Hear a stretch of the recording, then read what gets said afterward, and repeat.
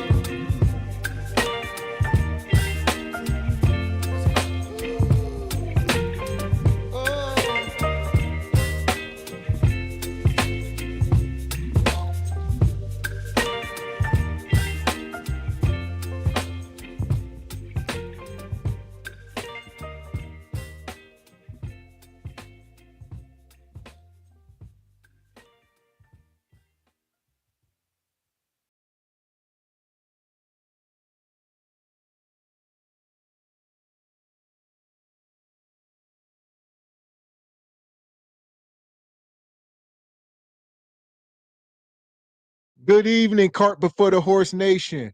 Live show starting soon. Make sure you get your popcorn, get you a glass of wine, roll your doob, whatever you got to do. Show starting shortly.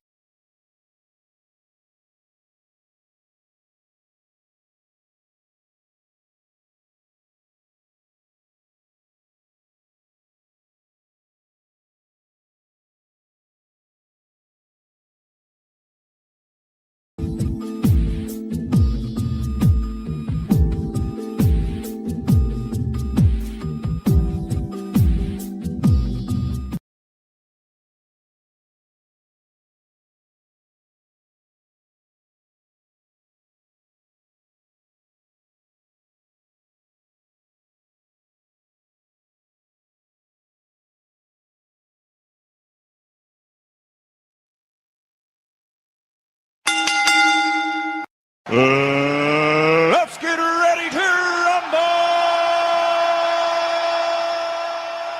rumble! Welcome. Live Saturday night, Regal Rumble, brought to you by Cart Before the Horse Productions. How you feeling tonight, Mr. Walker? Yes, sir. I am feeling freaking-tastic per usual.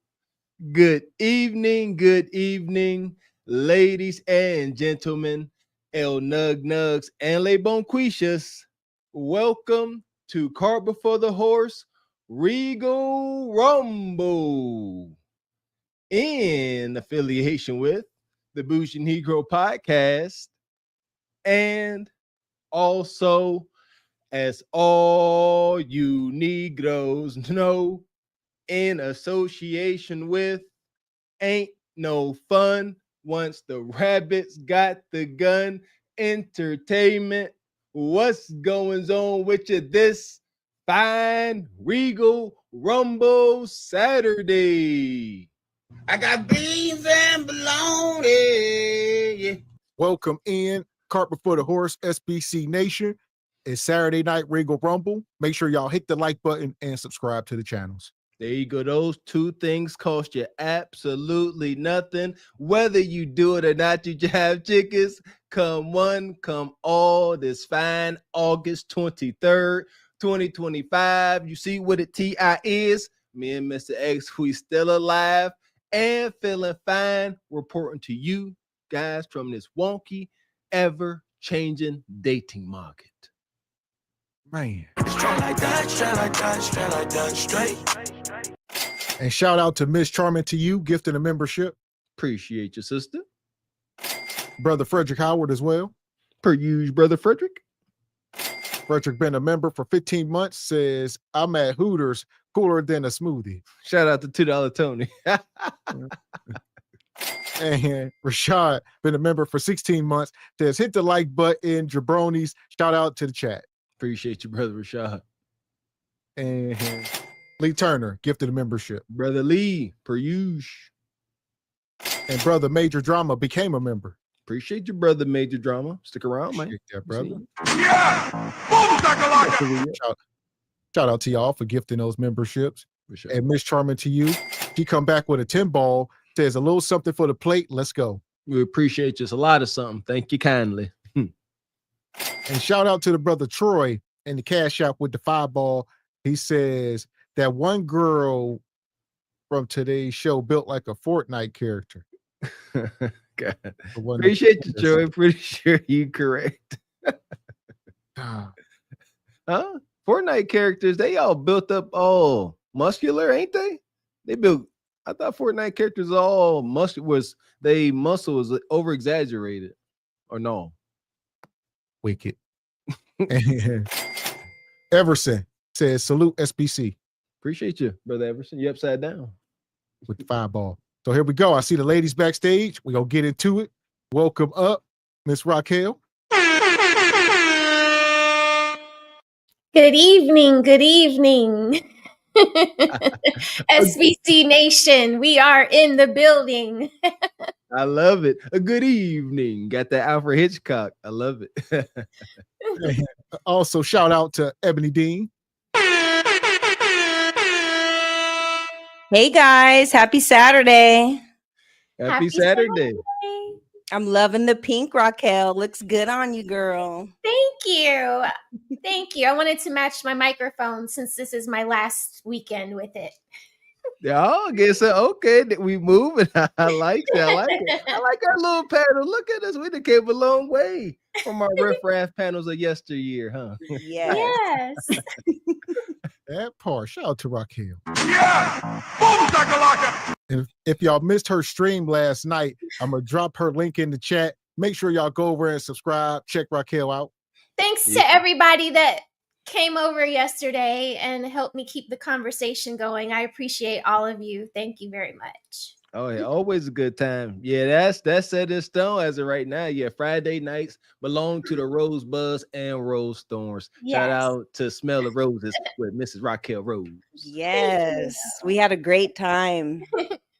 Thank you. Thank you. Thank you. It's hard, but it gets easy. It gets easier after every time. You get a little bit more comfortable. Definitely got to read the room, and I have a lot of help too. Like, you all are so helpful. Yes. Big time. So be on the lookout for the big things coming, especially Ebony Dean. All right, she's doing her homework. She's gonna drop Yes, her I channel. am. Yeah, so there you go. Be on the lookout. Yes.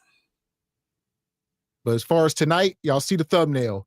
Game over. Winter is coming. The dating market is FUBAR. Winter seasons come and go, but in the dating market, shout out to SBC Nation, winter is eternal. It ain't going nowhere no time soon. What does that mean? What does it mean winter is eternal? Y'all keep saying that. Winter is forever. Some of this stuff has to play out. These boss chicks, you see them on the screen, these boss chicks, they have to live out the toils of winter because they did not prepare during the good season. That whole story, the tortoise and the hare, right? Yeah, or something like that. The grasshopper and the hare, but you got to prepare for later in life. They did not prepare for winter, so winter is forever. So here we go. Speaking of winter is forever, check this out. This is how we're gonna start the show out. The women at the Chris Brown concert paying $1,250 to get her draws taken off. This is why we say it's FUBAR out here. How what is this? Is this normal dating behavior? This is definitely part of winter, huh? Is how there ain't this much security in the world. I don't give a dang if you're a man, if you got as much money as Bezos and you built like Thor.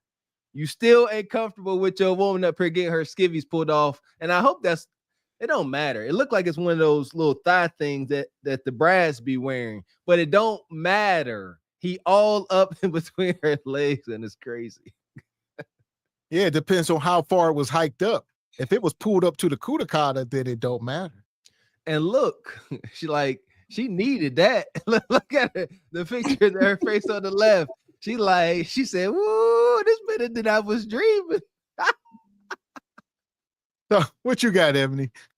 Man, this is so crazy, you guys, because I get it. Like, Chris Brown, he's getting his money, and these women are paying, like, he's getting a whole bag off of this, like having these women pay stacks to take pictures. So I get it, but this is wild. I hope she doesn't have a man. I hope she's single. The whole garter belt. This is probably the closest she's gonna get to a wedding. I don't know. This is wild. You see, yeah, definitely the closest you go get to a wedding. But that's the thing. She very well may have a man, and she most likely would expect her man to be okay with this. What's she gonna say, huh? She gonna say, "Ain't like I slept with him. You doing too much. He was just touching on my inner thigh. I was just looking at him like he could have it." So here's my question to Raquel. Does age play a factor in this? What if she's young? What if she's like 22, 21? What you got? That's the only excuse, but then it's like this has gone viral, and this is not something I ever had to worry about, thank God, so maybe it's like, these are things you have to consider, young ladies. What if your most ratchet moment, because this is a ratchet ass moment right here, and the fact that you paid about $2,000 for this, I mean, you could have gotten a little cappuccino bag from Louis Vuitton. You could have done so much with that $2,000. Instead, you got a mocked picture of your panties being slid off by Chris Brown. That can't be a garter. I mean, even if it is, it's so ratchet, because if it is a garter, it's the wrong context. Like, so what, your husband, your soon to be one day husband, has to live up to this picture that all your family knows about? The first time a garter belt was slid off of your little thigh was when you paid $2,000 for Chris Brown to do it.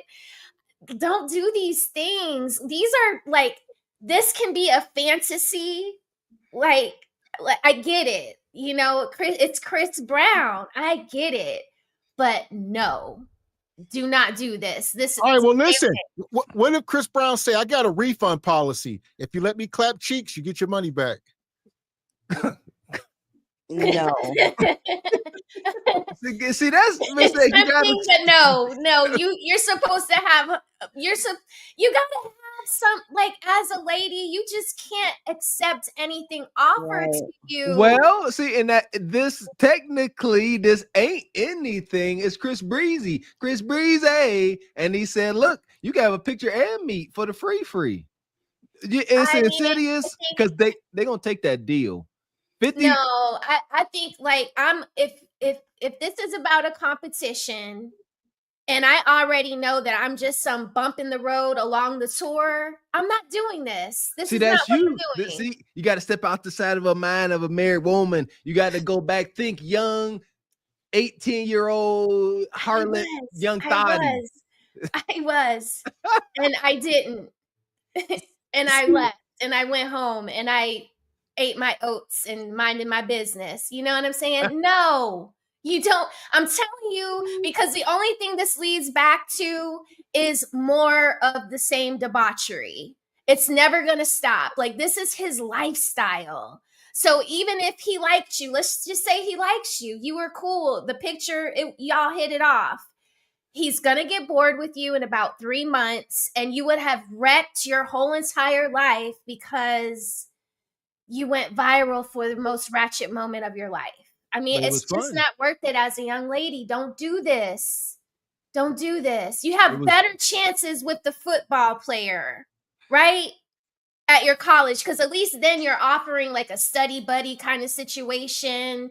You're helping him get through his grades, his curriculum, while he's focusing more on the, you know what I'm saying? Like, the dynamic is more.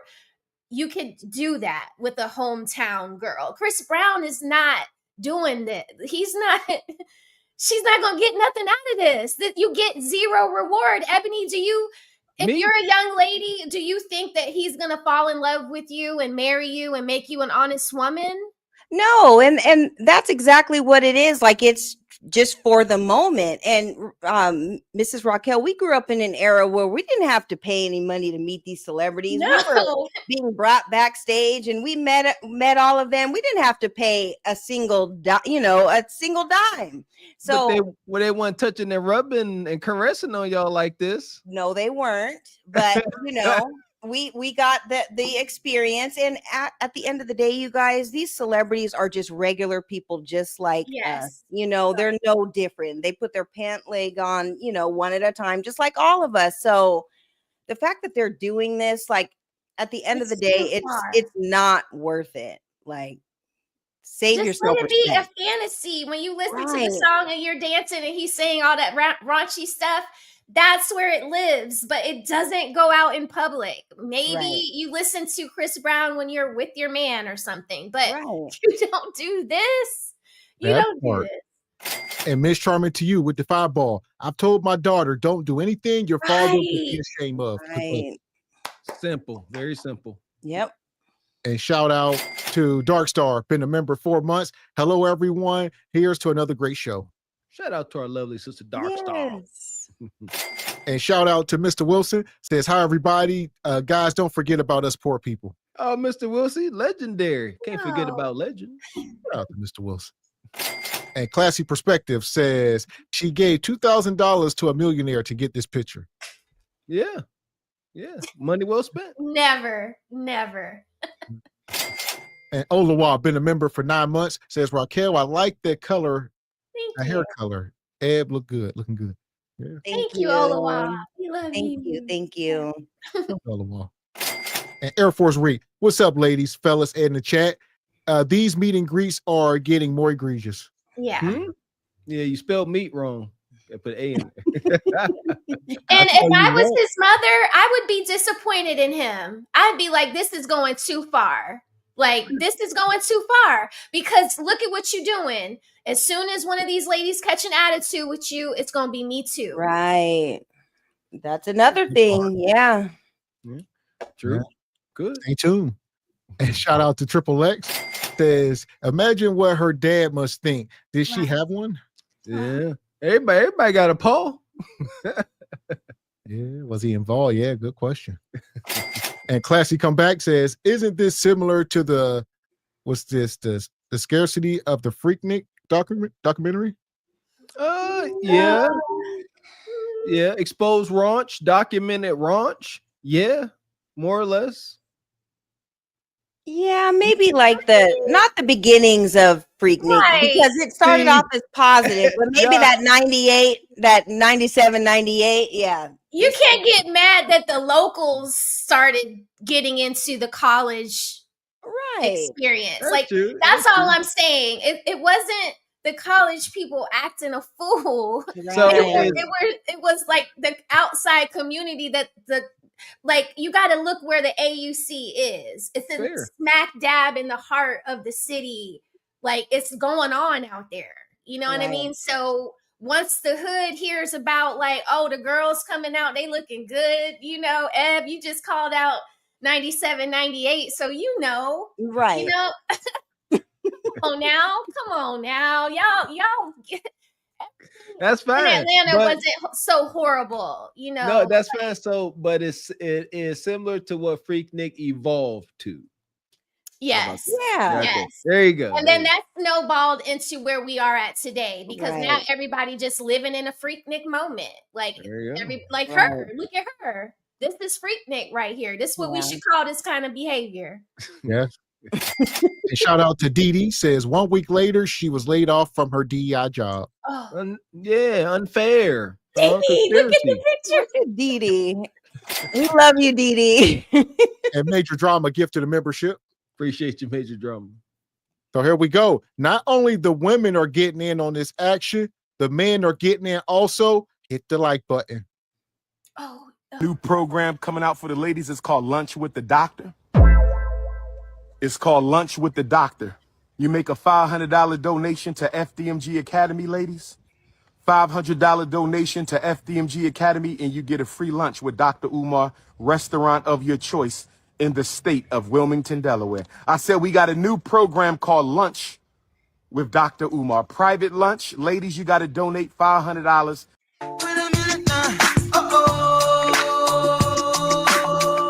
Listen here. If Chris Brown can charge, $1,200, $2,000, Dr. Umar can charge $500. You actually getting a date, all right, where you might get some meat. You're going to get food. It's an experience with the doctor. Thank you, baby. It's the doctor. You going to get a little education. He going to school you up. The Prince of Pan-Africanism going to teach you about Pan-Africanism at the least. Going to get you up to snuff on the black delegation, the rules and everything. Or maybe he gonna help you, help him with his school that's about to get repoed or auctioned off. Shout out to the doctor. This is another rendition of Drizzle. I'm here for it. Yeah, fellas got to get theirs too. We all got to get it. And I would say this. Let me ask you, Ebony, if you some single woman, right? You 50, you might be blowed out. You got money. Is it worth it? It's not worth it. But here's the thing. I'd rather pay Chris Brown the stack to take the picture before I put any money, for Dr. Umar. Donations. And here's the thing. The only way I do it is if I can play the Tariq roast while we're at dinner. That's the only way I do it. I play all the roasts and put them on blast, because you're out of pocket and now you're trying to charge $500 for a date. Come on now. He's so out of pocket. I like that. So you gonna make him sit there and eat that rib. Okay, we're gonna sit here and say, answer all of these questions. Right. All the roasts, because Tariq has a whole lot of them. So that's what I do. That's funny. But yeah, we're not doing that at all. So listen here. Black queens forever, snow bunnies never. I said black queens forever, snow bunnies never. I said black queens forever, snow bunnies never. Somebody gonna sign up. Indeed. In the state of Wilmington, Delaware. I said we got a new program called Lunch with Dr. Umar. Private lunch. Ladies, you got to donate $500 to the FDMG Academy, and I will take you to lunch, private lunch, any restaurant you want in the state of Delaware. It's called Lunch with the Doctor, and it costs you $500. You don't pay for the lunch. I pay for the lunch. Any restaurant in the state of Delaware. Oh, yes. Brothers, don't hate. We got to stop hating. Brothers, we got to stop hating. Don't hate my ninja, because if I ask your wife if she want that luncheon, if I ask your wife if she want that luncheon, if I ask your baby mom, do she want that luncheon with... Oh. See, Dr. Umar, this is where you start to not be taken serious. You want to be taken serious like Martin Luther King and some of these people. You can't turn yourself into a parody like this. It's best to just be more serious. Don't be like, oh, I'll take your baby mama. I'll take your wife. What? Crossing lines, burning bridges. Yeah, once you go this hill, ain't no coming back. Mr. Lone Wolf Nug Nug, give it very much nug nug. He said, see, fellas, y'all know what is the remedy to this madness? Don't let this apply to you. If Dr. Umar jump in your lady's inbox and your woman, and you find out it's $500 missing from your account, don't come looking at us. All right, because we told y'all how to behave and carry yourselves. That was egregious. It just can't appeal to you when ninjas throw wild stuff like this. He said, your wife. I wish a ninja might. Man, what you got, Raquel? This is crazy. I mean, this is just more of his misogyny in my mind. Like, I already did a little video on him. He's just so cringe. He's getting more and more and more cringe. And I really do feel like there's something else going on with him. Like, if you just look at his body stature right now, he looks really thin. And usually when people have too much money in their pocket, they usually start like dusting off their nose. And to me, it seems like that is what he's doing. Because it's borderline crackheadish, the way he's up here coming up with schemes to get quick money. Hit the cash app, it's too much. It sounds like, the guy with the cheeseburgers, or I got these cheeseburgers, man. Don't do it like that. It does, doesn't it? Am I wrong for that? Like, but that's kind of like the vibe it's kicking off. It definitely is. And then you have the nerve to insult the men of the women of the community that you say you're trying to help their sons. Gavin's right. Like, this is how you lose trust completely, Right now, it just looks like you can't manage money, but now that you're doing this, it kind of looks like you're a predator and you can't manage money. There you go. Yeah, he done went fully off the rocker. I don't think no coming back from this. My first introduction to Dr. Umar was on the documentary Hidden Colors, and he's over there spitting facts, and that went south quick. I think you're right. Fame and access to funds. At some point, Dr. Umar had access to a lot of funds. I would have to imagine folks were supporting his brother. And yeah, maybe, Mr. Old Man Winter came through and he said dusted him off. That's crazy. Yeah. I mean, look at him. Doesn't he look really thin compared to like how he looks when he's on the podcasts? Like maybe the camera makes him look thicker, but right here, he look like Nug Nug. That's the look of Nug. That's an insidious Nug Nug stare. That gaze, that's Nug Nug. I done seen it many times. Yes. Brothers, we got to stop hating. Don't hate my ninja, because if I ask your wife if she want that luncheon, if I ask your wife if she want that luncheon, if I ask your baby mom, do she want that luncheon with the doctor, we know what she gonna say, ninja. Don't test my intellectual gangster. If I roll up on your girlfriend, your live-in prisoner, you call a girlfriend. If I roll up on your live-in prisoner, your romantic prisoner, you call a girlfriend, who ain't there because she want to be, she there because she got to be. If I roll up on your romantic prisoner, my brother, if I roll up on your romantic prisoner. Oh my God. Fuck is you talking about? So now he's like a simp. He's like a pandering simp. He goes back and forth between, he red pill sometimes, and then he goes into this ace metaphor simp, Derek Jackson. Yeah, but like, what are you talking about? You talk about yourself. Thank you. Projecting. Listen, brother. I can't say act like you ain't acting weird out here. Yeah, we uncovering all of your skeletons in your closet, and some of them still got meat on them, brother. You need to relax with this. You're supposed to be a humble doctor. Just quiet down, man. How far have we gotten away from just the natural order things where grown adults, educated, he's a doctor, he got the DR in front of his name, are up here and they don't mind showing their gaping wounds. This is counterproductive to survival. You got no money, you got no access to digital currency, as he like to say.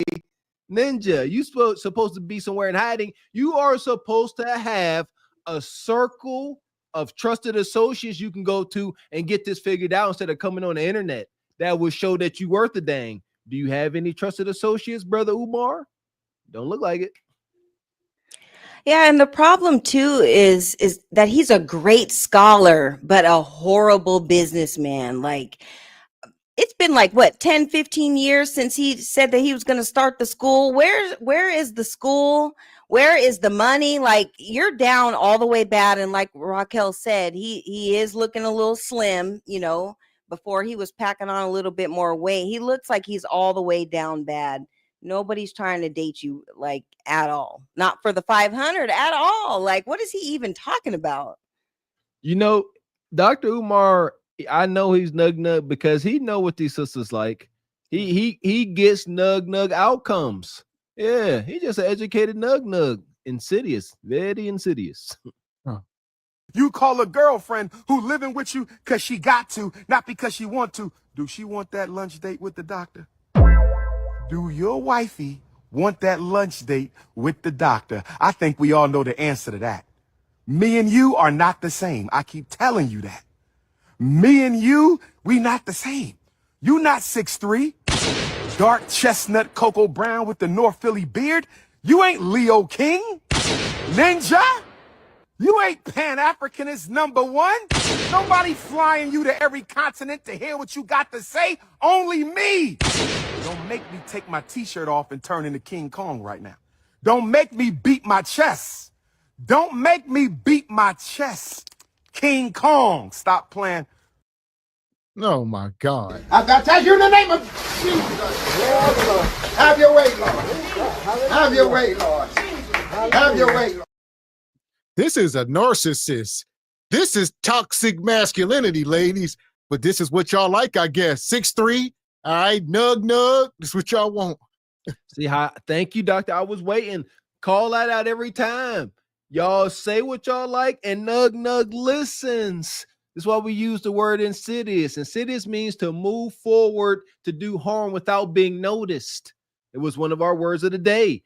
That's the good doctor today. This is what he has devolved to. He said, I'm 6'3". I'm a chocolate ninja. Egregious on all accounts, ninjas. Don't be calling y'all foods. As a man, don't ever refer to yourself as any food.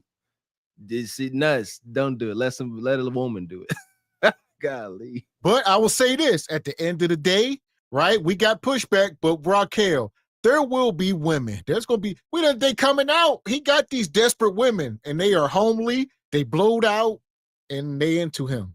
What you got? Okay. If you have to pay $500 to get with Dr. Umar, he looks that I don't know that his hygiene. I see Dr. Umar as the man that they say is the deal breaker. This is a walking deal breaker. So you're paying $500 for a walking deal breaker. How is that wise? Like, come on. I just don't see how people can't see the scam here. Like, if he is connected to scholars and schools and all of these things, it should have been very easy for him to start a school. It's not like starting a school, there's no template for it. It's not like he has to go out and craft a new way of doing a school. You really don't, So 11 years, if we do the timeline, it's just, and then, he can't, he doesn't have anybody to go to spot him on what he's short, because he doesn't value his network. It's Exactly. the same thing with Kendra, right? She doesn't value her network. Her network is her community that she's building, the people that know to call the show. Every time you put someone down, or you give them a bad experience, or you make fodder out of them, you're really making yourself look bad. It looks bad on you. So then when you start getting weird things happening to you, it's because that was the energy you're kicking out. Like, don't be desperate. Don't be desperate to pay for, if you're going to treat this like an interview, Ebony, how you said you would play the music, play Tariq Nasheed roasting him during the dinner.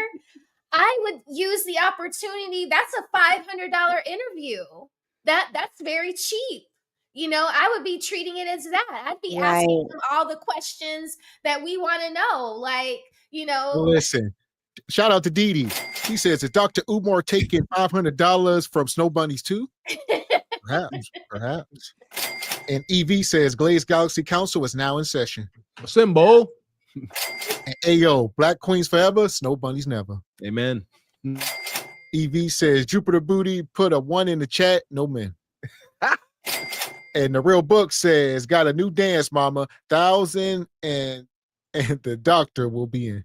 Man. Elma says he's out of pocket. What's up to everybody? What's up, Elmas? And Jada Gray, that steel frame equals scheming predator. 100%. And Brandy, selling D as a fundraiser. Gigolos, what they called them back in the day. Shout out to the Gigolo. And Mr. Wilson, he couldn't roll up on a 3-legged dog. Dang. Elma says he got butter yellow teeth now. Give him some donations to get it fixed, brother. And Classy, a lot of lonely women that can't get junk food off their EBT that is donating to Umar. That's hilarious. True. They love him. Yeah, a lot of them women in the projects, baby mom, they're sending $5 at a time. And if you get enough of them, it add up. Because he pandered to him. Thank you, my beautiful queen, chocolate sister. Yeah. That's wild.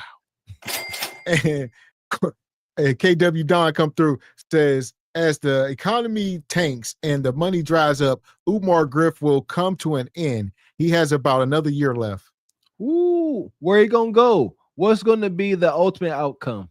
Stand by and see. And Jada Gray, sadly, Umar is a step away from Jay Prince.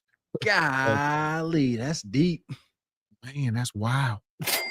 Hey, yo, Umar looking like Franklin at the end of Snowfall. Spoiler alert. Yeah, I did see that. That's unfortunate. And right now, Umar looked like he in the pit. Bye. He free. Madness. Fuck is you talking about? This is Sparta! You got to know when to hold 'em, know when to fold 'em, know when to walk away, know when to hide. You gotta count your blessings. You're sitting at the table. You hear me? Ooh, child, things will get brighter. Yeah, there's a saying, that talks about leaders, and there's a time to depart from your leadership position, depending on what it is, because a lot of us, we stay too long in leadership positions and we become the villain. We get old or, stuck in our ways, maybe a little opinionated, jaded by a long life. And sometimes you got to say, you know what, I'm done. Y'all done wore me thin, gave y'all I got. Let me step away before I turn into a nug villain. Shout out to Dr. Umar. I think that's what's happening. He just ain't got nothing left. He's tainted. It's unfortunate. Yeah, and think about all the bridges he burned along the way. Like, he started off in Hidden Colors and getting gigs where he was pulling up doing lectures and all that, and he just kind of like crapped on everybody else. And it's like, come on, like, these people put you on, like, he burned his a lot of bridges along the way, and it's showing now. Nobody's supporting you when you did all that in the past. So Bingo. it's unfortunate. That's how it goes. Learn from those That mistakes. part. And shout out to Brother Tony. Says, family never smoke butter. Never. So here we go. Tonight we talk about dating. The dating market is FUBAR. Winter is coming. We're going to pull this video back up that we checked out. Man, Mr. Walker talked about this the other day. No coffee dates. A man asked me for coffee today after work, and I politely told him no, and then brought myself to McAllister's, where I got this croissant, this grilled chicken sandwich, and an entire bowl of broccoli cheddar soup and a Dr. Pepper for under $25. Now, I'm not going to argue with you about how you like to date, just like I don't want you to argue with me about how I like to date. But coffee is never going to be an option for me. And just like I respect your choice to coffee, respect mine to not coffee. Coffee dates suck, okay? Coffee dates suck, I said it. Now, I do not doubt that there is a very, very small percentage of women who actually like coffee dates. You know, maybe you like coffee, it's cozy, it's cute, that's really your vibe, like you like the library or something like that, I get it. But for the most part, women are choosing coffee dates because it's safe. Most women, okay, love romance. Now, unless you met at a coffee shop and you guys' hands touched the latte at the same time and he stared into your eyes like a Hallmark movie, the coffee shop is just not that eventful. It's not that romantic. A lot of women, if you knew that that man was going to be the man that loved you, put you first, valued you, treated you well, was everything that you wanted, could sweep you off your feet, love you like you've never been loved, give you the fun and the adventure and all the feelings that you wanted, if you knew that, you would not be choosing coffee for a first date. Oh. There we go. And we talked about this the other night, and it's nothing but big brutish women coming up here. No feminine women are coming up here spewing this message. It just seems like women that are hurt and damaged. That part. Consider the source of the detractors every single time. Yes, sir. And here's another thing. Listen to how I love saying that. This is how they describe a worthy man. Just listen to it more and more. If this guy was the right man and he was going to do this long list of things, from one, give you all the feels you want to feel, be Prince Charming. Did you hear what she rattled off? She said, provide you with all the good feelings you want. How in the hell do you do that? Like she said, if he was moving like that, he wouldn't dare take you on a coffee date. Lies. A coffee date is romantic because y'all sitting there talking to one another instead of sitting there scarfing high caloric loads down your throttle. That part. What you got, Ebony?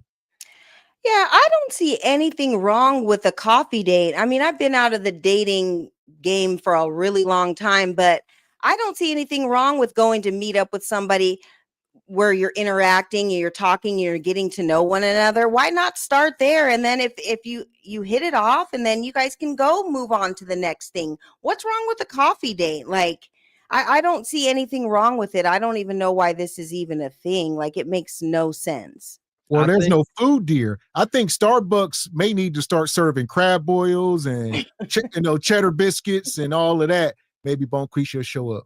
Well, there you go. That's why we say go to one of these nice baristas where they got the little, little treats, the little croissants and little danishes. The biscotti. Yeah, biscotti. Yeah, all that. Come on, like there's a purpose here, and it's not to sit and eat. It's to talk. You sitting there sipping your coffee and you having little cute moments, and you building something over little niblets and drinks, not sitting there scarfing down whole meals. Let me tell you something. If 666 was asking them for coffee, they would go. Okay. 100%. And I love coffee dates with my husband. If anybody is listening, I would love to get coffee in the morning and go walk around Pike Nursery or Home Depot garden section and look at pavers and stuff like that. I feel like a coffee date, if you're taking dating seriously, is an easy way to find out the first clue of the man you're pursuing. because it's teaching you how he likes his coffee. So when he does spend the night at your house and you wake up in the morning, hopefully you're cooking him breakfast and bringing him his coffee. So it's kind of like a clue, like you're getting to know a man.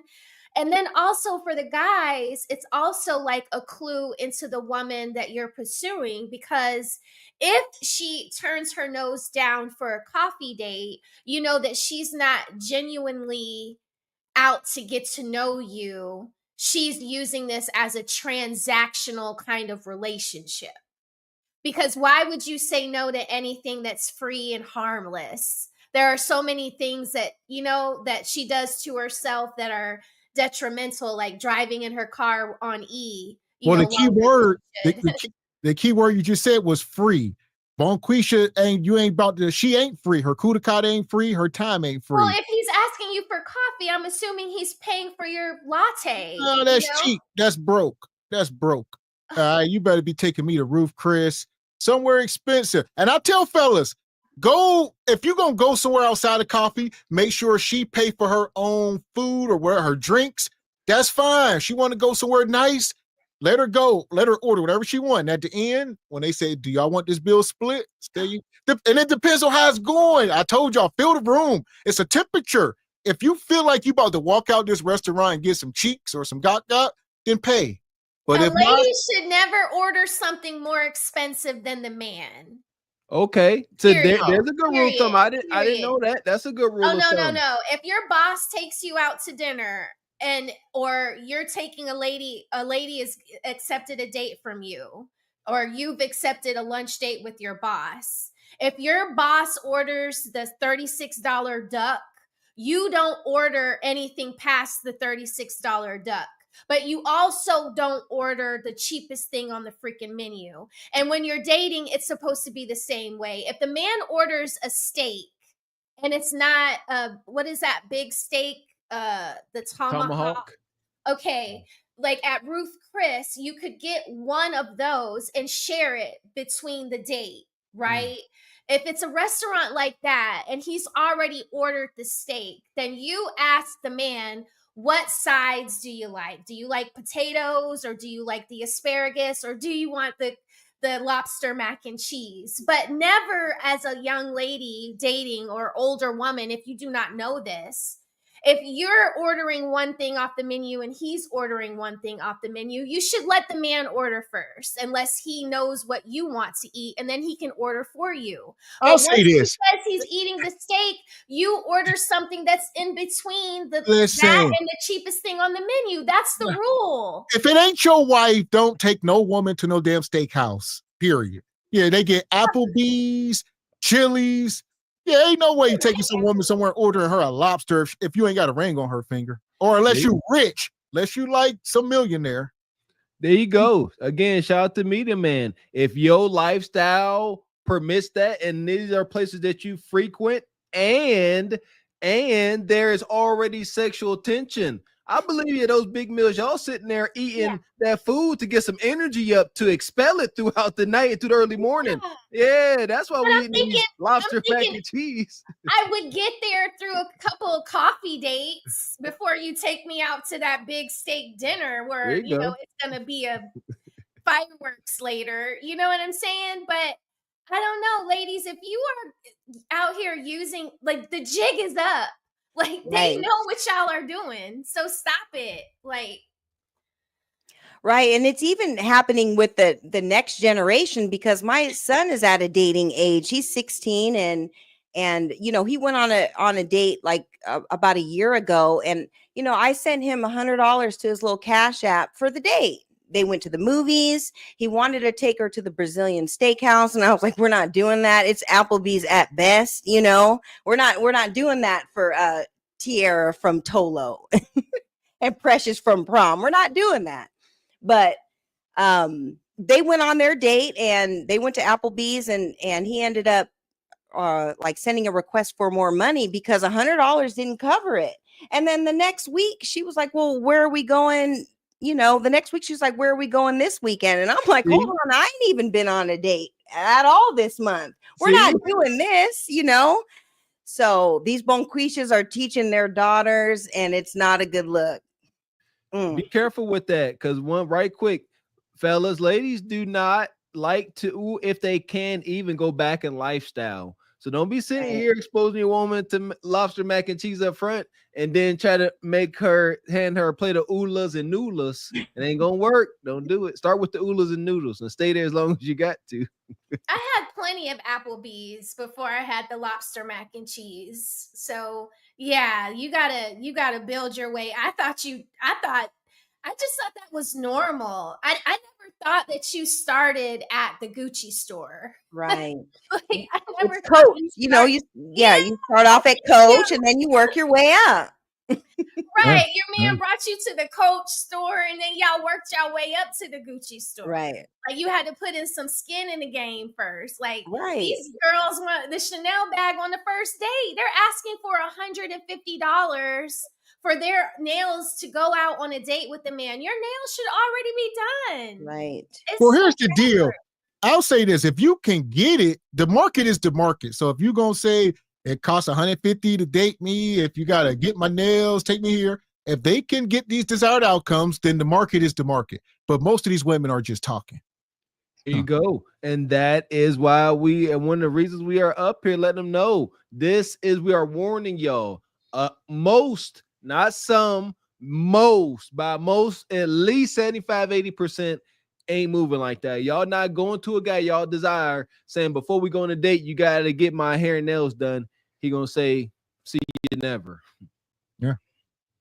You would be doing something totally romantic and blissful or just really fun and stimulated with that man. Now, I talked about this before. I said for a first date as a coach, this is just based off of my clients and their success rate. I said the best first dates are interactive dates. I already said that in the previous video, okay? So I said sipping paints, top golf, go-karting, pottery class, winemaking class, pizza making classes. Those things make for great first dates. But majority of women don't want coffee. Coffee is for like meetings, okay? Maybe a business meeting, work meeting, maybe you're an entrepreneur, meeting clients. So let's stop this, okay? Let me know, what do you think? I want to know what the happily married women think. Have you had coffee for a first date and now you with 3 kids in and you're happily ever after? And it's There we go. Depends what you qualify for. Some of that stuff is not cheap. You talk about Top Golf. You're going to go in there and spend a couple $100. You're going to spend $400 in that place in 2 hours fast. You're talking about, even shout out to my wife. We like to go to a place and make candles. There's a little place, you go in there, you make custom candles. You get your custom scents and you go in, do your thing. You in there, it's a romantic thing. And but that stuff costs money. Like you said, $150, $200. Not all this stuff. So coffee is what it is, or walk in the park at best. Come on. Go-kart. These days, ladies and gents, are supposed to be about vetting. Vetting means getting to know one another to see if this is worth your time and energy. How she talking about going go-karting, Dave and Buster's, Top Golf. For one, you gonna lose every go-kart race because you're too heavy. So that's gonna cause an issue there. See what I'm saying? They don't think this through. I'm serious. Y'all sitting there like, oh, let's be fun and competitive, and you like, oh, my go-kart broke. It ain't broke. It ain't broke at all. You heavy. And Dave and Buster's, you can't even hear in there for the most part. Sitting there whispering each other's ears, trying to get to know each other, playing a little skee ball machine, whatever, whatnot. No, they're there to have a good time. They're not there to really get to know each other. And dating when you're in a relationship is different when you're like just courting women. Yes. Right? So it's like you do the go-karting once you're already in an established relationship. You know what I mean? And he's going to help you in and out of the go-kart if you're her size. So it's like, please don't assume that these men are just going to meet you and treat you as if you're already in a relationship. That's unrealistic. That part. What you got, Ebony? Yeah, and here's the thing. You're going on dates to meet people in order to get to know them. Who cares if it's at coffee or if it's at Ruth Chris? Like, you're getting to know that person. And I never understood the whole just going on dates with people that you never really liked in the first place. Women are just doing it just for free meals or free drinks or whatever it is. If you don't like that person, don't waste their time. And if you're not trying to seriously get to know that person, don't go on the date. Like, it's not even worth your time. I never ever did anything like that. So I don't understand it. If it's coffee or if it's, a 5-star restaurant, who cares? You're getting to know that person. So I don't know. Been years. Where are you at? I could be wrong, but I'm going to say majority of women, okay? I'm going to say majority of women do not want coffee on the first date. You're just doing it because it's safe and you're tired and you don't want to get your feelings hurt. I just feel like you can't get offended if somebody doesn't want to get coffee with you. There are sometimes a man will ask me out and it's like to a restaurant or something and I don't want to go to that restaurant either. Like, saying no is so endless. Plus, honestly, my coffee time is for me. I don't want to have coffee with your ass. You ain't never going to want to have coffee at the time that I want to have coffee or need to have coffee. So it don't even fucking matter. Hey y'all. Anyway, I know y'all seen that post about the lady who didn't want to go on the coffee date, so she went and bought her own meal that cost $25. She got a drink, a sandwich, some chips, and maybe a cookie. I don't know, but she said she spent $25, and the internet was in an uproar. They said that she should be grateful she even got invited on a coffee date because she's plus size. She should be happy because she's not that cute, according to them.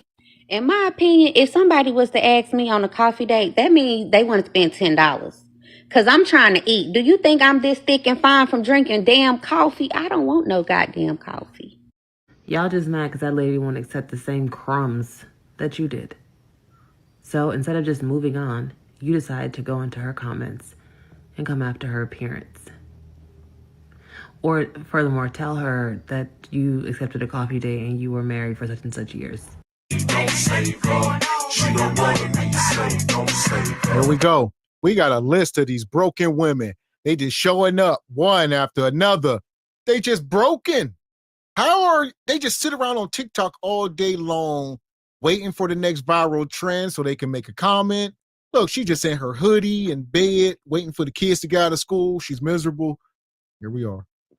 This when ain't nobody really poking fun, just for the sake of poking fun at these big blowed out sisters talking about they won't accept a coffee date. We are sounding the alarm.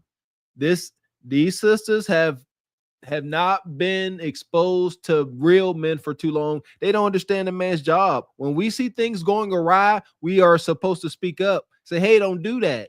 So you a big blowed out sister talking about what you won't accept as far as a date. Red flag. You don't have that luxury. Shout out to HQ. You don't have the luxury to make these stipulations. You can't say you can't afford a coffee date. You should be begging on your knees every night to whatever Lord you believe in for said coffee date.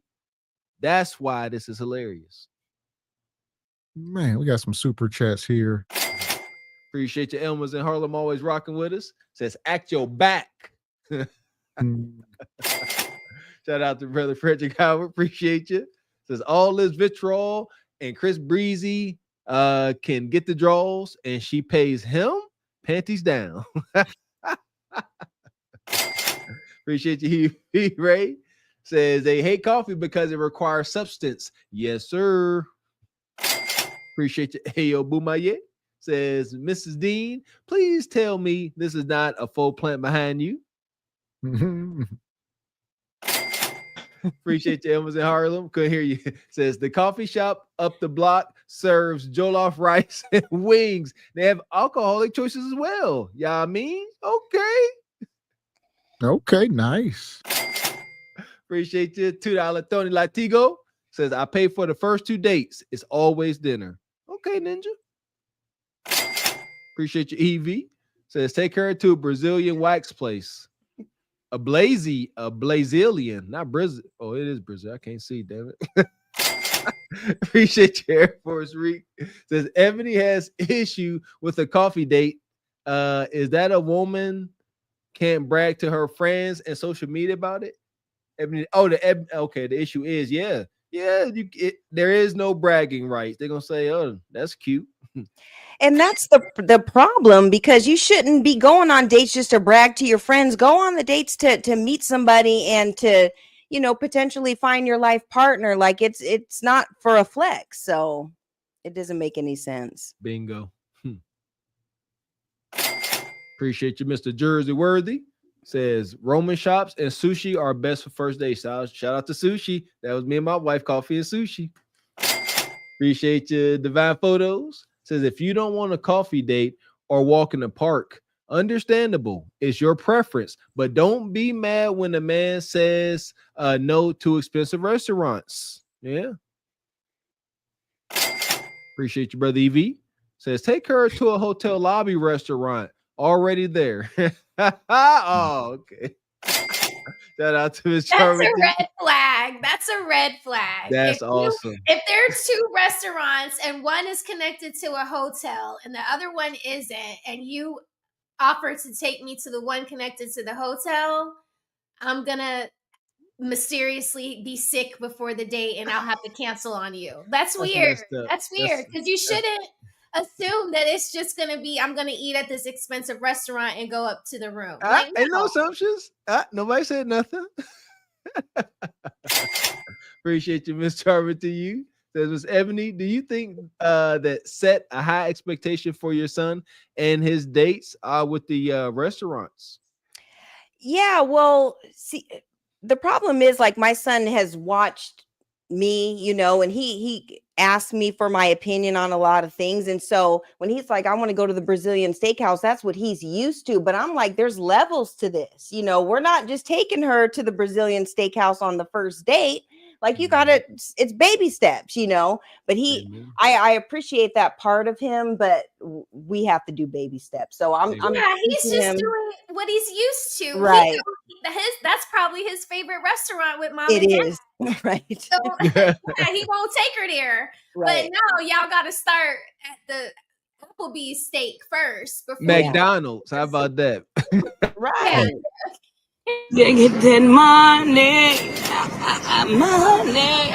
Gotta get that money, money. And I'm going to get it. And it won't stop, and it don't stop, and it won't stop. You know what I'm talking about? Shout out to Cousin Walker, the original cousin. Get it right. Appreciate you coming through with the 50 ball, sister. Says it's not about coffee. It's about men wanting to get to know you. My best date was at the lake free. I took the free date and now he gives me everything. Humble yourself. Don't miss out on the good man because of shallow logic. A freaking man. I'm telling y'all, coffee dates. Thank you. Bless you, Cousin Walker. That part. Shout out to Cousin Walker. Hey.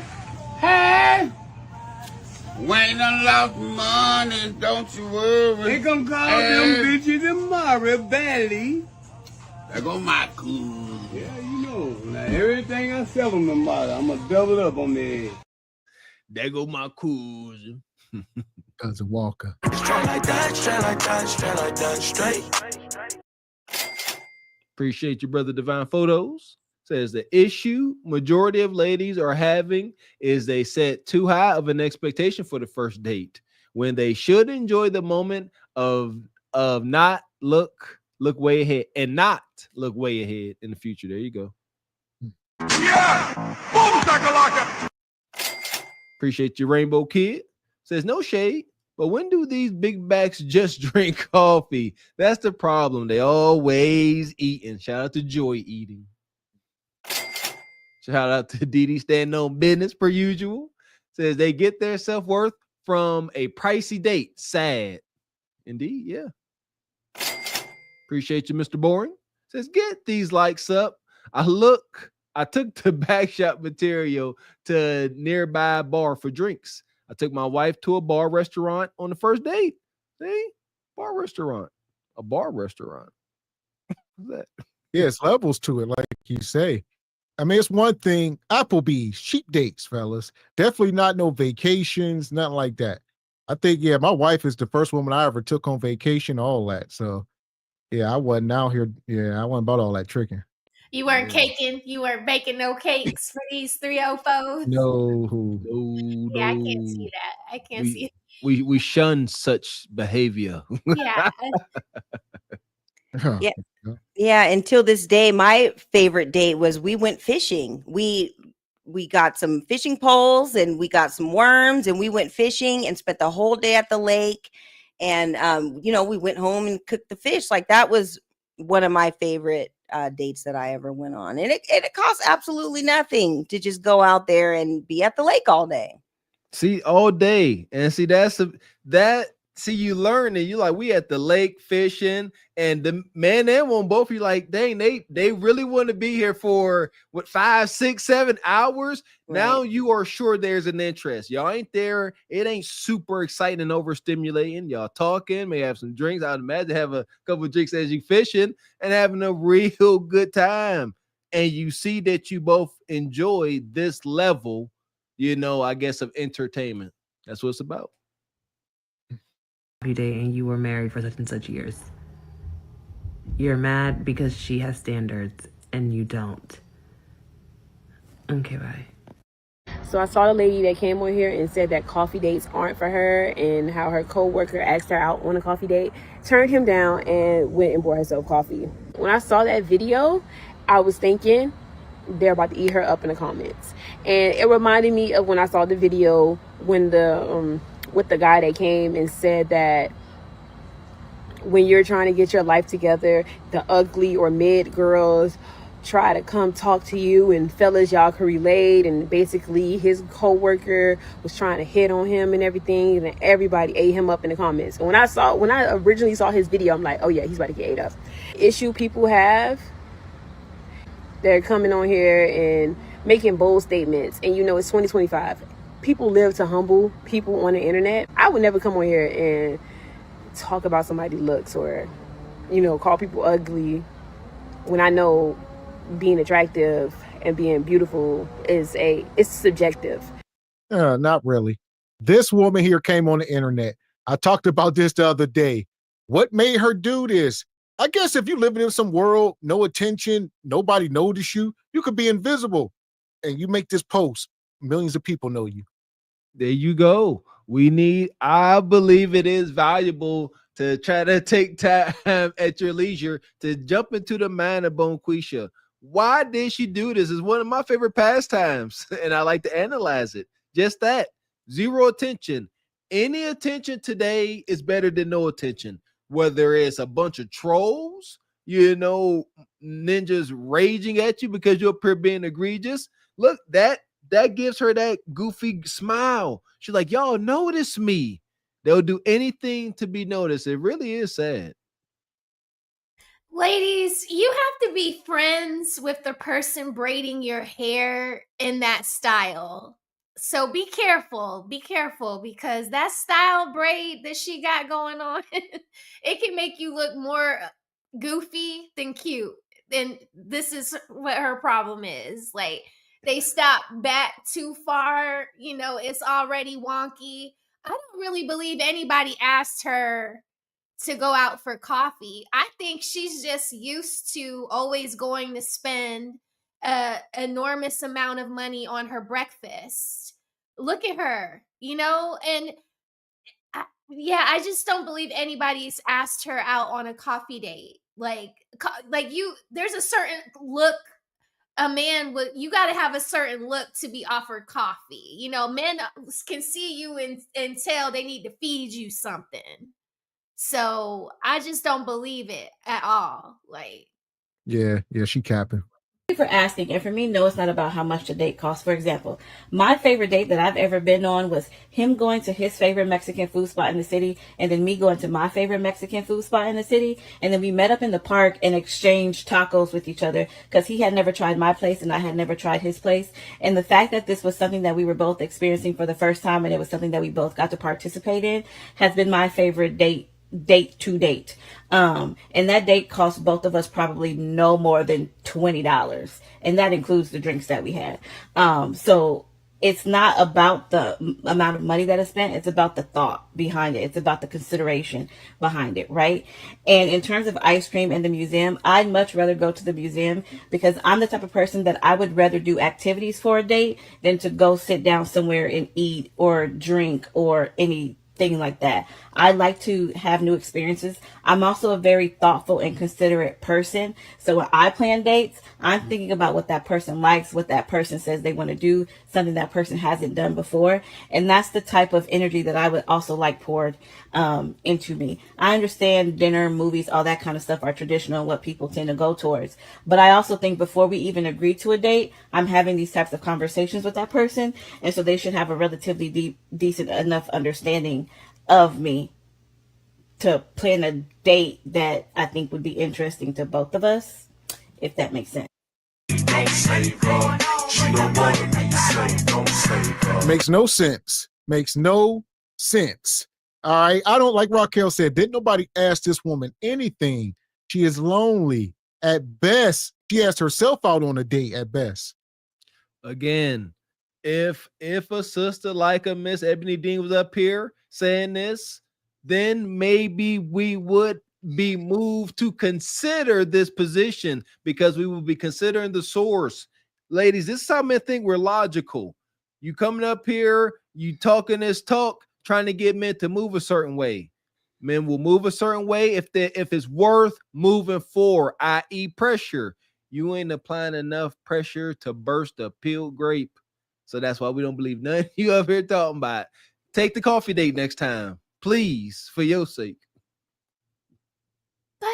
But she said she doesn't want to sit down and eat ice cream. But right before she said that, she said her most favorite date was when her date went to go get his favorite tacos, and then she went to go get her favorite tacos, and then they sat in a park and exchanged tacos. So they were sitting down eating. So what's the difference between sitting down eating at the park at a taco exchange than the freaking ice cream? This is how you know it's just made up dumb lies. Or calorics. Maybe, again, they want to eat. Listen, study this. The first video, she said they wanted coffee. She didn't want coffee. She went and got herself a grilled cheese sandwich, a croissant, and some cheese and broccoli soup. Calorics.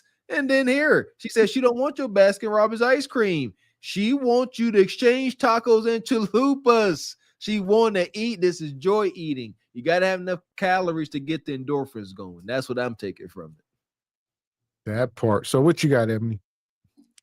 And see, ladies, this is the problem because you guys ruin the game to the point where now men, they're trying to vet you. Yeah, it is all about a coffee date because you guys ruined the game. You guys went on all these dates. You didn't like the men, and now they're vetting more properly now, which as they should, So this is where we are, and you have to deal with it. But all these women that have a problem with it, like you guys said, they're either blowed out, they're not cute, they don't have the option. So at the end of the day, who cares if it's coffee or if it's a 5-star restaurant? Go on the date if you like the man and get to know him. Like, bottom line, that's just what it is, and that's where we are today. And that's the number one thing too. The man, if any of this is true, ladies and gents, don't crucify me. She did not like the man at all. He was undesirable. So for that, we're gonna send her back to Leon. Bye. This right here will get me some pussy tonight. But I don't want it. Not for this. Not with this. Fuck that. I don't want no pussy with this. This right here is paper. That's my rent. Hold on. Yeah, Ninja. Yeah, I was about to say tear it up in little pieces. Yeah, set it on fire. This right here. Do it. This right here. Do it. This right here. Shout out to that panel, man. That was lit. Shout out to the brother Jay Tillman. Where you at, Jay? Shout out to Evie Ray. Says she need to go on a date that gets her a at CPAP. CPAP at the dinner table is egregious. Man, so here we go. We up here talking about Did you see we talk about winter is here. The dating market is FUBAR. Game over. If you're just coming in, hit the like button. Right. Can I get your name and age? I'm Red, or known as Ruby. I'm 21. 21? Yes. So are you single? And how you doing today, Red? I'm okay. I just got off work, so I'm just chilling. That was up. You look very nice today, Red. Thank you. Just came to the what? Huh? You just came from work? Yeah. Okay. Cool. So what's your relationship status? Right now, I would say single because men don't know how to actually take relationships serious. Well, he ain't take you serious? I feel as if this generation, men just want sex and not the actual full commitment because of complications, and men also want their nails done too. They want their nails done too? Okay, read between the lines. Men want to be pampered as much as women do. Exactly. That's a problem with that. Yes. Okay. If I'm going to the bar, I shouldn't be buying my man a drink. He should be buying me a drink. Exactly. So with that being said, it's a lot of boys out here instead of men. Okay. And my reason for being single is because boys would rather be babied and have a mother figure that's not their mom.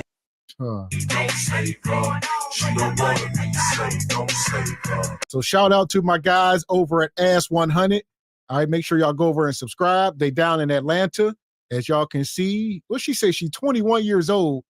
What does she know about dating? You should be in college somewhere. We're out here trying to compete with 42-year-old women in the bar. All right, you competing with your aunties and them. You know, with all that makeup on, kind of resembling your aunties or your aunties resembling you. 21, shout out to the elders, man. Growing up and, you know, getting wiser, it's a beautiful thing. Our elders was telling the truth. Remember our elders saying, y'all still wet behind the ears, y'all still babies, your bones still soft. That is true. You can't tell this 21-year-old young woman that she ain't grown. I don't believe any of us are grown till we about 30 something and our brain is fully developed. 21, you sexually mature, but you ain't grown. And if only dudes you dealing with is acting like little boys and don't know how to deal relationships, you need to think about who you are pursuing or who thinks it's wise to pursue you. Nug, nug, catnip at best. Instead of being dominant and being the man of the house. So you want somebody dominant? Yes, I want a man to tell me, babe, come home. Baby, come what? Baby, come home. Baby, come on. That was so. So and half of these girls out here, not a real woman either, because this is, I'm showing a little bit of cleavage. Okay. So it'll leave a man wondering, but still showing something. Women out here will happily show their ass in a lingerie and think it's an outfit. No, man. So you don't throw no thirst traps up on your Instagram or anything? No, I only show my face. Okay, that's cool. I can't say, as a 19-year-old, I used to dance, but I stopped when I realized I do not like men touching me and self-worth. Man. Nigga eat me out. I'm out here in Miami. Hey, looking for the hoochie daddy. Why the niggas that get ratchet? My son need a new pair. Too many bitches. Where the niggas at? I'm trying to get my coochie stretched. Yeah. I'm trying to get my coochie stretched. Yeah. You know the dress to the back. Yeah. I like a nigga with his chest. Yeah. I'll say this. This archetype of woman is the worst. It's the self-righteous. All right. At 21 years old, she already ran through and self-righteous. She up here like, yeah, when I was 19, I was for the streets. I used to dance in the club, but now I'm just showing a little bit of cleavage and I keep to myself. She got demons already. She got demons that you ain't trying to look at her face. I'm wondering, like, 21, why you got such a mature look?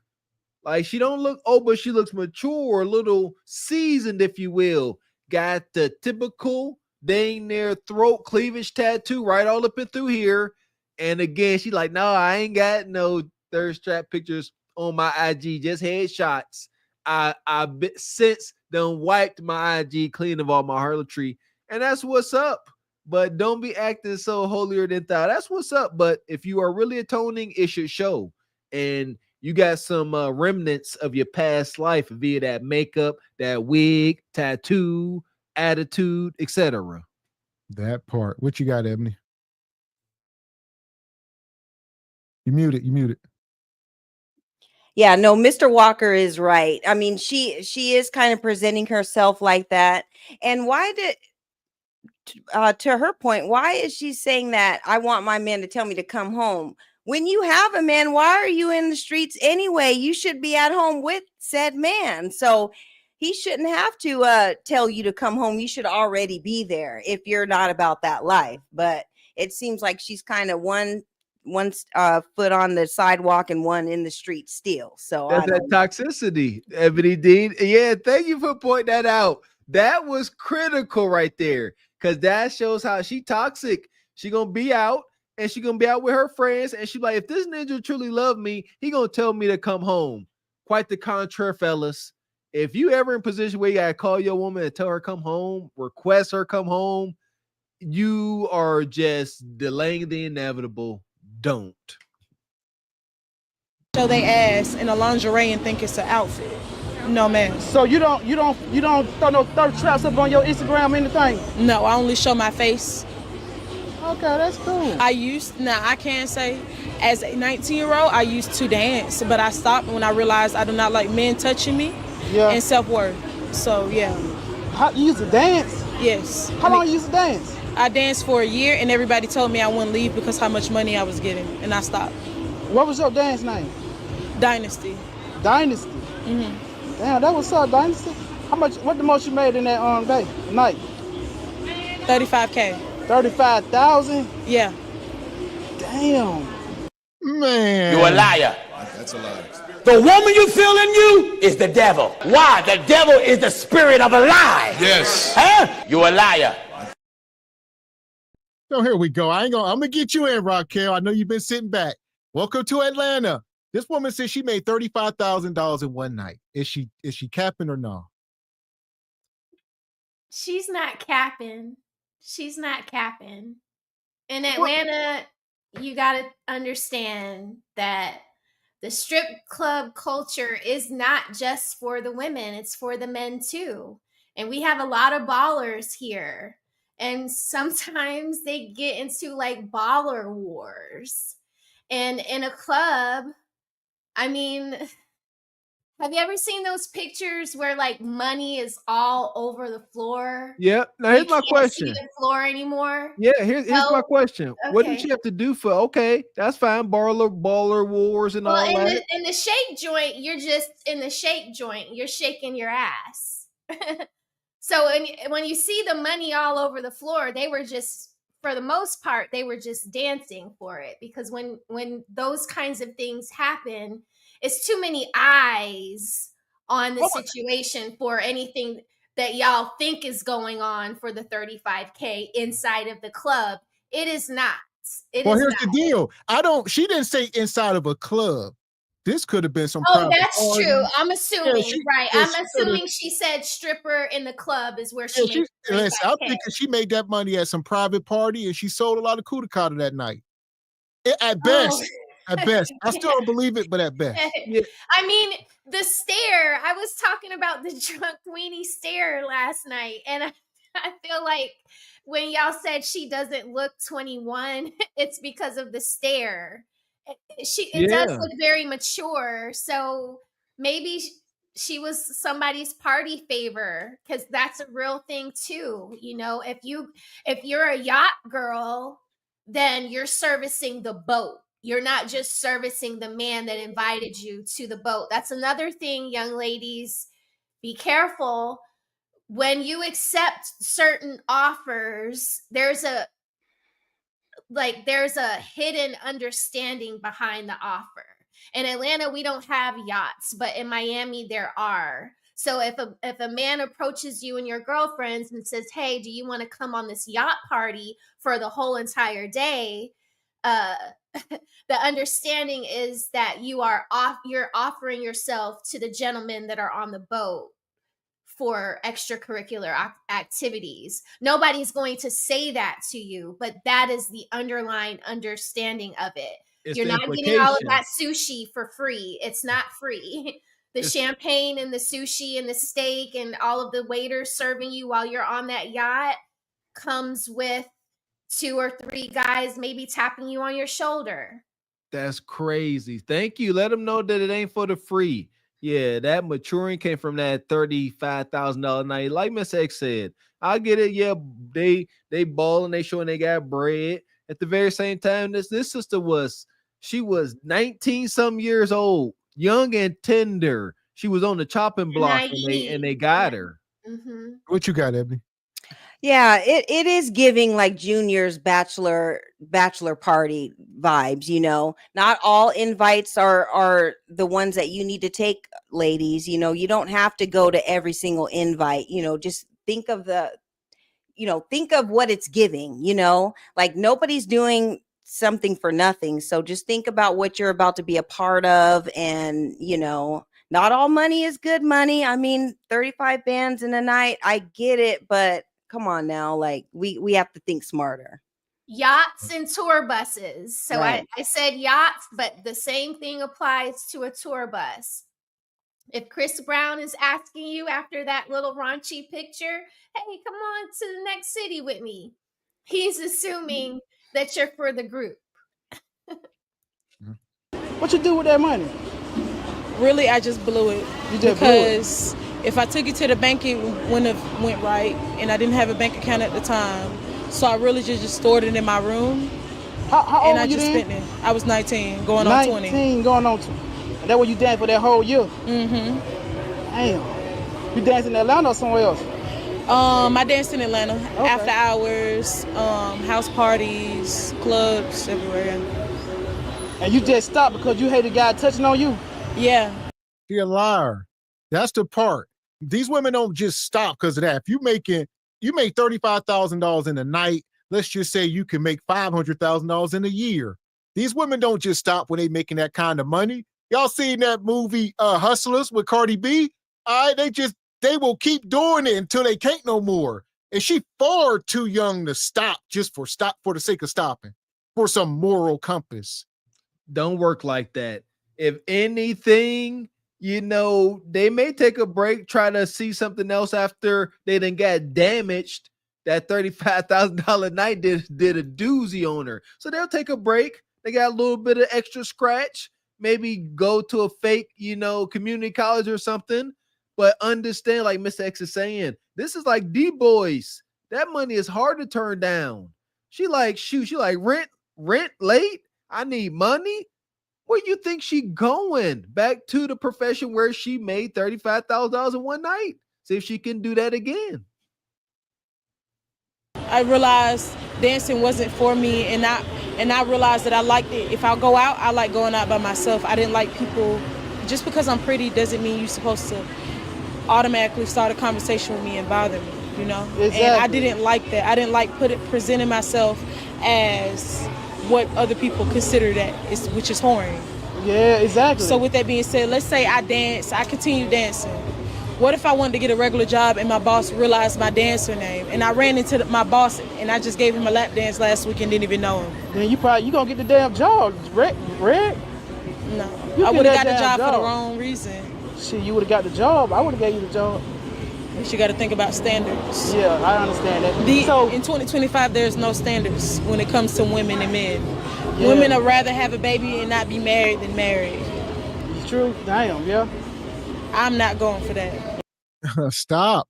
She talking a good game, but she ain't the messenger. If you was really the messenger, you would be in somebody's college right now. You would not be standing on the streets of Atlanta looking like you sell Kudakata. No, you would be on a university campus with books and a book bag with some glasses on, looking like a nerd. No, you look like you about to sell some Kudakata. You fit the description. We talk about that over here.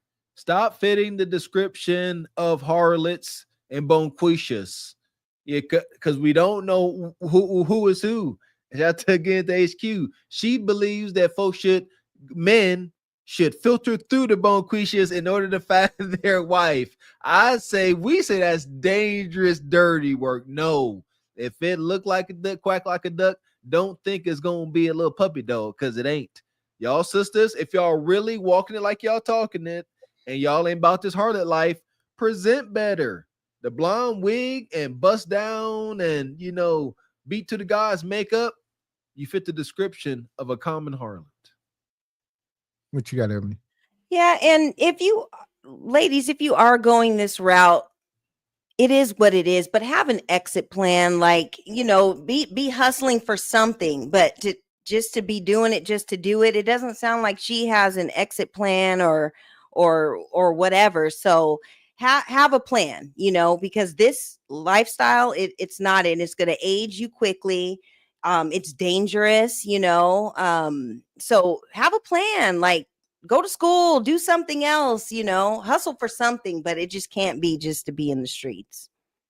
So definitely don't hustle backwards. If you did give somebody a lap dance that could get you a job somewhere, Leon King, I know you said she's going to go be a secretary somewhere.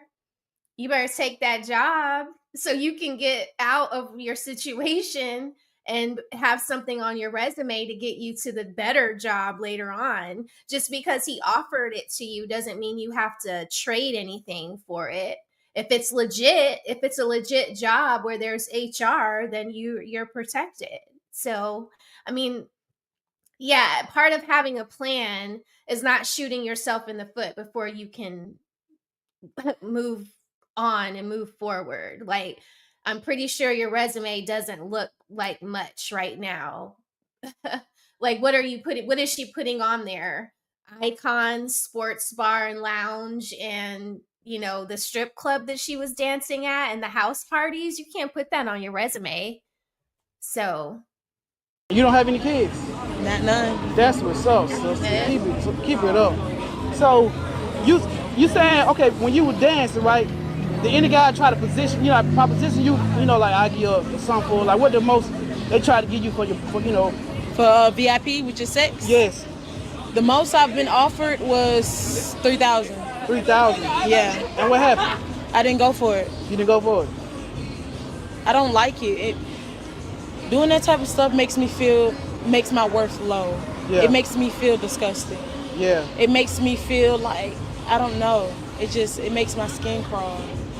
And to watch other women do it, like if I know I'm going to be around a lot of people, I would drink. Yeah. Because I know, okay, drinking helps me socialize better. Yeah. So with that being said, that's my whole entire drinking year, I drunk crazy. But when I ran into women selling pussy and all that, they was like, you're pretty, you will make a lot of money. And I was like, fuck no. Yeah. No. Damn right. So you was never sell you never did that. Oh, that was so. I bet you had some hard times, Dick. I know they were trying to buy you. I went through a hard time in life, so I done seen it all, believe it or not. She says she ain't never sold no Kudakata. You a lie, and the truth ain't in you. Here we go. She said the dude offered her $3,000 for some of them cheeks. She said, I turned it down. Listen here. I got $40. $40 today. And if you nasty, I throw in 60. If you nasty.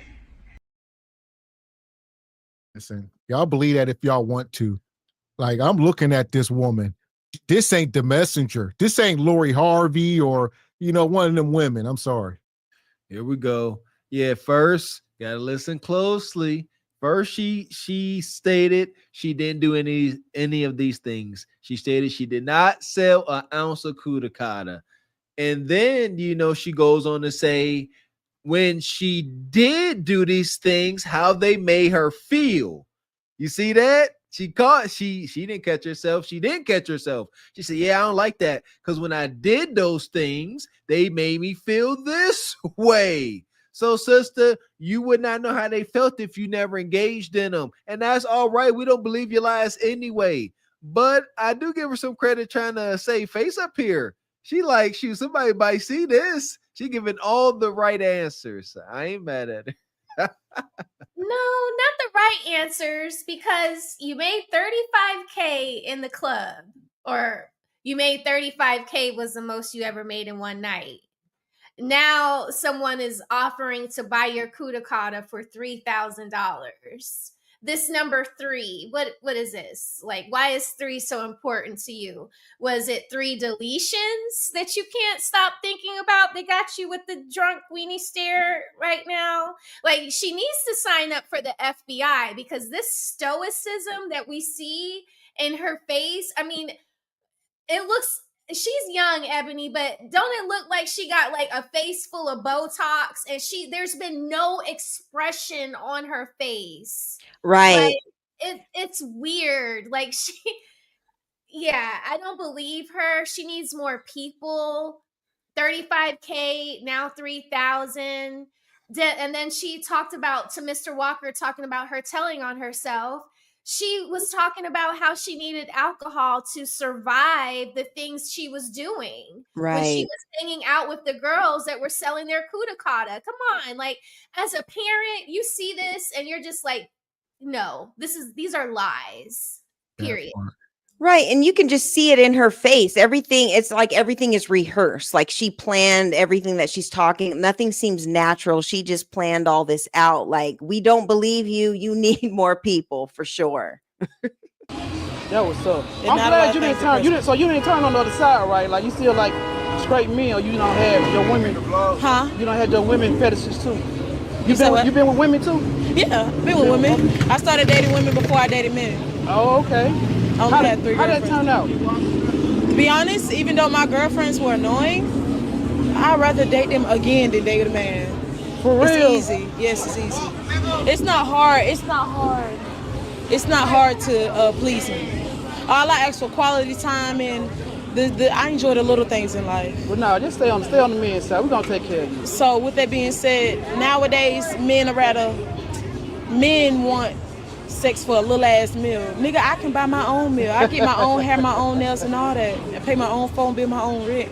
I don't need a man. Damn. But if I want a man to do a little bit of something, it shouldn't have to be, oh, you trying to come home with me? Nigga, what? You can't be a gentleman and take me home and walk me to my front door, kiss me on the cheek, and what happened to chivalry? You know? What's up. Well, that came long before you was a 304. You don't qualify for chivalry. That ain't just something every woman qualifies for. Once you start sliding up and down the pole, once you start selling kudakata, you don't qualify. Because you done got addicted to penis juice, and now truth knocking you smooth across your damn forehead. This is crazy. Amen. Only wholesome sisters that a ninja is silly enough to think is innocent and ain't been touched gonna get kiss on the cheek, hug, yeah. And stop that, not you. And the more they talk, first she been with women, you wild sister. You loose with your kudakata at best. Women, men, and she's been damaged. It's not funny. It's just an observation. She's been damaged by men. That's why she said women are easier. She don't like it. She got the ick working with her friend 304s, ladies of the night, that she didn't indulge in their activity. That's wild. Birds of a feather. She keep lying. Yeah, shout out to Ebony Dean. You hanging with these sisters drinking for a year, but you ain't doing what they doing. So what were you doing? Telling them to stop? Right. And she's been through a lot in her 21 years. You've already been with women, you're stripping, you're doing all this stuff. Like, you're doing too much, and it really is not a good look. Eventually, you're going to want to settle down and have a family and get married. And look what you're presenting, This is not your best self. Like, you got to clean up your act, young lady, and just get it together, because at the end of the day, like, the internet is forever, and, you're moving out here all wonky. Just clean it up. And she thinks she's dressing modestly because she's got like her skin covered, but your kudakata print is exposed. Like, ladies don't show their kudakata prints. You gotta like tie a little something around your waist so that you're somewhat being modest. I mean, That's not classy. Having your Kudakata print exposed to the world, unless you're at the pool or the beach or whitewaters. It's just not. Yeah, the print isn't classy. That part. Yeah. What? You can't be a gentleman and take me home and walk me to my front door, kiss me on the cheek, and what happened to chivalry? You know? What's up. But Man, that's my take on why I'm single. That was red, man. I appreciate you for your time, Susan. You're very beautiful and stay smart out here because I see you got a head on your shoulder. Thank you. Yeah, that dude was simping. She ain't about to give you no Kudakata fool. And this is a broken woman. We seen this type before. The nigga told me he loved me for the rest of his life. I was gonna be his wife and I was gonna have his kids. Don't listen to no nigga. Don't listen to nobody, because at the end of the day, they gonna break your heart. And you're gonna be sitting here looking stupid like me. I agree with that stupid look on your face. 21 years old. And we don't even know if she got children. Women like her, she'd be like, oh, I got a 4-year-old daughter. We'd be like, what? She said she claims she's childless. She told the interviewer she was childless. So if that is true, she got that in her favor. Thank God. If true, again, sister done came up here and lied before about stuff like this, but yeah, I'll take her word for it. But it's still over. See that? She childless. There you go. Shout out to the detractors that may see their self in her. She 21. She childless. She ain't blowed out. She ain't nobody's ugly. All right, we see the makeup. They gonna say, what y'all talking about? She could turn this around. Don't fall victim to what she has fallen victim to. Thinking that you can dibble and dabble in these extreme underworlds, gentlemen's clubs, hang with 304s. That's extreme. And you think you can emerge from that, clean and unsmudged by the gunk of that behavior? No, that's going to be on you as it's on her. We can see it in her eyes. Appreciate you, Didi, standing on business. Says only dating requirement, just feed me. Shout out to Didi. Fast. Says y'all want bread off the bat, so call it even. Well, there you go. Shout out to $2 Tony Latigo. Says work that, twerk. What? Work that, twerk that, serve that. Come on. And do the rodeo. So here we go. Glaze Galaxy. We got us the gun line. Tell them about the gun line, boss. We may not know which way to go. Oh Lord, see, this shit is gonna be dangerous. Some dark-winged duck shit. Let's get dangerous. I play the fool for the fool. Everybody plays the fool sometime. And no exception to the rule. Listen, baby, you hear me? I played the fool for a fool.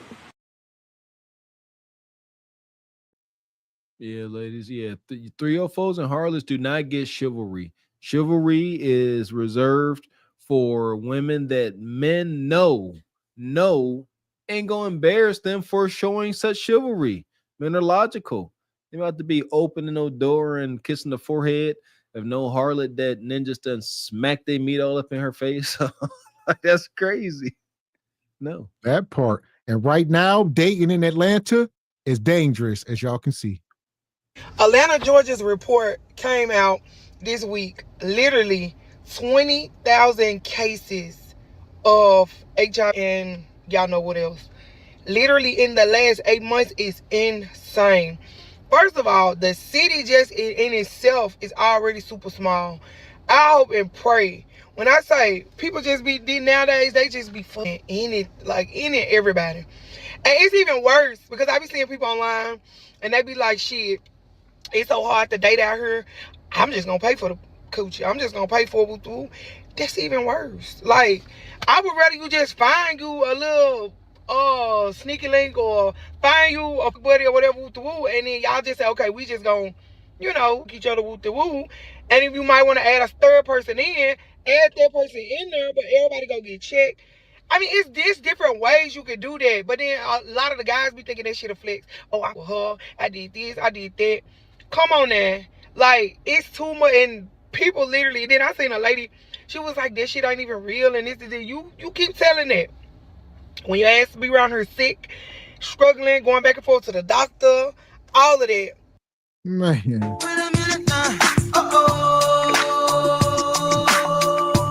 So here we go. We just had that last woman. They down in Atlanta living free. As you can see, 20,000 cases of the HIV. We're going to call it the HIV for the sake of YouTube. We ain't trying to trigger them. And here we go. In the last 8 months, a lot of that's triggered to the fact that there's a lot of zesty men down there in particular. That's how a lot of this stuff get started and get moving so fast.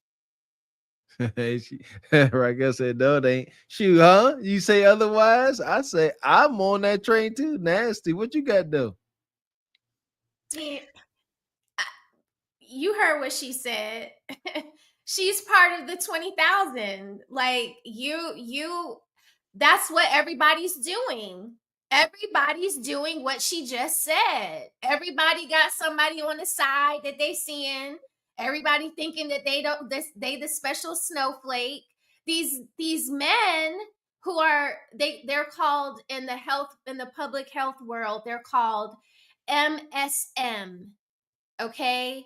Men who have sex with men. And let me tell you something about these men. They just had to worry about something called Mpox in their community. Okay? These men are getting tested. These men are very responsible. They're more responsible with their now, what men? Let's slow this down. Let's slow this down. You said a lot. What men are you talking about? Zesty men in Atlanta are responsible? So I would argue that it is not the men being reckless with the behavior, because they're already at a higher risk for certain things. Well, so I would say majority, Raquel. I'll say this. I'll say because it only take one man. It don't take all the men. It takes one man sleeping with 20 women. It's a different number. Okay, you're right. You're right. There are way more heterosexual women having sex in the market here in Atlanta than there are zesty men having sex in the market. None of y'all are going to convince me that there are more zesty men in Atlanta than there are immigrant women, single women, and women that are loose and fly about themselves. My argument is that men who live this lifestyle are a bit more cautious about where they place. Listen, that's why I got to stop. I hear you. You speaking for a woman. As a man, any man sleeping with a man, you're not cautious at all. That's what I'm trying to tell you. We can't rationalize this. You can't listen. Hold on, wait a second. We can't rationalize. It's irresponsible. I understand what I'm telling you is that this community of men have always had to worry about what you just put up here, this HI whatever, okay? They've had to worry about this for a very long time. They already know that they're high risk. They know that. That don't stop nothing, though. That ain't stopping nothing. I agree that there is a percentage of men out of that group of men that are reckless. But I don't think that percentage of men in that group outweigh the women that are out here knowingly having sexual relations with men who are also bi and men who are straight. They're the carrier. There has to be a conduit here. How is everybody getting it?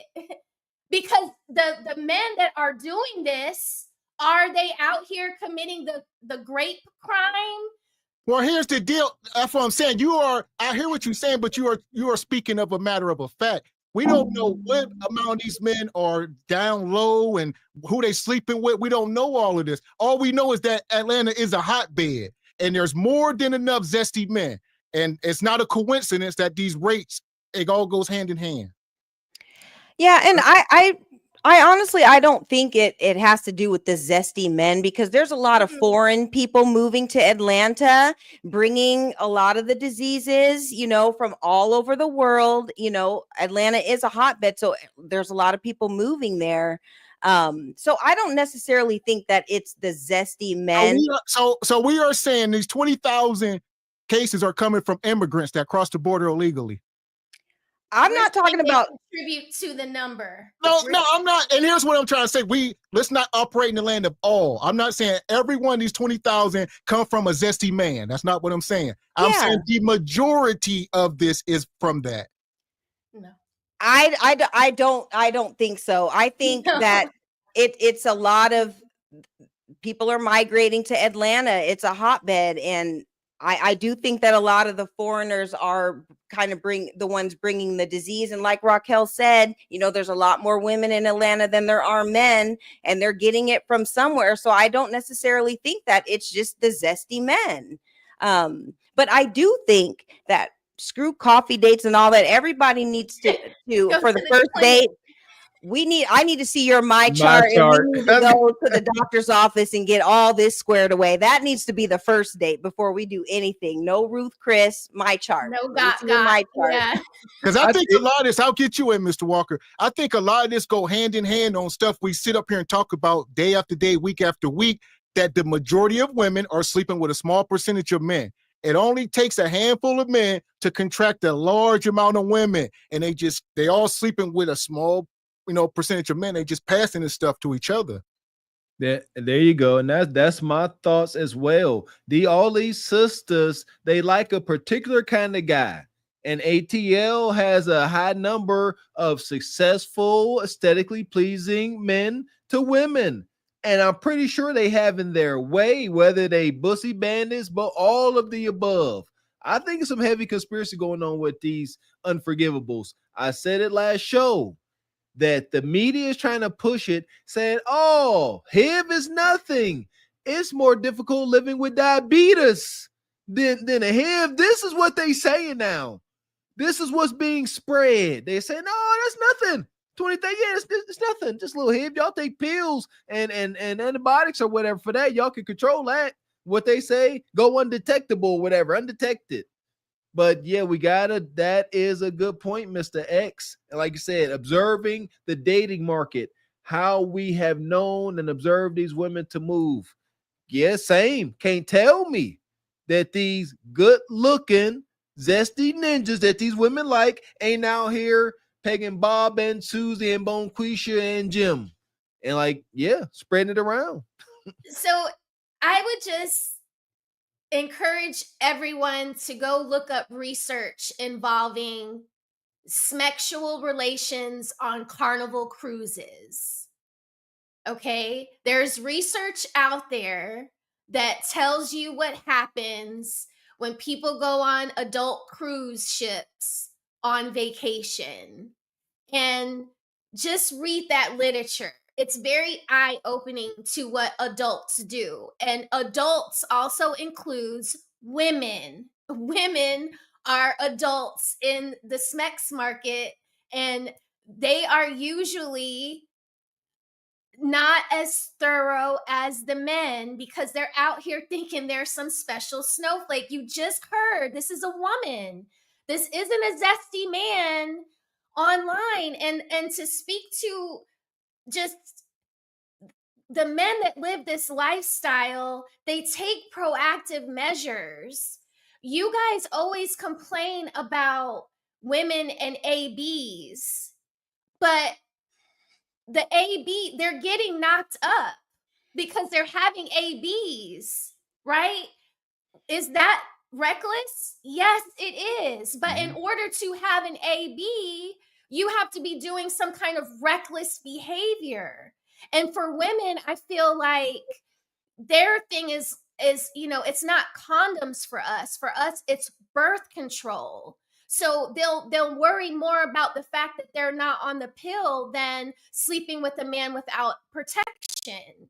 And I feel like with men that live this lifestyle, from what I've seen in research, because they know that their partner could be risky, they take the precaution to take the prep to use the prophylactic, the condom. So that is why I'm saying that, yes, we do have a group of men in Atlanta that like men and do that with men.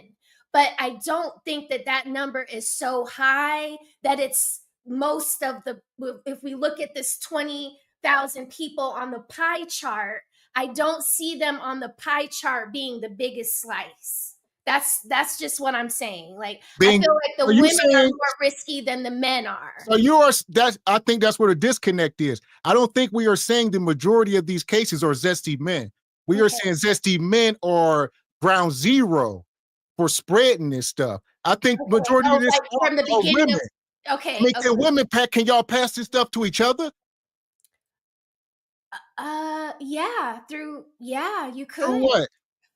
Through like if you did a little finger prick, like, let's just say Ebony hurts her finger, she's bleeding, and I go in to help her, and I have just got my nails done, and I have a little open. No, let's not be talking obvious. I'm talking about laying with scissoring. You're talking about scissoring. No, anything like that. No, not don't be. Come on now. scissoring Don't be. timbers. Come on Not now. through scissoring timbers. I I ain't talking about sucking on her blood like a vampire. Obviously. But, yeah. Here we go. I'm gonna let this keep going. Here we go.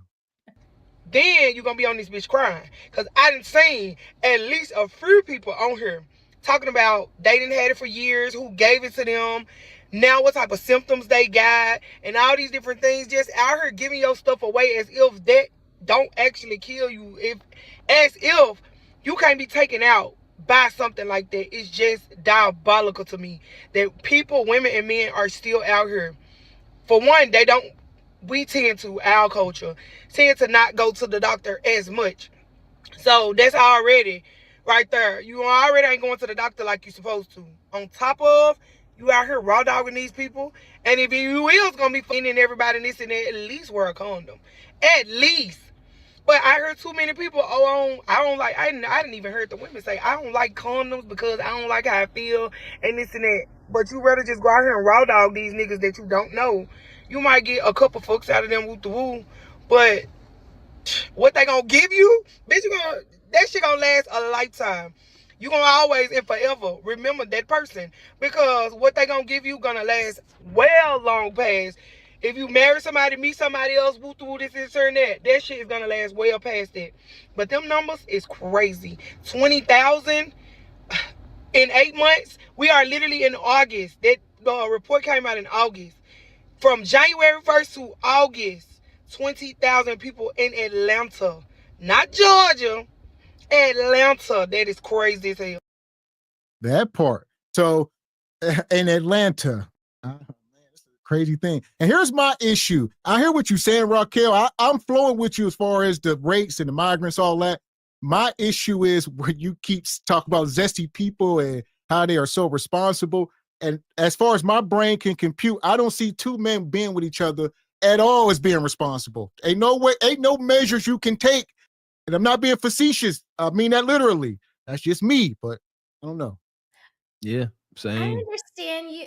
Listen, I understand you. I feel you. My dad feels the same way as you. But like when you are in the realm of public health, you have to help everybody, no matter what their risky behaviors are. And there is data that goes along with these incidents. And she keeps talking about the numbers in Atlanta, and I think it's Georgia. If I'm mistaken, the numbers are broken up over counties. There is a Fulton County, there is a Cobb County, there is a Marietta, there are different, yes, Atlanta is a big place.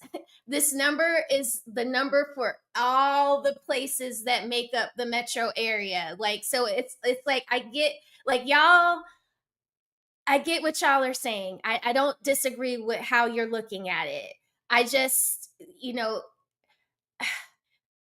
because you guys don't have the same lens as me, I'm just considering the fact that, I work with HPV scientists and I work with this disease here. I work with people that dedicate their lives to this. And I know that it, like in your mind, what you're thinking about with two men, I know that is just not anything that you can conceive.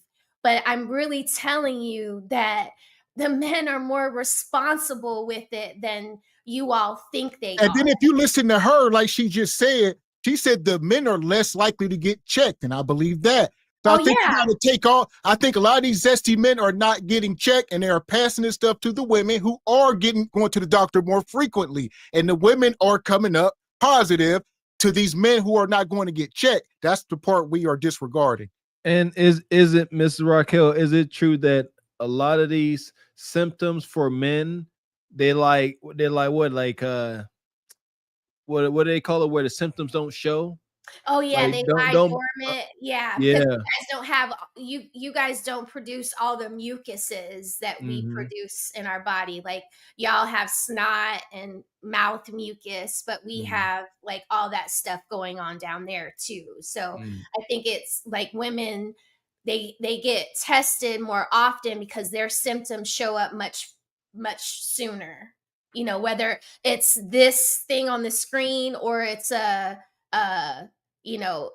yeast infection, because men can have those and they can never know that they have them, but like See? a woman will know right away. She'll know like the next day, like, oh my god, there's something going on down there. So Nug, see, there you go. So Nug can be walking around the hood with yeasty meat, dishing it out, and he have no symptoms of yeasty meat, and he just handing out yeasty cuticata.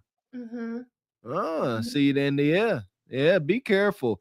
Ultimately, shoot, man, yeah, hunch robots. All this, Yeah. whether it started with this ninja, that ninja, a monkey, gerbil, hunch robots for y'all new age hunchers. That's y'all best bet. Mm.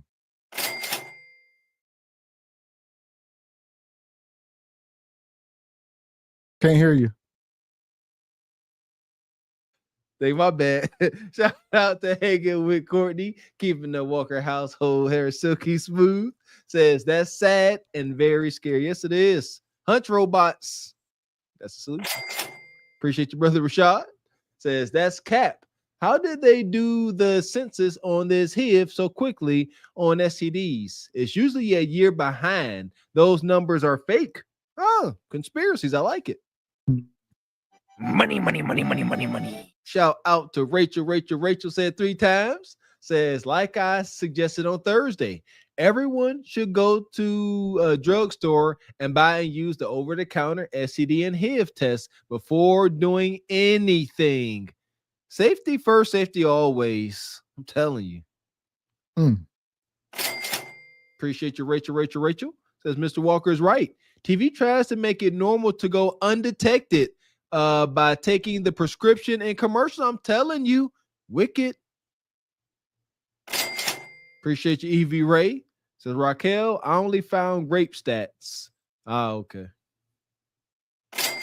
Appreciate your Project Leroy. Says Gavin X, here's a video at Medium Man providing the HIV. He explains who are the contributors. Okay. Appreciate your Project Leroy. Shout out to Medium Man. Shout out to Media Man. Shout out to Rainbow Kid. Says Raquel, what you're saying may fall on deaf ears. Most straight people don't know about PrEP. Less than 1% of straight men use PrEP, and 45% of rainbow adults use it. Okay, shout out to I'm Rainbow so Kid. glad that you said, I didn't want to say it, but yeah, you know, that's part of what I'm saying, that the men take precautions that straight men and also straight women, because women can take PrEP too, or a variation of it. They're not doing it. They're only thinking of birth control and condoms. And there's another step that people of this lifestyle take to guard themselves against Sound good. Like Project Leroy, go watch the video. All right. Straight men are not at the top of the list. Go watch and learn something. Appreciate you, Curious Julius, coming through like you do. Says, what up, E? The Red Bone and Project Boys. Can't stay long, but here's my chips for the basket. Appreciate you, OG. So here we go. As far as the city of Atlanta, to the pit. Oh! Madness. Fuck is you talking about? This is Sparta! You got to know when to hold 'em, know when to fold 'em, know when to walk away, know when to hide. You gotta count your blessings. You're sitting at the table. You hear me? Ooh, child, things will get brighter. Ooh, that's some wild topic there. Listen, I don't know about y'all, but personally, I was a dare kid. I grew up with Mr. Yuck stickers. I grew up with Smex education. We were scared straight. My generation were scared straight. So this is like Jeepers Creepers to me. Ain't never had none, can't never get nothing, my baby. That part. So here we go. We are talking about Game Over. The winter is coming and the dating market is FUBAR. And we are still in the city of Atlanta. Hit the like button. All right, so we're just gonna start like that, huh? All right, you can turn around. How you doing, miss? I'm good. How are you? What's up, YouTube? Atlanta Street Interviews. Out here with another one. All right, so I was just riding by and I'm like, okay, you know, what we got going on here? So, first and foremost, you're out here. You don't look to be homeless or anything like that, No, right? oh no. Of course not. Okay. So, what are you doing out here? I'm just chilling for real, for real. I be stripping, I do OnlyFans, no collabs, just myself, and I be on social media a lot. Okay, okay. What's your social media? Shout out your stuff. The Real Mercedes on Instagram, real everywhere. Okay, so the Real Mercedes everywhere. The Real Mercedes. Everybody know Mercedes though. Okay, okay. So let's do a walk and talk. So we're gonna walk that way, and we'll just kind of. All right. All right. So what are you doing in downtown? Like, are you from here? No. I'm from Pittsburgh, Pennsylvania. So my friend, she lives like down here, and I wanted to get some Starbucks. You know what I'm saying? Like, so you don't want Starbucks early in the morning. No. Got to get that refresher. Hello, thank you. A lot of people don't even go to Starbucks for coffee no more. It's like all the other stuff. Strawberry refreshment. Okay, so fire.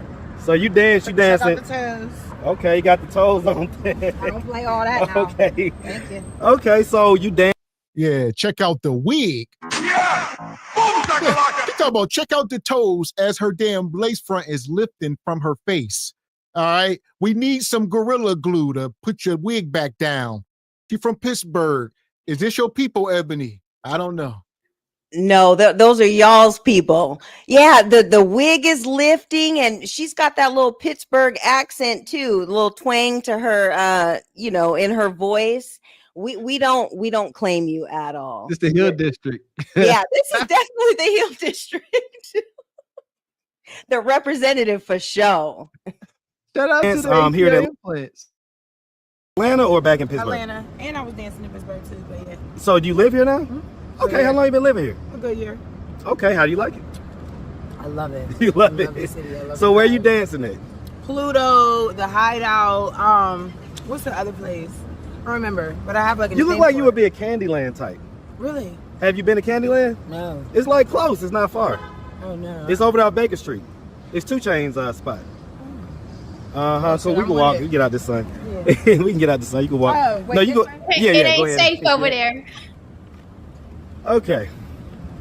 So can't blur that out. So you've been down here. How old are you, by the way? I'm 24. 24. And so, did you come down here just because your friend was here, or you already No. I came down here for my birthday, and I got stuck down here for a week, and I loved it. And then I was on my way back home, and I'm like, you know what? I need to go back there, like, because this is my reality, and that was their reality. So I just broke my lease the next day, left at 8 in the morning, came and down here around like 3 a.m. Drove my little 12 hours. And I'm like, hey, we up in here, we tired. Let me tell you something. That is such.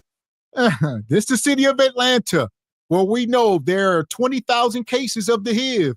These women just be walking around, hunching, catching it, passing it, giving it away, throwing it on people.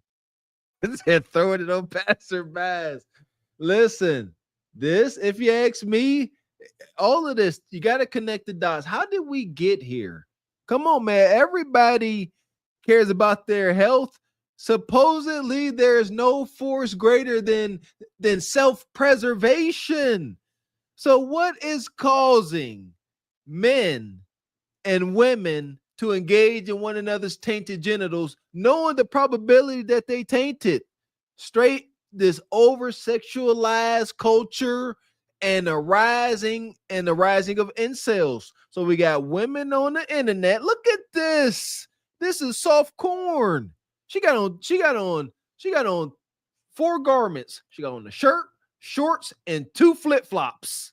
That's it. She out here naked. And then you got incels that desire cheeks, and all they are doing is being bombarded day in and day out constantly with cheeks that they can't get. Then they find themselves down on the Figueroa or, wherever she at, and they paying for tainted. And I'll say this. This is how some of this stuff is getting spread so fast. So you get one woman like this, and she'll sleep with 10 guys, and those 10 guys will be sleeping with 10 women.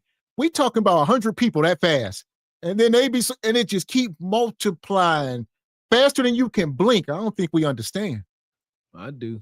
And I act like I do. So I got married early. Shout out to the married folks. Keep it to yourselves. An Atlanta story. Yeah. That's how so many people end up down here. They come down here for a weekend, and next thing you know, they're living here. Yeah.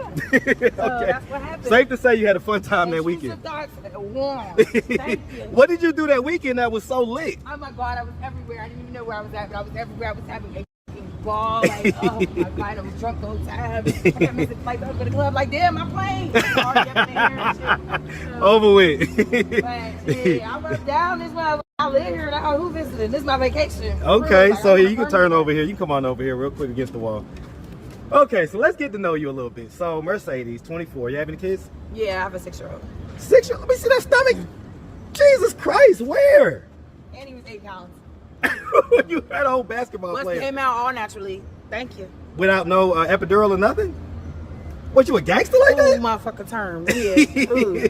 Yeah. Like, okay. Yeah. Okay, so what wig? She take me out. No epidural. Of course, she was drunk. So if you going to the hospital drunk and high during delivery, they ain't gonna give you nothing. You good. There you go. You self-medicated. Push, Bonquisha. Push. Shout out to my mama. Yeah, baby. She said she drunk Papa Mohawk vodka to induce me. Yeah, shout out to the good old mamas out there. Yeah!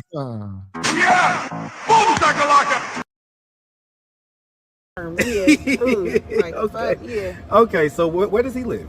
He lives down here, but for the summer he goes to Pennsylvania. Okay, with his dad. I don't have nobody down here, it's just me. Okay. So how's the dancing working? And I'm gonna preface that by saying I talk to a lot of dancers, and they say that it's not as good as it used to be. Oh no, it is good. It pays the bills. Okay, so you're doing your thing. I don't keep my eggs in one basket, so I don't fully just depend on dancing money. You know what I mean? So I just do my OnlyFans, I do social media, and then I'll dance. You got a nice different little streams of income. How's the OF going? Not really. It's just selling cuticata. You can bake it however you want. All right, it's like cornbread. You can put it on the sheet. You can make muffins. All right, you can do whatever. Souffle. Hell, you selling cuticata. I don't care what you talking about. There you go. It's another thing that I have been observing is getting dark. They are fine. They ain't finding nothing. We are here now. They found a way to get rid of the 304's handler. AI even coming for Bishop Don Juan's job via OF. That's what I'm saying. They make it so easy. These sisters ain't got to run away from home. They ain't got to run away from home, get up the courage to leave and be out in the streets. They can engage in their harlotry career from the comfort of their parents' bedroom. They making it too easy, man. This is devastating. And AI gonna be the new PIMP. Just watch. I'm telling y'all, it's coming. Yes. What you got, Ebony? This is crazy. You muted. She's talking about she's 24. Like, what is the exit? Like, what's the game plan? Because you're about to age out of the profession that you're in. That's a young woman's hustle. So, you're approaching that 30-year-old age. Like, what is the game plan? But kudos to her for staying fit, and whether it's crack fit or not. I don't know what she's got going on, but at least she is not blowed out. But you got to get glue that little piece down on the side. She might be one of them 20,000. Don't give her too much credit. No. Right. Yeah. Just kind of giving sickly a little bit, but hopefully she has a plan, 24. Like, you got to figure it out, because this ain't it. I am so happy that she comes from y'all's state. I'm so I knew it. because this just goes. I mean, There are some bad Atlanta street interviews, but thank God that she comes from where y'all are from. Okay, so we have a lot of transplants here, and that goes into the number as well. And she don't look like she's responsible out here where her cake's out. Her flat pancakes are just all out there. I mean, good Lord, okay? I can't see anybody doing a tip drill with her. You know what I'm saying? No tip drill. I'm not paying for a tip drill for that. Huh? Like she walked by me and my husband while we at Magic City. I'm like, Don't make eye contact. Don't make eye contact. Don't be hating on them Pittsburgh flapjacks. Come on, I'll man. say this. I'll say this. It don't matter where you're from. Where's she at? She down in ATL contracting people. Yeah, she ain't in Pittsburgh. I'll tell you that. Facts. She ain't. That, She like, drowsy. it used to be. Fucking ball. What? Fucking ball. What? So over and you under. Need a sex appeal. You gotta look at the camera the right way and talk to them the right way. Oh, you got it. What? You got it. Okay, so because all right, over and under. I'm gonna do over and under. Over or under 5,000 a month. Here, let me just show you. I'll show you better than I can You show me better. You can tell me. Show Let me go on my account because I just posted it on my my spam. The pretty privilege that you girls get. Exactly. It's just something else. You get to just make money. And that's in the 28 days? Yeah, that's under. That's at least like 19. Okay, so OnlyFans is doing well. Okay, so I love. And there you go. Look like she made about $8,000. You know, this month. Is that for the month? Where's she at? 8,000. Yada yada. I don't know. We don't know what we're looking at. Show us your bank account, Bonquist. You're gonna do all this. I don't care if you made $1 million this month. Show us your bank account. 8 racks on OF. Said her income went up 100% from last month. All right, what you done did for that 8 racks on OF? My goodness, it's all inclusive content, baby. Ain't nothing off the table. See? And they will say, oh, I'm by myself. Again, I'm in the comfort of my own room. I'm in my own home, wherever they doing it at. And they don't think it's as damning to their soul, but it is. It very much is. And we really don't know what we're looking at. Is this for the month? Is this for the year? You know, is this for the life, for the time you've been on here? Look at the song she has, you guys. Look at the song. Sexy Red for President. Right. And, you know, she's showing her bank account and all that, but I'm just tripping on the fact that the you know, her wig is lifting. Like, glue that part down before you do anything with your 8 bands. Get some glue and glue that part down. Stephanie, girl, I be looking like some money out there. Right. You know what I'm saying? Hey, Steph. And you're in Atlanta. That's the hair mecca of the world. But you got your Pittsburgh wig on. Get your hair done in ATL because that egregious. That's an ATL wig. Don't start that. That's an ATL wig. She brought that crusty wig down from. So I'll say this: it's safe to say this is more than likely for the year. Ain't no way she's making over $10,000 a month on OnlyFans, which will be $120,000 a year. Plus, she in the club. Plus, she's doing all this. And like you said, her nails is crusty. Her wig is falling off. She ain't giving a woman that's making $250,000 walking the streets. There you go. And here we go. Let's talk about it. And if she did, money easy come, easy go. You heard the line sister from the last video talking about she made that 35 racks in one day. What happened? Blew it.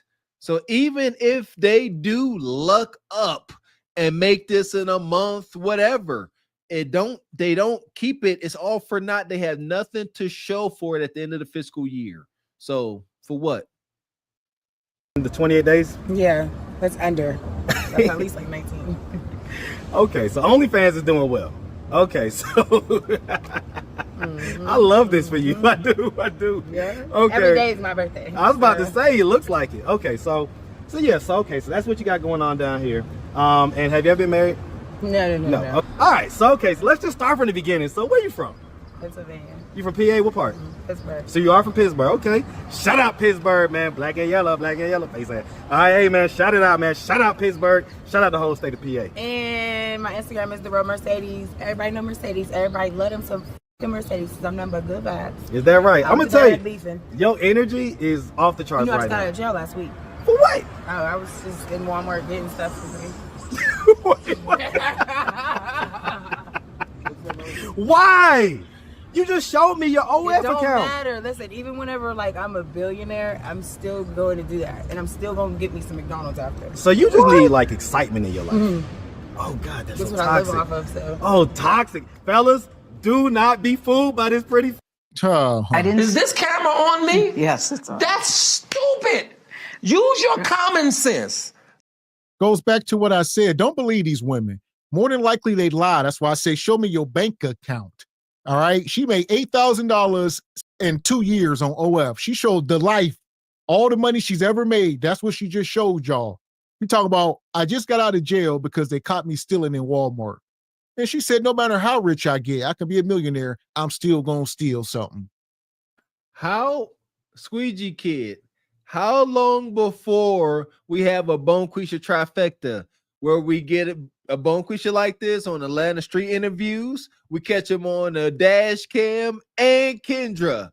Huh? How long? We didn't have Balloon Pop, Kendra, Ashley Dalton. I want to see him come across, you know, from Dayton, police cam, street interviews. That'd be epic. Stand by. Face, okay? That is toxic. Okay. So hold on. So can you like make it clap or whatever? Like how does that work? Oh shit. Okay. It's slim thick like a mug, heavy on the thick. it is. Heavy on the thick. Okay. Is it soft? Yes. Let's see. That's real soft. Okay. Oh, you wild. Okay. Oh.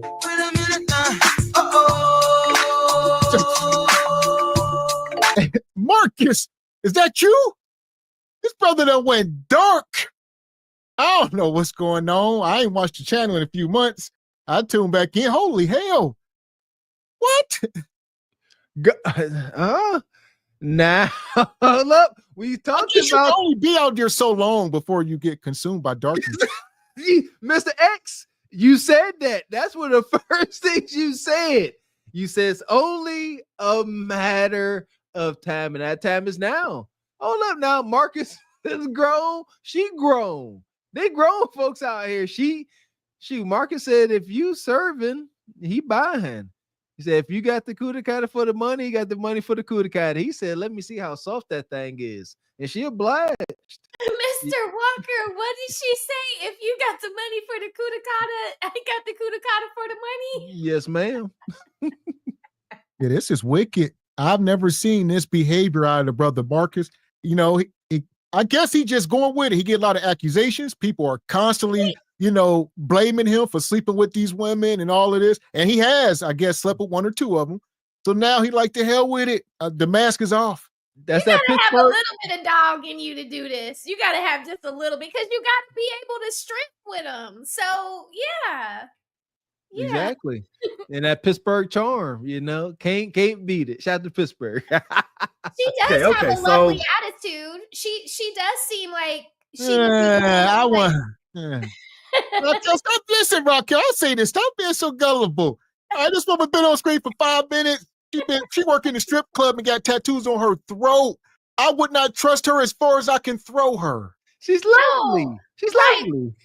But she's lovely. You know what? I'm thinking about letting her babysit my son. No, I don't mean like that. I'm just saying, like, she doesn't, like, if you see her, what? She out here comes off popping her softer than butt. she looks. She comes off Pop her softer. butt. She just clapped her cheeks. What are we talking about?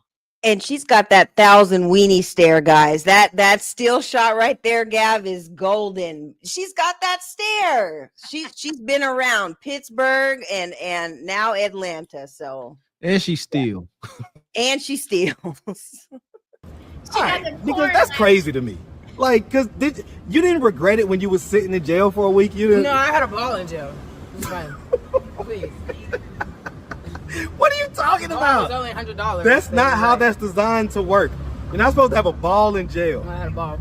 Shout out my homegirls that's in there. They be calling. What county? Cobb, the worst one. Oh, hell no. And I still got out a week later.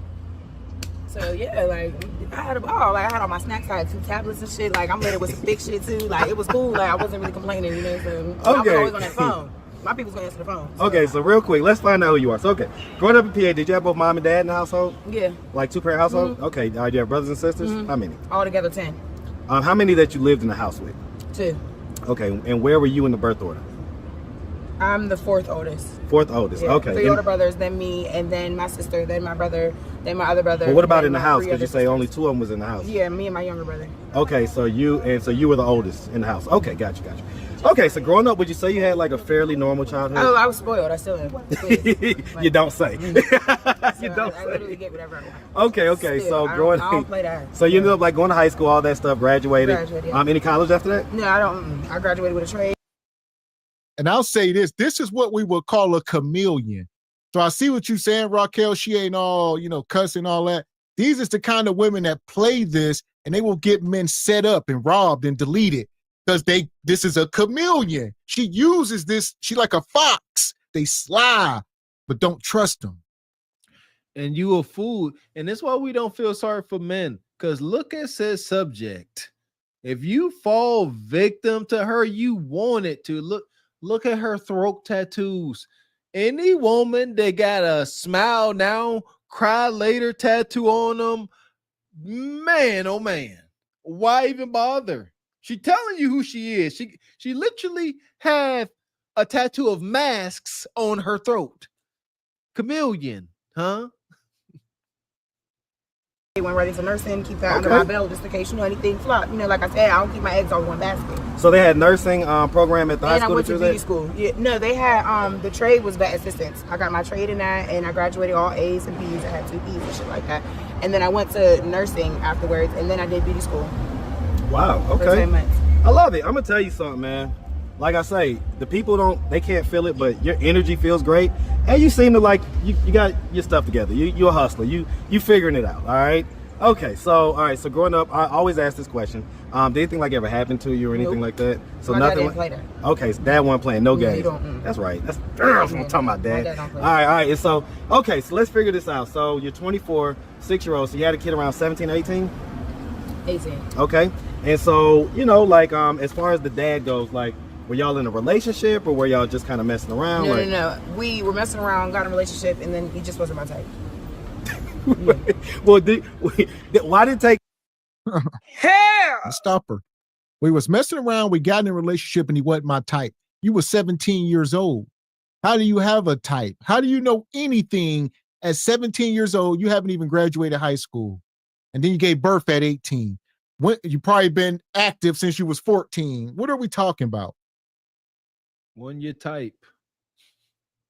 But like you said, how the freak do you know that one your type?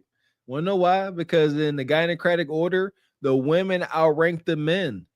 And we have come to understand that these women are not around real men. They're around nug individuals. So at 17, perhaps she was more cunning, more sly like a fox than her nug counterpart. And she had the authority to say, you ain't my type, even though she was but a young girl. That's crazy. Reckless. Jumping off the porch. Getting pregnant to figure that out. I don't know. I was cool for years. So what was it about him that wasn't your type? The way he acted. Like, what was it about the way he acted? What was he doing? Childish. So he was being like immature, stuff like that? Yeah, I don't got that to do. So you wanted that more grown man type of energy. I get it. So, okay, so what is your type? Like, if these fellas, of course... I love me a light-skinned nigga. Nothing but water all on his neck and his wrist. Tatted up. Chipotle bag. Chipotle bag. So you like a light skin with a whole bunch of tats? Mm-hmm. Okay, what about the hair? Like short hair dreads? The title of tonight's show, Winter is Coming. The dating market is FUBAR. Game over. All right, these women have been put into checkmate. They don't have any more moves besides spreading their legs. That's it. One move. Crack that thing open like a pistachio. One move. I love pistachios. This is the... Me too. When he said that, I'm like, no. That's my favorite go-to snack. I keep me a big old jar of pistachios. This sister, she speaks for a large group of women. As far as when she was talking about her love interest, these raw harlots are just bold enough to just to say it.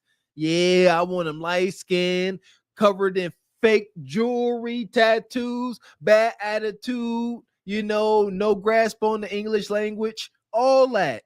Yeah, a nug individual, straight love after lockup style. And then y'all wonder why they make bad baby daddies. Because y'all want the ninja that is a bad father. That's a bad father, literally. Fake jewelry, tattoos everywhere, can't speak, don't know no good English. Yeah. What you got, Ebony? This is wild right here. You muted. This is crazy, but these are the same women that will pay the $1,000 or the $1,200 to take the pictures with Chris Brown. It'll be these types. But yeah, she's off the hook with it. I mean, she has a type and it's all too common. We see it all the time, and she's moving around. She's 24 years old. She has to start taking life seriously, because this ain't it. Like, eventually you're going to want to settle down with one of these nugs and, figure something out. But you can't be moving around like this and then expect to have somebody swoop you off your feet. Like, it just doesn't happen like that. You need to move in a certain way. And right now she's kind of loose. It ain't looking too good. So, yeah, I would say kind of loose is an understatement. Right. Yeah, this woman is all the way out. It's like the tooth, when your tooth is in your hand and you're looking at it, it ain't loose no more. It ain't, it fell out. It's long gone. Matter. Okay, so any hair, light skin. So hold on now, because most girls say they like dark skin guys. You hating on those dark skin kings? Okay. Dad dark skin. Okay, but you like light skin with a lot of tats and stuff like that. All right, so what do you tell these guys that inevitably are going to be like hitting you up on your OF? Huh? Nothing. You ain't got nothing to say to them? No, just empty your pockets. Just empty your pockets. See, fellas, y'all are responsible for this. You see this right here? You see this? Y'all are responsible for this. This energy that she can have is because y'all be simping out just because she's pretty, okay? Now, I'll admit, you're pretty, but I hate the fact that guys do this. This is like, the fact that you can sit here and say that to me, oh God. And you mean it with every ounce of fiber in you. They're the reason I haven't had a job since like 2020. Okay, and I get that your mom is a looker and everything like that, but I don't think that she's like, even if she was back in the day, she doesn't still work like in sex and stuff like that, does she? Okay, so that's what you ultimately, when you're done with the sex work and all that stuff, nursing is gonna be what it is. Okay. Married, more kids. What type of guy do you think is gonna marry you? Like in other words, like somebody I would have never thought of. Probably not my type. I'm probably gonna fall in love with the opposite of my type. So like a fat, no tattoo, dark skin. I love me a teddy bear. You love a teddy bear? Uh-oh, y'all got...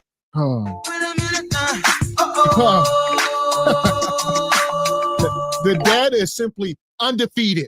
Bonquisha said, I'm going to sell my Kudakata until I can't no more. And when I'm done, I'm going to come find one of you simps, one of you blow out provider simps.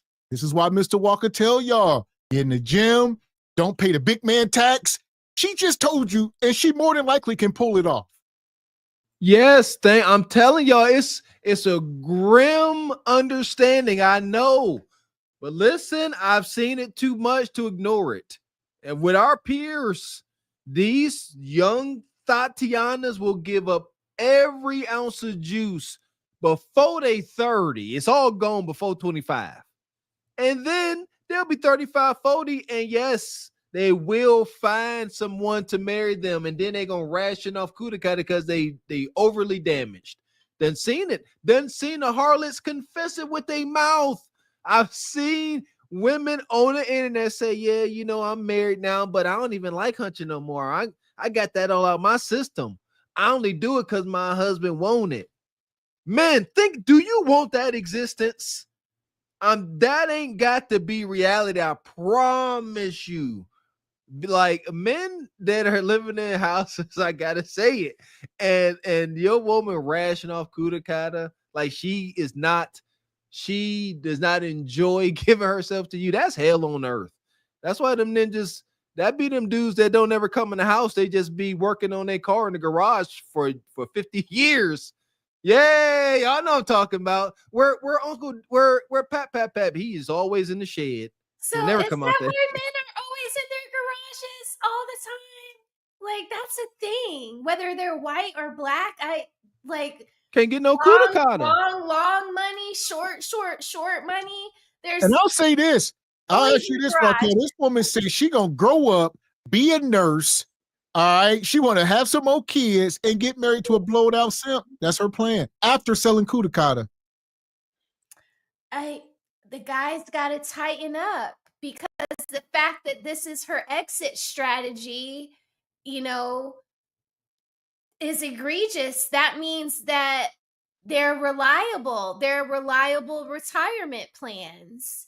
That's what it means. It means that too many of y'all have done this for a lady like her, and y'all have to stop it. Because if you keep on reinforcing this behavior, they're never going to stop. So I wouldn't, you know, these are the women that come to my mom's house for Thanksgiving, and my husband has to like make me sit down, because he knows that if I go into the kitchen with my brother, it's like, why did you bring these people here? Like, this is clearly not a holiday edition Barbie. Like, do not do this anymore. You know, like, do not put your family through this. So it's okay for my brother because he's a nug.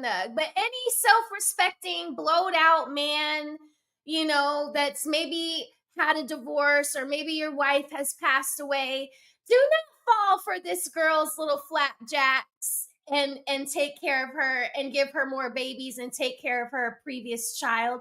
Don't do that. You're better than that. You deserve better for yourself. This kind of woman will definitely hurt you. Facts. Y'all teddy bears, y'all better reach out. I'm small. I like me something warm. You know what I'm saying? I ain't mad at it. Okay. But So we gotta hurry this up. I'm ready.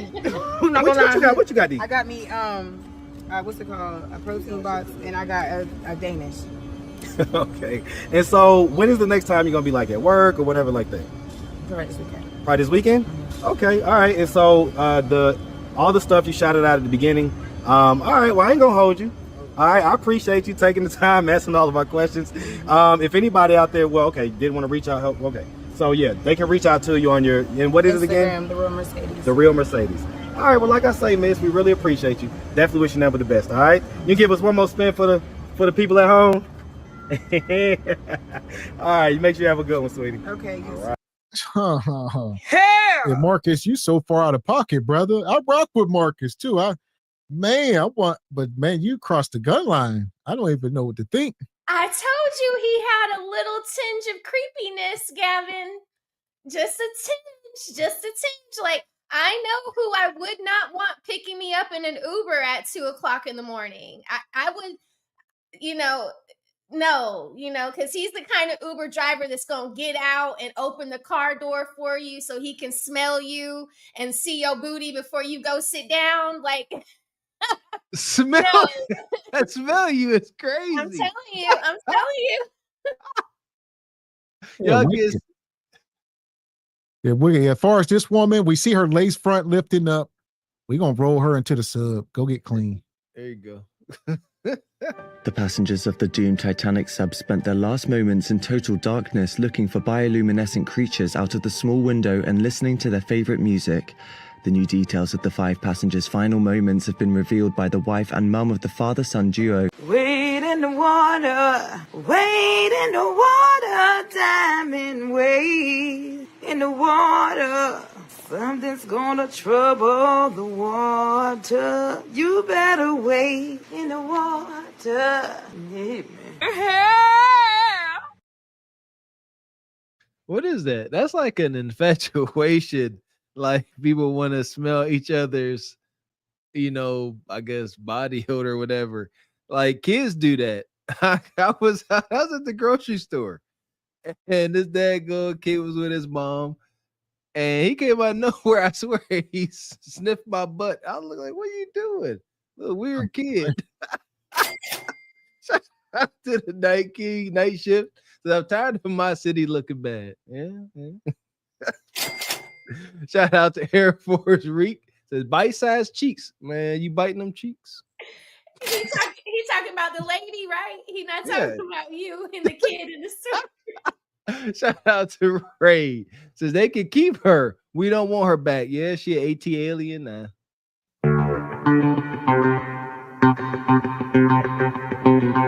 Shout out to Happy Little Bio. Don't call him boy. Says I'm getting paid though. Hope so. Appreciate you. Yeah! Boom, shakalaka! Appreciate you, Dragonfly. Sensei says that wig has a mind of its own. Those lace fronts is wow. Appreciate you, Air Force Reek. Says this man is out here grabbing street cheeks. He's never beaten the accusations that he's not hitting these women. He ain't even had it no more. Money. Shout out to the brother Ayo Boomaye. Appreciate you. Says them OF numbers be cap. Why is she showing us her earnings from 2 months ago? OF is not consistent at all. Plus, you have to become one of the Satan's legions to be a top earner. I can only imagine. God. Shout out to the brother Triple X. How you doing over there fighting with HQ? Says he was like, you mind if I touch it to see if it's soft? Whisper song Yin Yang Twins. Wait till you see my meat. I was just gonna whisper that into the mic, but I was like, let me not get in trouble upstairs. So here we go. We're gonna keep it moving. We talking about winter is coming. The dating market is FUBAR. Make sure y'all hit the like button. We're gonna check this guy out. His name is B1 Sauce. Make sure y'all go over and subscribe to his channel.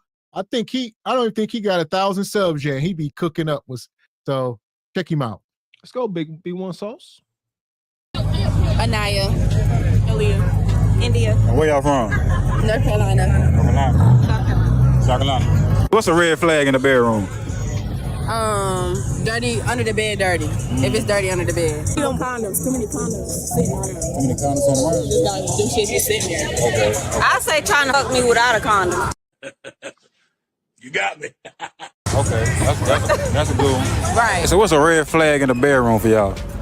Can't last long. Damn, you finna Hey, I was about to say that. If that females, if that can ask you to suck it to get it up, go to home. I thought that was that's part of it though. That ain't part of You it. gotta take a part or any type of drug, and you gotta suck it for that shit to live up. Go fuck home. Lord have mercy. This the dating market. Look at these young girls. Flocks of them. You see 3 right here, 3 right here. Birds of a feather. There's no way one of these women are wholesome and the other 2 are 304s.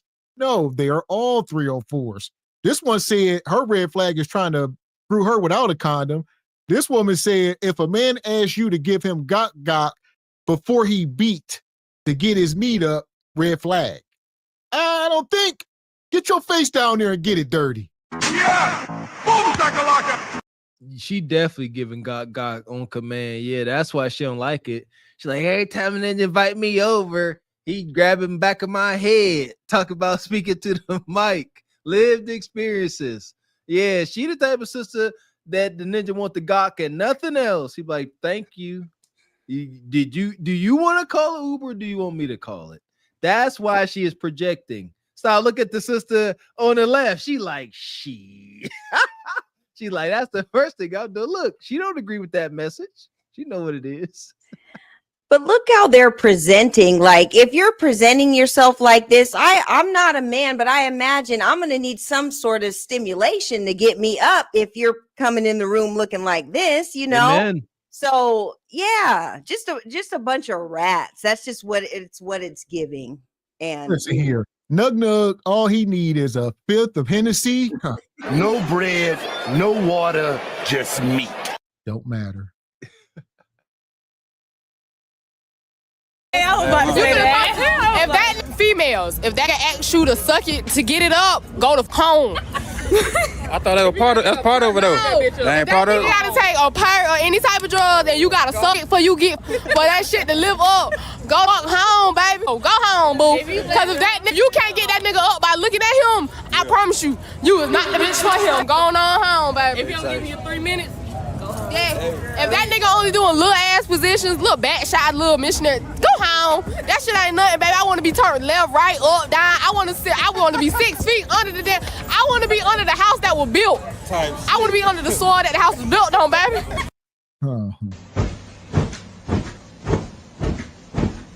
That's all she care about. Cannon, pump, and pump. Cannon, pump, and pump. Well, Quisha, they look, hunch monsters. The dating market has resorted to who can hunch the best, who got the best kuda kata. Ain't nobody getting tested, right? 20,000 cases. This is what we talk about. You see, simps? What I tell y'all, ain't nobody up here trying to do that old Skinner Max love making. You heard her. They want pure kuda kata devastation. She said she want her kuda kata 6 feet deep under the house's foundation. How you do that? You see that? But they let you know. What does it look like after that? Like pure devastation? You still want to walk away intact and beautiful. You don't want to walk away looking like the blue, what is it called, Ebony? What was that blue mushroom they were saying? Blue waffle. Yeah, blue waffle. Oh, yeah. Right. I would just die.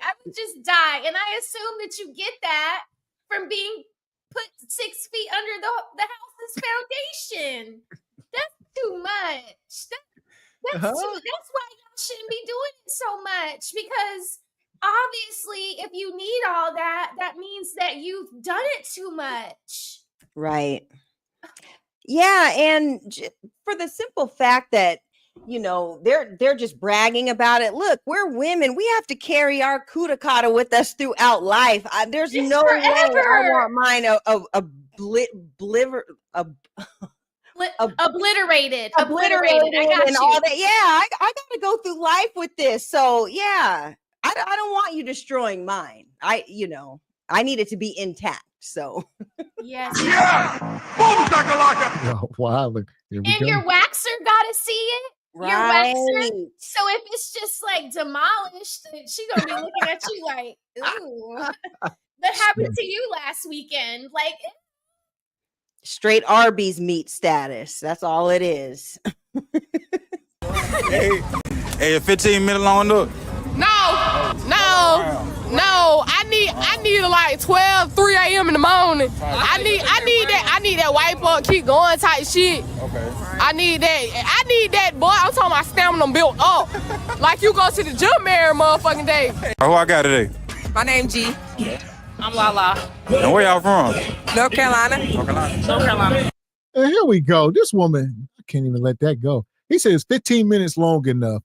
She say, no, I need it all night. I need clean me up and go again. Get it back up. Let's keep going. And let's stop the cap, because ain't no sister doing that consistently. Like maybe a sister that's done went months, maybe they young, this college age. It's true. See, yeah, I take back what I said. What does that mean? Yeah, college. Yeah, college. Yeah. I take back what I said. Have at it. You got it, sister. I'm trying to tell you. So here we go. If he trying to eat it too much. Really? Eat it too much. Okay. How long you talking? Like more than 10 minutes? I'm talking about I said I was ready and you still trying to go. You procrastinating. Yeah, something wrong. Something going on down there. I feel you. What's a red flag in the bedroom for you? This is wicked. She said red flag is eating my kuda kata too much. Maybe he's just a gracious man and he's just trying to bless you. Like, what's wrong with that? My goodness, I ain't never heard that. Now, see, these are talking about guys they don't like. You know what I mean? Like, it gotta be, because that don't make no sense at all. How you turned off from, like you said, from being blessed? Well, here we go. Like the woman was saying earlier, if a man got to take a perk to get it up, if he got to do this and that, they at the bar, these dudes is drunk. They probably halfway on drugs. This is nug. And she like, yeah, ain't something going on. He couldn't get, that's what she insinuate.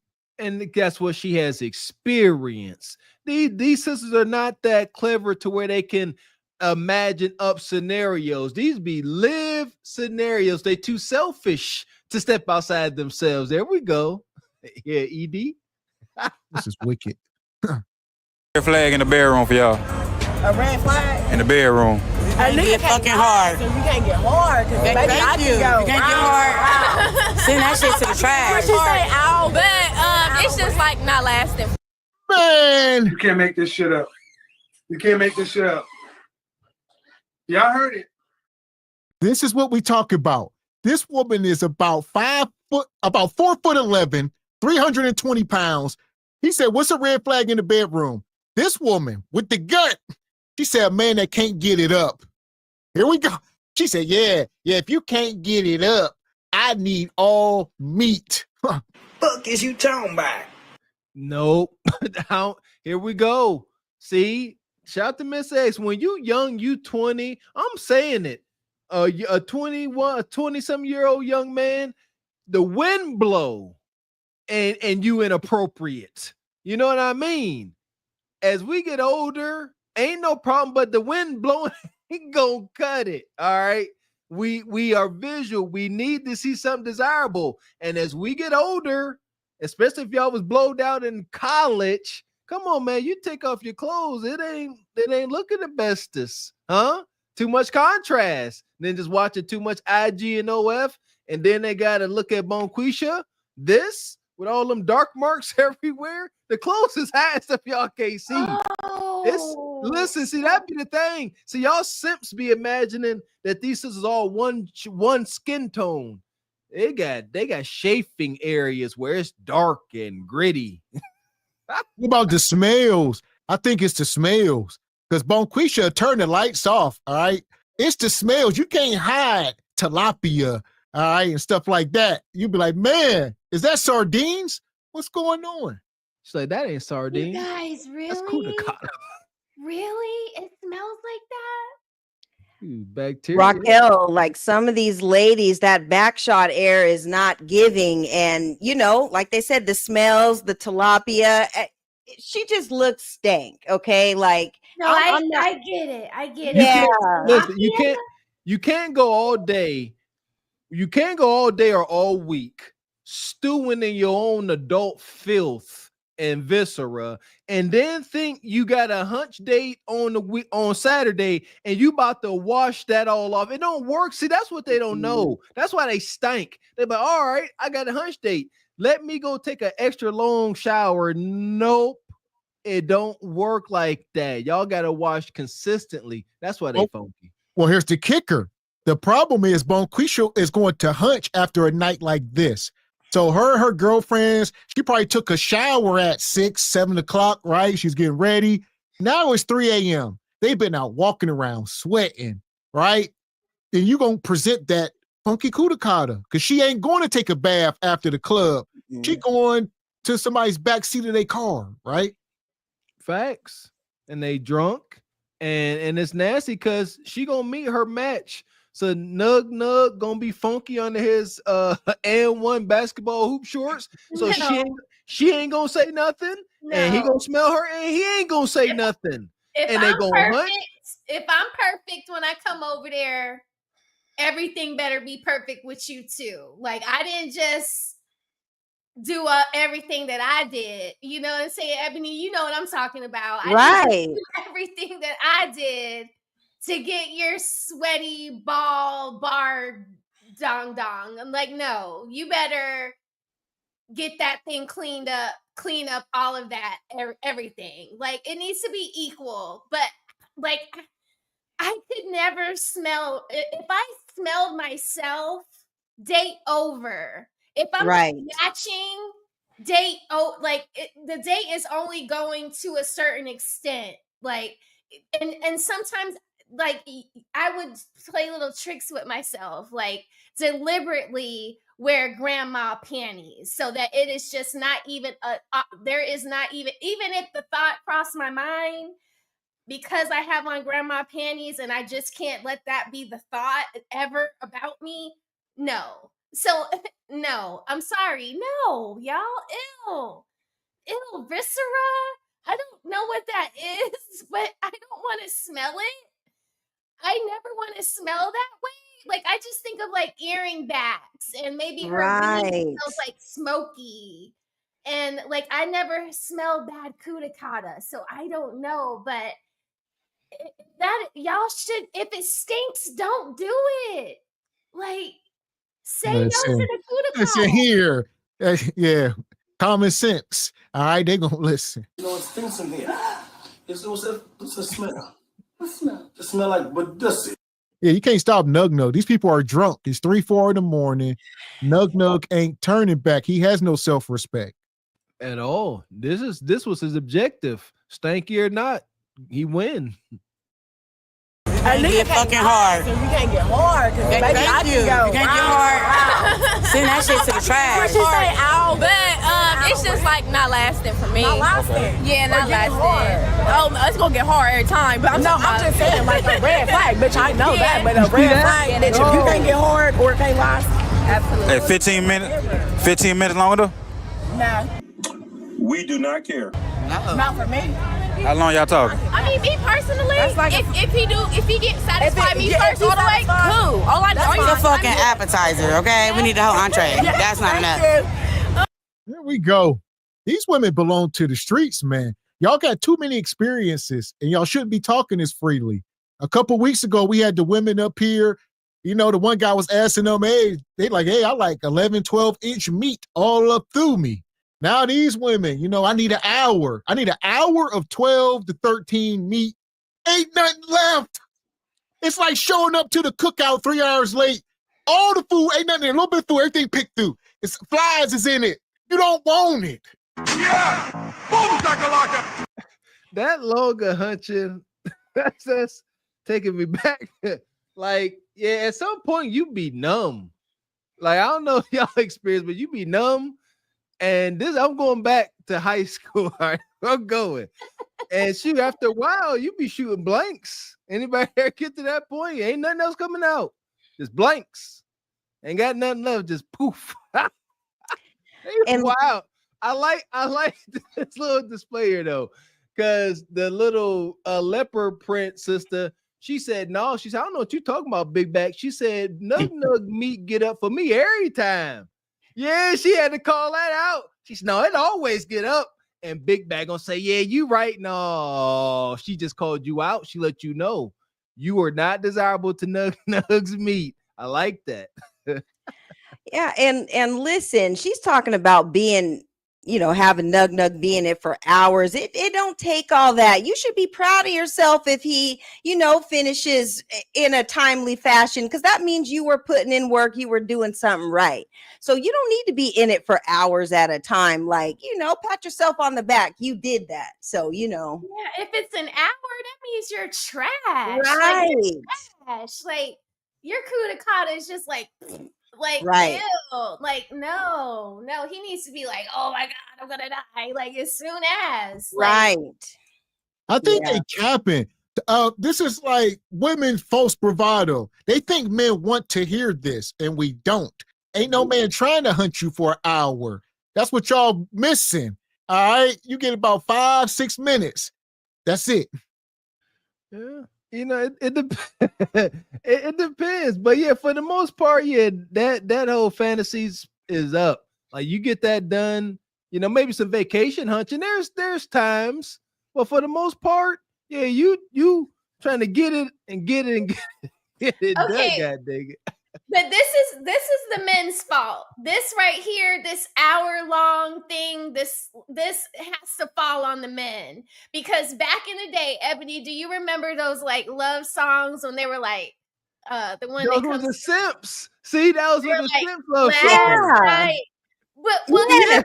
As yet, yes. Yeah, they would say, you know, I saw with that one song, he was like, I saw the sun. Yep. The moon, the mountains, and the rivers. You thinking that's like hours of love making. You like, and your This mom goes to ain't what got I the just shit. said. They think men want to hear this. Y'all been sold a bad bill of goods. Y'all need to be, y'all watching and listening to the wrong stuff. All right, y'all. That's not what men want to hear. Y'all been lied to. Amen. No, I agree. Yeah. So y'all like rounds after rounds after rounds? Yes. Okay. Breakfast, lunch, and dinner. Breakfast, lunch, and dinner. Breakfast, lunch, dinner, and a snack. All right, who I got today? V. Where you from? Los Angeles.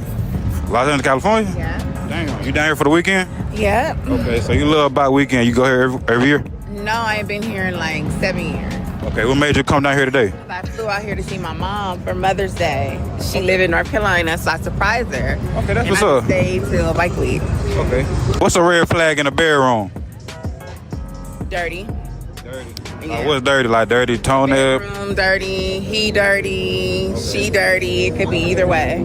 Everything all around? Yeah, everything all around. Okay. Clean bed. So I like to see clean shit. They got some pressure built though. He been going through some things. That's the type of shit I need. They back. This is crazy. So he out on the streets. He down in North Carolina. All right, you see that, G Honda? Hold on now. Now this is content right here. Come on now, G Honda. Hit the streets. Give us something to review. It will be too easy for you, brother. Come on, G Honda. You heard Dr. Umar's goofy self. He said he know what the sisters want. Dark chocolate, 6'3". I don't think you're a darker brother, but you 6'7". Golly. Wear some nice full pants so they can't see your egregious knock knees. Hide that. Wear like some bell bottoms or something flared out so they can't see. And you good, man. Fuck what they time out. I don't want none of that weak ass shit. You done made me forgot my damn question. Oh shit.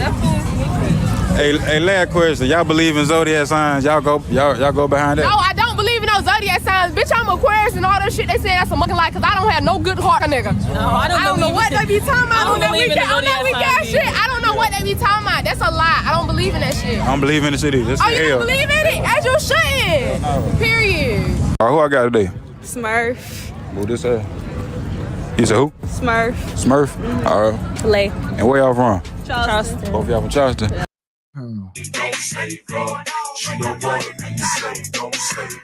The dating market is FUBAR. Winter is now.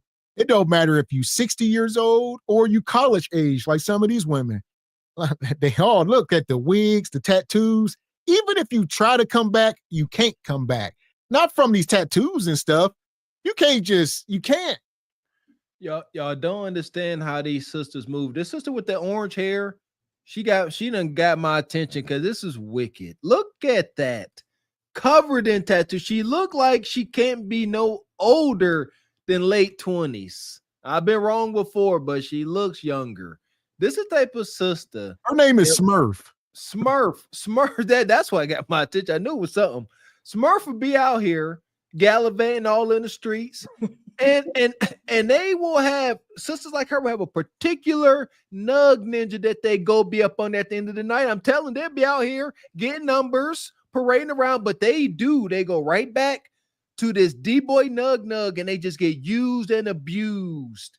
These be the sisters like I'm in a relationship, but not really, just getting used and abused by a dude that they really like how he looks and his motion he got in his Hellcat and his Jordan collection. That's them. And then after they done being used up, then they'll say they ready for something serious. But men, y'all can't undo that damage. Yeah, it's over.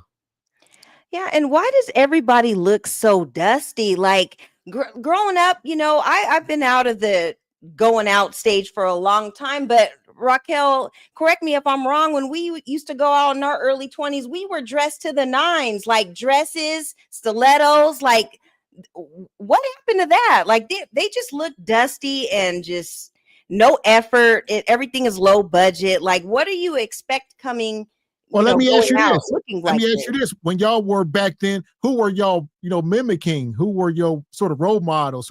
Because they trying to be Sexy Red, right? And Gorilla, the culture. So who were y'all? Who was the culture? So y'all gonna get mad at me, but I went to high school with Lala. Oh, So okay. everything Well, back I then we did had like was we from had her Aaliyah leftovers. and Yeah, Oh, like yeah. Lauryn Hill and Beyonce and Rihanna, she came out in like 05 or whatever. A. Marie. Yeah, Yep. I really liked A. And, Marie. and they were more even Rihanna when she first came out, they were more reserved. They definitely want tattoos on the neck and throat. Yeah, all of Maya, Monica, Brandy. Yeah, y'all Yeah, I had love Monica. Love yeah, Monica y'all have more always. and yeah, Monica is a hyena, but she wasn't Oh, covered in and she tattoos. used to have tattoos, but she would cover them up even back then. She didn't want to glorify the fact that she was getting tattoos, but she was also a role model for us young girls here in Atlanta. So she would, clean it up for us. Like I never looked or followed up to anyone dusty, Ebony. Like think of all the women that we saw, like the Diane Carrolls on TV. If you saw a Black woman on TV, she was always given. Even on the soap operas, they were never like dusty and crusty. No. So as you're a young lady and you're growing up watching TV, I think of Family Matters and the mom on Family Matters. She dressed very modestly, but she was always like the Bill Cosby mom. Right. They were covered, they were classy, they had nice clothes. You would think, what was Laura wearing? I want to dress like her daughter because I would want to dress like her a lot. Would she cut her hair short? I did the whole short hair thing too. So yeah, but I think that these young ladies are watching like P Valley, at the Tyler Perry shows, where they just show debauchery all the time. That's why we keep seeing the same girl over and over and over again. It has to be the P Valley shows. Like I would say it's the music more than anything. I would say the shows is influenced by the music. So Sexy Red, once again, all come full circle. All this stuff is modeled after one thing that's pushing this culture. But back in our day, all we had was the CD cover and maybe a video. We Long didn't time get, ago. yeah. Long time ago. So that's why I forget to say music, because if we're gonna say music, for me, it was just seeing Whitney Houston on my CD cover or Sade on my records. That's all we had to reference. You only saw them a few times, and when you did see them, they were dressed really nice. They were always giving. They were never like, nowadays you can see your favorite celebrities going live, and you can see them at their worst, their best, and you can relate to them, and it's unfortunate for these young girls. All right, the first question is, who y'all think freakier, men or women? Woman. Why you say that though? Cause if she really fuck with you, she'll do some things for sure. I'm trying to see what that be like, right there. Look, be that. Now, what type of thing you talking about though? You ain't ask me all that. You ain't ask me all that. Yeah, what you think? I think men. Why you say man? Yeah, cause I feel like y'all sex drive is more than ours. Like y'all got more, so. Okay. Yeah, but they ain't freakier though. Maybe that's just the people. What's a red flag in the bedroom? A red flag in the bedroom? Yeah. If he can't get that shit up. Word! No, for real. Hey, who I got today? Zari, Ashley. And where y'all from? Georgia. Atlanta. What's a red flag in the bedroom?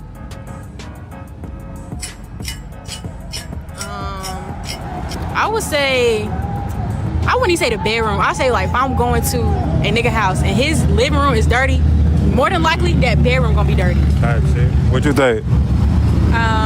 I think turnout was definitely a messy room, like a messy home, a messy set. Yeah, already off rip. If I see a mess, you're not getting none. Like that's it for me. I'm leaving. So how y'all feel about like a messy car? That throw y'all off too? Yes. Oh, here we go. This is wicked. These women here, they appear to be at best 23, 24 at the most, and they up here talk about ED. How is this even a conversation? Unless y'all are dealing with men much older than y'all, 50, 60-year-old. I don't get it. Or them drugs. You said it. Alcohols, pills, popping beans, and all that. That would have to, I would say, have an effect on it. Big time. Yeah, shout out to athletics. I ain't know nothing about that. Yeah, very healthy. Healthy like a daggone bull. There you go, fellas. Side effects. Huh? It's a lot going on. Ozempa got these sisters cooter falling out. Look into it. It's wild. Yeah, it's called something vulva, something like exploding vulva. God, lost my train of thought. And these nugs popping these pills, fellas.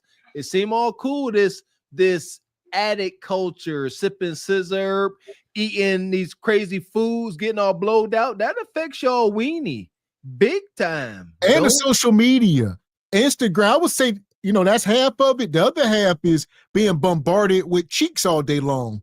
So you get desensitized, whether you're on Instagram or Twitter or somewhere, or one of these hub sites or something.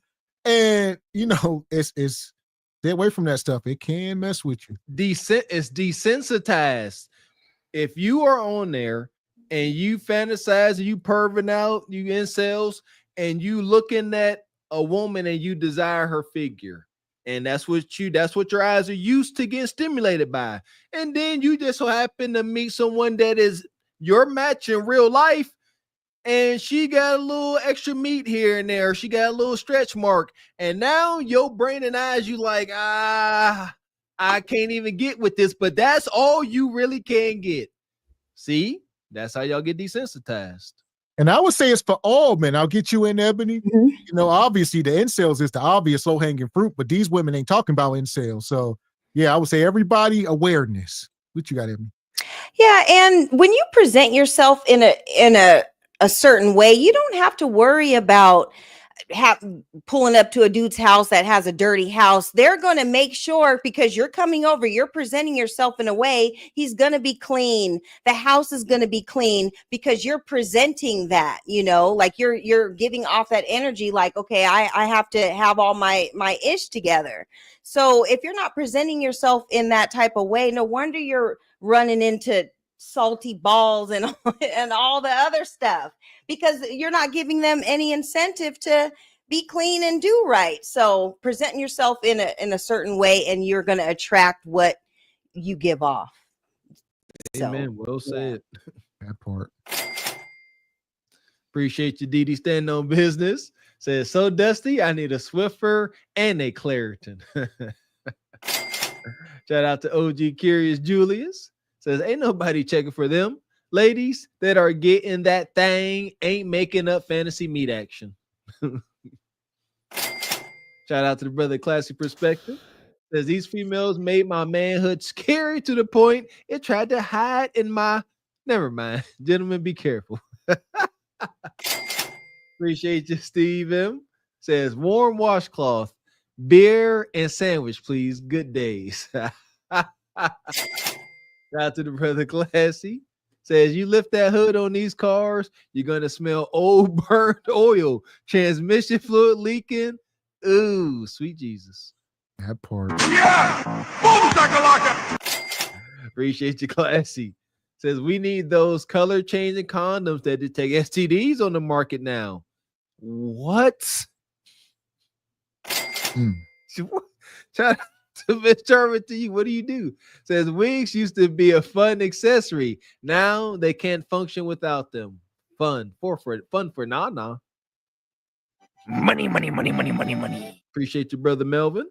Says, y'all, I got to chill out with the babyface slander on the show. The song Mrs. Rose is talking about is Last Night by the group that Babyface put together. As Yet, who wrote that song. There you go. Yeah, he was like, last night I was inside of you. Yeah, y'all remember that? And they were like dancing through the different like seasons. Yes, vividly. Shout out to brother RJ Fleming. It's good to see you, brother. Says, what one generation did in moderation, the next will do in excess. I respect the content. Appreciate you. Yeah, you're right. Now think about that, brother. That part. So as far as these women, Glaze Galaxy. Only place they want to be. We got us the gun line. Tell them about the gun line, boss. We may not know which way to go, see, this shit is finna be dangerous. Some dark-winged duck shit. Let's get dangerous. I play the fool for the fool. Everybody plays the fool sometime. And no exception to the rule. Listen, baby, you hear me? I played the fool for a fool. Wow, wow stuff. Hygiene is Bone Quisha's biggest gripe. That's their biggest deal breaker. Flaccid meat and stinking in the bedroom. Yeah, fellas, you got to wash every day. Especially, I don't want to say the older you get. Yeah, but you got to wash every day. Every day you got to wash yourself. Even if some of y'all ninjas, I know, I done grew up with some dirty ninjas. Some of y'all think just because y'all don't go outside or y'all ain't go run a full game of basketball, y'all ain't got to wash yourself. No, we are organic creatures. Even if you sit around the house all day, you are shedding skin cells. And those skin cells are going to attract bacteria trying to break them down. And that breaking down of the skin cells is going to cause odor. Go wash y'all butts, man. Straight like that, straight like that, straight like that, straight. So here we go. We're going to keep it moving. We talking about game over. We're about to bring it full circle right now. Winter is coming. The date market is FUBAR. Shout out to the brother Cam Newton. He had Joy Taylor over there on the couch. All right, let's talk about it. Splendid. No, the moment that we've all been waiting for here. Oh, we didn't get to the moment yet? Not yet. Hold on. Yeah, before you got a type. Oh my God, Cam. That water ain't hitting like that. That Saratoga, that Ashton Hall ain't hitting like that. No, this is Blanco. Do I have a type? Yes, I do. I do have a type. Are you dating? I am. I am. Is he the one, or you found a couple ones? A couple ones. Dating is a very, very intriguing definition per the deliverer of the definition. It is true. That's true. Everyone has a different definition. Like dating, you could be dating somebody. Dating means you could just be outside. Dating means you could be single, but you're looking to date. Yeah. Lots of different versions of it. I will say this. I don't want to be in a public relationship. So I would not speak on a relationship if I was in one.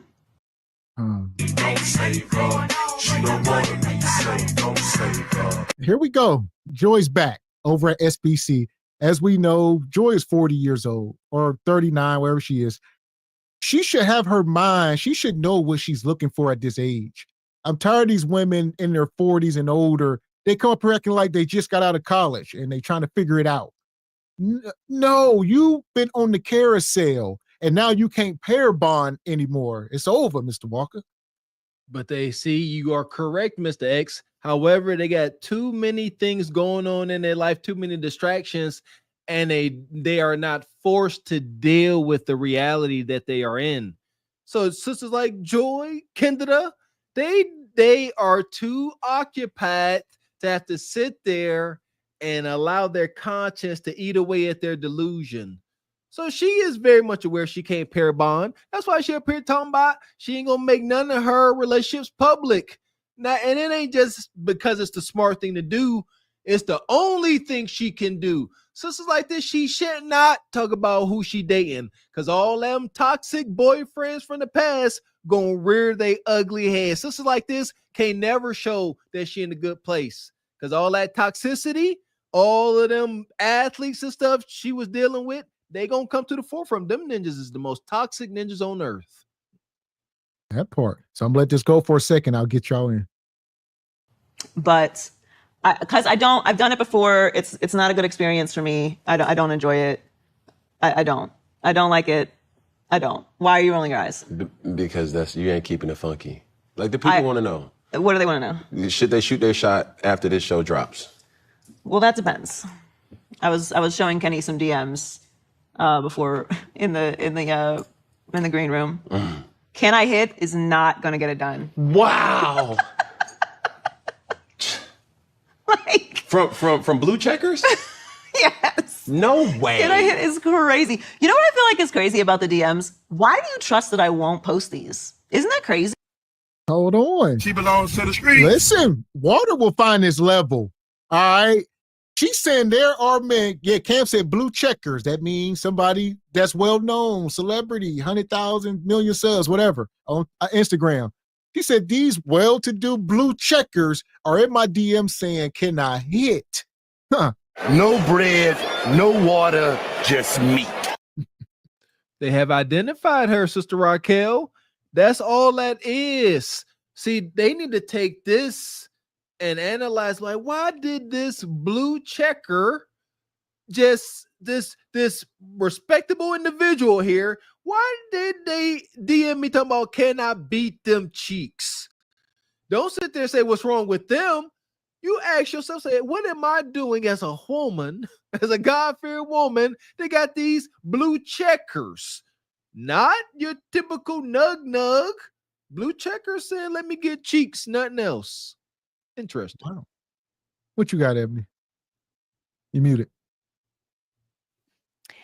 Yeah, I mean, she's at an age where, you know, she's in the dating world, but you didn't prioritize dating and relationships prior to all this. So what makes you think that anyone's going to take you seriously now? You know, that's why you're getting the DMs with the blue checkers, you know, wanting to hit and all that, because that's all you really have to offer, because you didn't prioritize relationships and pair bonding beforehand. So, I mean, what else is she expecting to get besides those outcomes? So, yeah, it's crazy.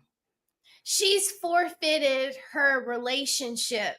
Like, at this point, after being married and then divorced and then being in this scandal and getting fired, it's over for her. It's over. And so the people that are maintaining her lifestyle, and we're not talking about the football players or the Major League Baseball players, we're talking about the people that probably write their checks. They don't want to see your boyfriend and you splashed all over People magazine. If you want your car paid for, if you want your condo on the beach paid for. Look at Joy right now. This girl has been vacationing non-effing stop since she got fired. Her paymaster is keeping her very happy right now. Okay, so that she keeps her end of the bargain, which is probably to keep her mouth shut on whatever she's going to have to say whenever they get into a courtroom, whenever they have to answer to that lawsuit. So she can't be in any serious relationship. And Joy, when you say this, that there are blue checks in your DM disrespecting you, asking if they can hit your cheeks, that lets you know that the word is out. They don't care about you exposing them because everybody already knows you're a hoe. So it's not like they're not reaching out to you saying, hey, can I marry you tomorrow? That would be embarrassing. But shooting their shot to sleep with you only is just kind of like par for the course. It's like when you go to the golf course, you buy a fresh set of balls. You know what I'm saying? Like when they pull up to you, they hitting it and they quitting it. It's the same thing. That part. See? I mean, you're really investing a lot of trust in a stranger that they like. A text message is different. If you have my number and you text, like there's a trust-ish within a text message that like, I'm texting you, we have a communication. Those are weirdos. That's too strong. Like you coming there, you banging on the door. Just knock on the door. That's crazy. Now, okay. It's not an effective tool. Let me ask it this way. Is your expectation skewed because of what you've witnessed growing up in a household or being around men from that dynamic and working with men? Has that skewed your kind of expectations for while you're dating? No. I think that everyone is different.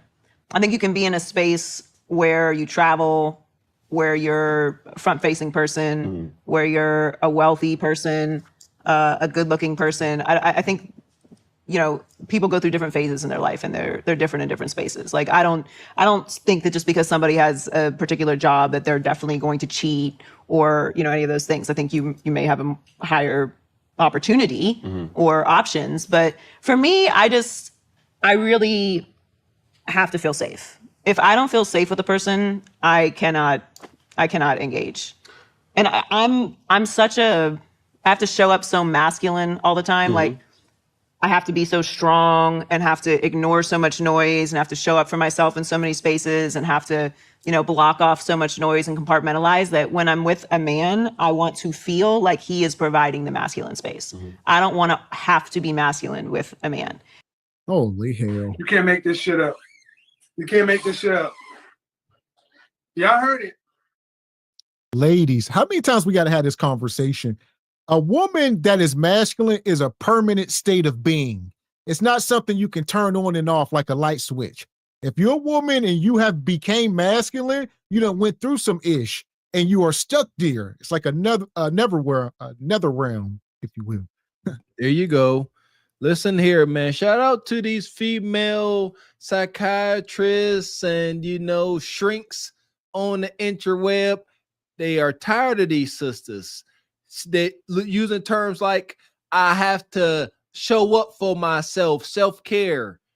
These psychiatrists and that, they are stating that these women are using these terms and talking points as self-serving, narcissistic, deals. Yeah, show up for yourself. That is an excuse not to change. She acknowledged that she's masculine. She acknowledged that is bad with the way she spoke, but then she justified it by saying, I got to show up for myself. Why? Because I don't have a man to show up for me. Why don't you have a man to show up for you? It's like a vicious cycle. You don't have a man to show up for you because you're masculine, and you're masculine because you ain't got a man to show up for you. So what you got, Ebony? This is crazy. You muted.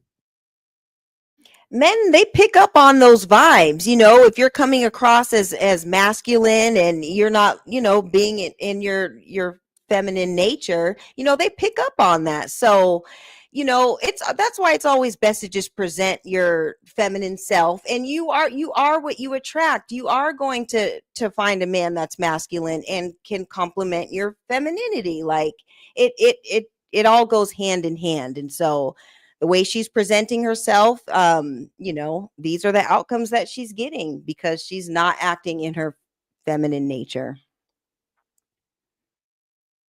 What you got, Raquel? I don't know how she grew up, but her brother was in the league, right? I feel like she should have more game about herself. And, I feel like she's pretty enough. If she would have listened to her dad and her brothers, I feel like this is just like a waste of a pretty face. It's sad that we're watching her and Cam Newton is a big man. And she comes off more masculine than Cam Newton does when you see him and all of his bows and all of his accessories and all of his garb. He comes off less masculine than Joy. Like, if you look at how she's sitting, right? She's sitting there and she's kind of closed off because she can't come off the way Joy, the Cheyenne Bryant lady did, right? When she was sitting in front of Cam, she was given more of like a saucy, come hither, I'm kind of flirting with you. See, Joy can't do that because Cam is like in her peer group and also in her work-life wellness, like family, okay? Like how I do this show with y'all. Like we have we're each other's peers and we're also in a working relationship. So how I am with y'all will probably not be who I am with just regular men that I meet on the street. Here, I'm going to be more professional. I'm going to be more professional and steadfast in how I deliver with you all. She's sitting there, legs crossed, arms guarded. Like you can tell, like she's mad about her own decision to ride the cock carousel. And now she's sitting in front of a man who could have been her man. She was married to a very handsome man. Oh my God, he was so handsome. They looked so cute together. But she was chasing the bag and sleeping with that executive at whatever, Fox, whatever. And now she's forfeited all of her goodies to emptiness. And look at her, because she knows she done sold her soul to the dark side. She's sitting up there with the most beautiful tan, because I know she been yachting, and she looks harder than the man sitting. And look at how big that man's calf muscles are. Yeah, look at her legs. She all oiled up. All right. She said, Ebony Dean, eat this. She's got that glow for sure. I was looking at that beautiful tan. She's definitely was on the Tom Joyner cruise for sure. Before yes, doing a tip drill. Right. Or, you know, any of those things. I think you may have them fines because, and that can be a very interesting dynamic to fines, because sometimes people feel like they have to match my masculine energy. And I'm like, no. Like, let me be soft. Let me be a woman. Let me be the pretty princess that doesn't know how to, you know, use the door. And you provide the masculine space. And I think there's a really gentle kindness. Why do they think being a little girl is being feminine? Kendra does this too. He sit here and say, oh, I'm going to be feminine. I'm going to let you open the door. I don't know how to twist a knob. Kendra said, oh, I'm going to let you open this jar. I don't know how to open stuff.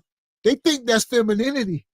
Yes, that shade, that thank you, that gets on my nerves, man. I'm going to be a little princess. I don't know how to open the door. It's not that. It's respect. No, you know, and they're like, again, I'm acknowledging that there's levels and times to relationships. You know what I mean? But once get yourself together, yeah. I told my wife we get to a point where I plan on opening every door for her. You know, once we get to that point, I'll be working on it. I like doing that kind of stuff because it shows respect. I believe that throughout the day, all day is to some degree foreplay. All right, we build up for the night. That's me. So I like these kind of things. I'm opening the door for I'm be more sweet to you, but that comes with work, devotion, building. You don't get that. And since they don't get that, Mr. X, now they say it's being a princess. It's being a little girl. No, you just don't qualify for it. It ain't got nothing to do with being a freaking adolescent or helpless. Wicked. In a man that knows how to show up for a woman in that way. What do you want? I want somebody who is consistent, somebody who is kind, somebody who is disciplined and passionate, and someone who did not vote for Trump. Cool. But if he voted for Trump, there's a chance that it may be for tax benefits. Okay, I have accountants too. And they probably voted for.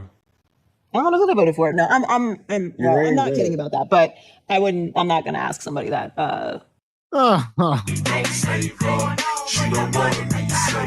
These women are so, she's cantankerous.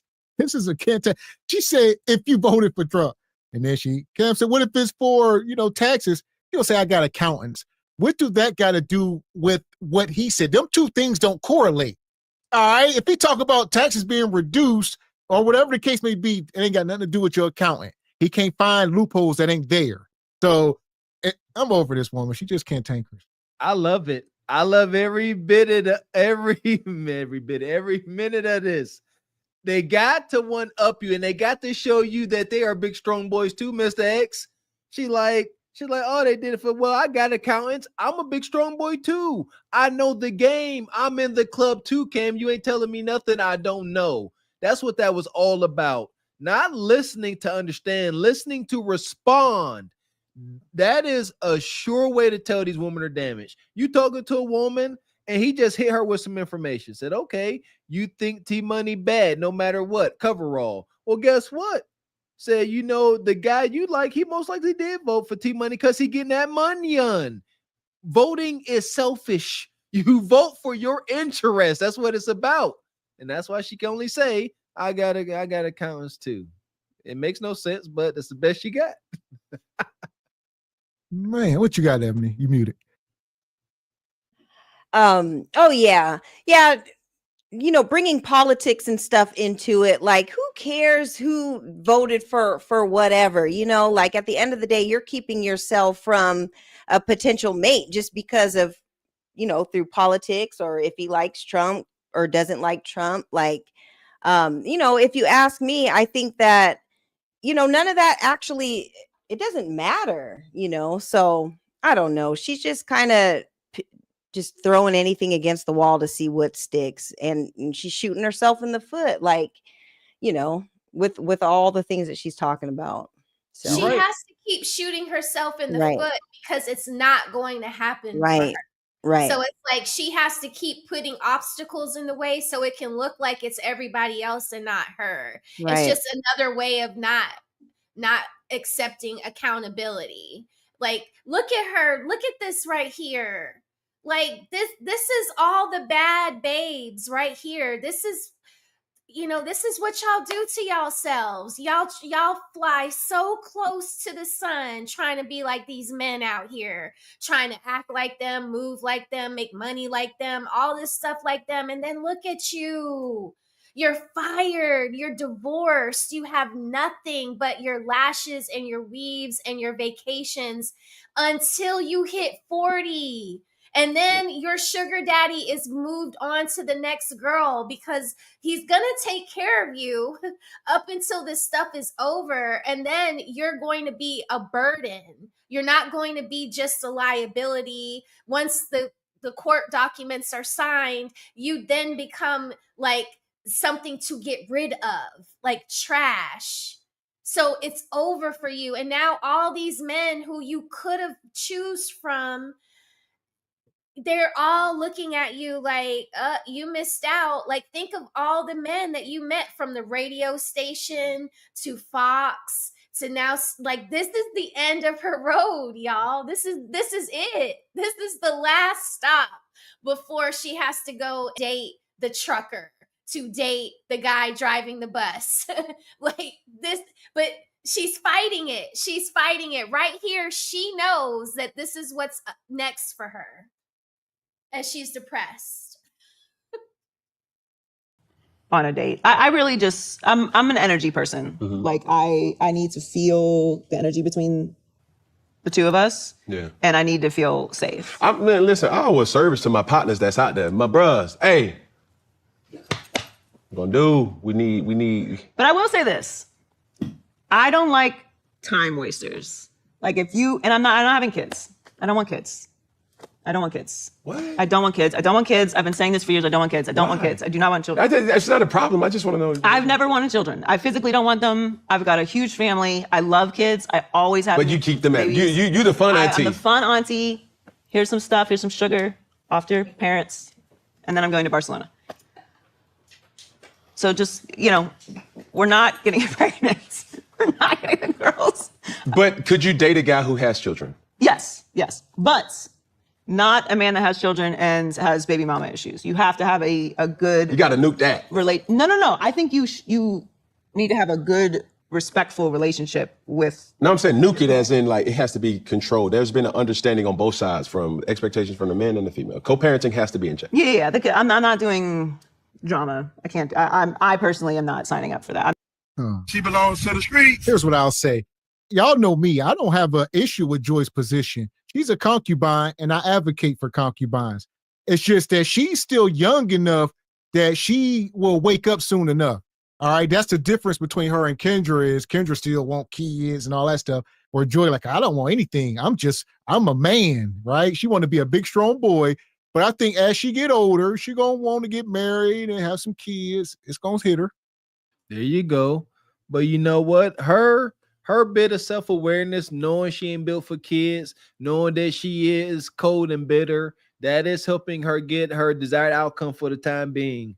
As you were saying, Miss Raquel Rose, she got her pay pig, a paymaster that's cutting the bill because she is playing her role as a valued harlot to the yacht club.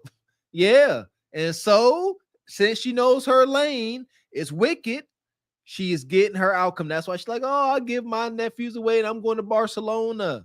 Yeah. And keep it up until you can't no more. And that's the problem. It don't fizzle out. It be up here, they're on the yacht. Next thing you know, you on the beach watching folks on the yacht, wondering where it all went wrong. On Skid Row, like with the little cup, like pennies for my cup. Yeah. Joy Taylor. He hit the wall so early, like her contemporaries, the Lisa Rays, the even Kendra's and the Vivicas. A lot of them women get closer to 50, but she was hitting the wall in her 30s, and it's gonna be a long, miserable existence for her. That's why she's so cold. I'm not going through that journey with you. I've dated men with children. It's not, I love children, but I cannot do that part of it. And I think that that's also for anyone, like how you speak about your exes is important to me. Yeah. Like, I don't need to know your whole dating history in the first 2 days that I know you. And I don't want to hear about how crazy she is and all like that. No, you should have a respect for even the people that did you wrong, because people have done horrible things to me. There's a way that you speak about people that you were intimate with that I am very judgy about. Like, how do you view people that you have chosen to engage with? And even if they've done terrible things, why are you sharing this with me? Like, are you trying to prove something about yourself in this? Like, it's just not, it's information I should earn. And so I think when it comes to people who have children with other people, even if it didn't go well, it's both of your responsibility to raise these children. And I'm just not going through a drama journey. What's the youngest you'll date? 25 is my floor. Hilarious. Although I date men my age. I'm 38. What's the oldest? I said 70. This Paul Pierce podcast is gonna haunt me forever, Paul. I said 70. I'm not 70 I'm ball? not dating. Listen, Cam. You can't make this shit up. You can't make this shit up. Y'all heard it. You muted, Miss X. Cam said a 70 ball. Let's just call it what it is. I mean, shout out to Mr. Walker. He say this all the time. For Joy in particular, this is true. I would say Joy is from 18 to death. That's her dating pool. If you have a valid 18-year-old ID, right? And if you still breathing, it don't matter how old you are, her dating pool might be the widest out of any woman. Yes, cause like a man. Yes, this is a dude, man. My goodness, this is crazy. I'm telling y'all, and these are heavy accusations. I'm telling you, these sisters will hunch on 18-year-old spry, built-up young men. Easy work. You just got to be in the place and time. That's all. It's all about opportunity. That's the only thing stopping it. You know what? She'll say, no, I never did it. You ain't come across him yet. You ain't had that pool boy or that consistent Amazon delivery guy.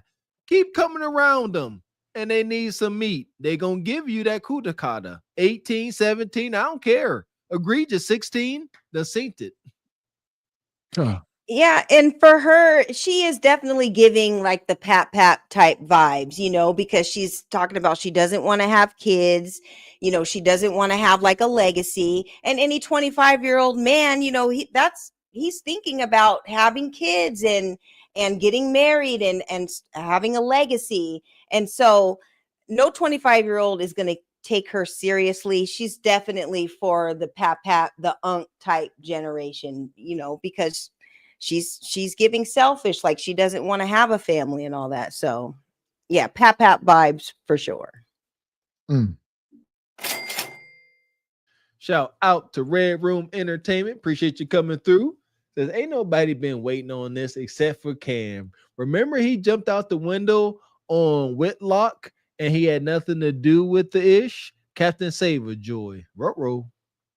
There we go. Yeah, we had skipped past that part. It's a longer interview. Make sure y'all go over, check it out. His link is in the description, like a 2-hour. But yeah, they talked about it. We ain't gonna catch much of it. But yeah, she said he don't come outside. They're talking about how he, big. And they got on him for a minute. Uh-oh, golly. Money, money, money, money, money, money. Appreciate you, brother Jay Bourne. Says she is the walking, breathing of that saying, water seeks its own level. The principle is based on gravity. It's a rap, B. Indeed. Appreciate your Air Force Reek. Says that peanut butter skin and that rack. Money. Shout out to Happy Little Bio, don't call him boy. Says all these ladies getting paid though. Alizé, yeah, they getting paid, but at what cost? Paid at what cost? Oh, she is dripping. Look at her earrings. Look at that bangle next to her iced out presidential. And you know what? Like I used to want a Rolex, but I just can't get with it. The women have made Rolexes look so masculine. You know, now it's not even like when I see a man in a Rolex, to me, it's like an Apple Watch now, you know, because it's just on so many hardcore women. It's in her bangle. That's crazy. A $24,000 bangle on her other arm. Like she got it. She got it. Is that happiness? That's obviously not making her happy, giving her no fulfillment. Not. That's why it's like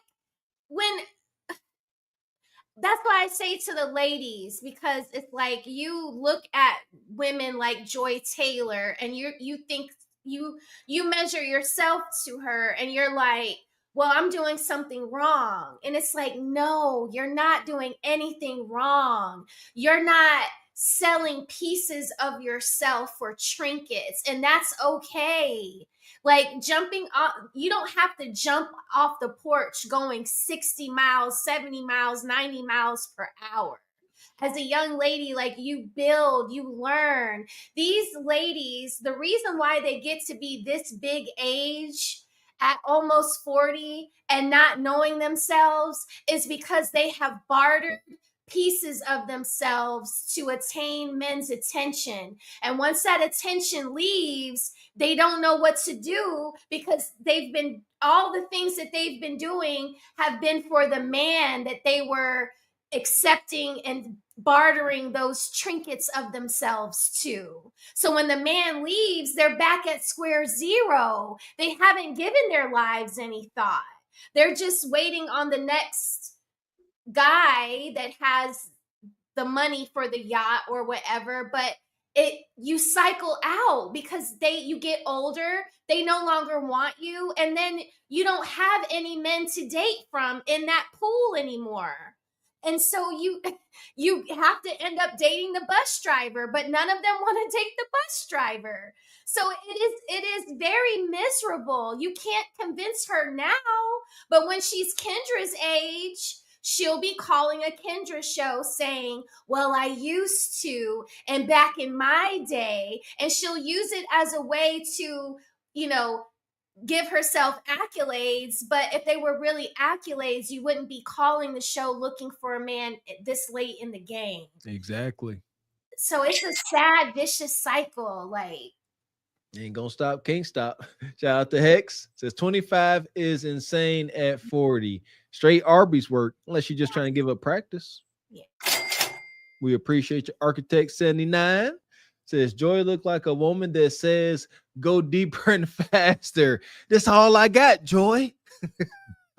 Hey. Cam, if I bring my 68-year-old man in here because we landed on the plane, you better act nice. Okay. Oh, he here? And normal. All right. We got a seat on the plane for you. Okay. That's cool, but I'm still calling. Girls, we're going on a trip, right? Okay. But just he's 68. I'm not dating 68-year-old men. Papa. You're asking my range. Oh, but Papa. Listen, don't worry about it. I see why y'all going to sleep at 9 p.m. Exactly. In the covers. Smelling like Bengay and doggone menthol. What? What's that rub? Vapor rub? Vicks vapor rub. Smell like Vicks. And chamomile tea. Mm-hmm. It's a nice soft life. Yeah, but it's okay. I'm gonna revamp this question of the day. You ready for it? I don't know, but yes. You have to choose one. Okay. Live a boring life or live a toxic life? I feel like I've already made my choice. Go. I think that at this point, you're asking me today? I'm talking about today. Today I would live a boring life. Today I would live a boring life. But I say that because I've had enough toxic experiences to know that I'm not going to make it through a toxic life. I'm personally not going to make it. It's jail or somewhere else for me, but I can't do it. And I don't want to go to jail. I can't do it. I cannot do it. I cannot do it. I cannot do a toxic life. I tell you in the name of Jesus. Have your way, Lord. Have your way, Lord. Have your way, Lord. This is like the confessions of a 304. All right, you got to read between the lines of a lot of it, but she's giving it to you straight. All right, she's been running these streets and she tired. It's wearing on her. You can't just keep riding the carousel because it goes round and around. It's only a matter of time before you got to get off and throw up because you're sick. Now, I got a question, fellas. Cam asked her, would she prefer a boring life or a toxic life? Now, I got to ask you, fellas, would you rather be her toxic lover or her boring lover? Would you rather be Future Hendrix or what's the dude name with Sierra? Forget his Russell Wilson. Which one? Huh? Russell married, got the longevity. Why wouldn't you want that? The boring life, that square life. Shout out to Leon King. Or do you want that fast and hot and fiery? Huh? Which one you want? Good question. What you got, Raquel? This is crazy. I guess I'm boring, y'all. Like I can't do it no more. I'm done. Like we went on that vacation and like my husband was like, "You want to do all these things?" And I was like, "No." No. Like I just like, I like clean, I like structure,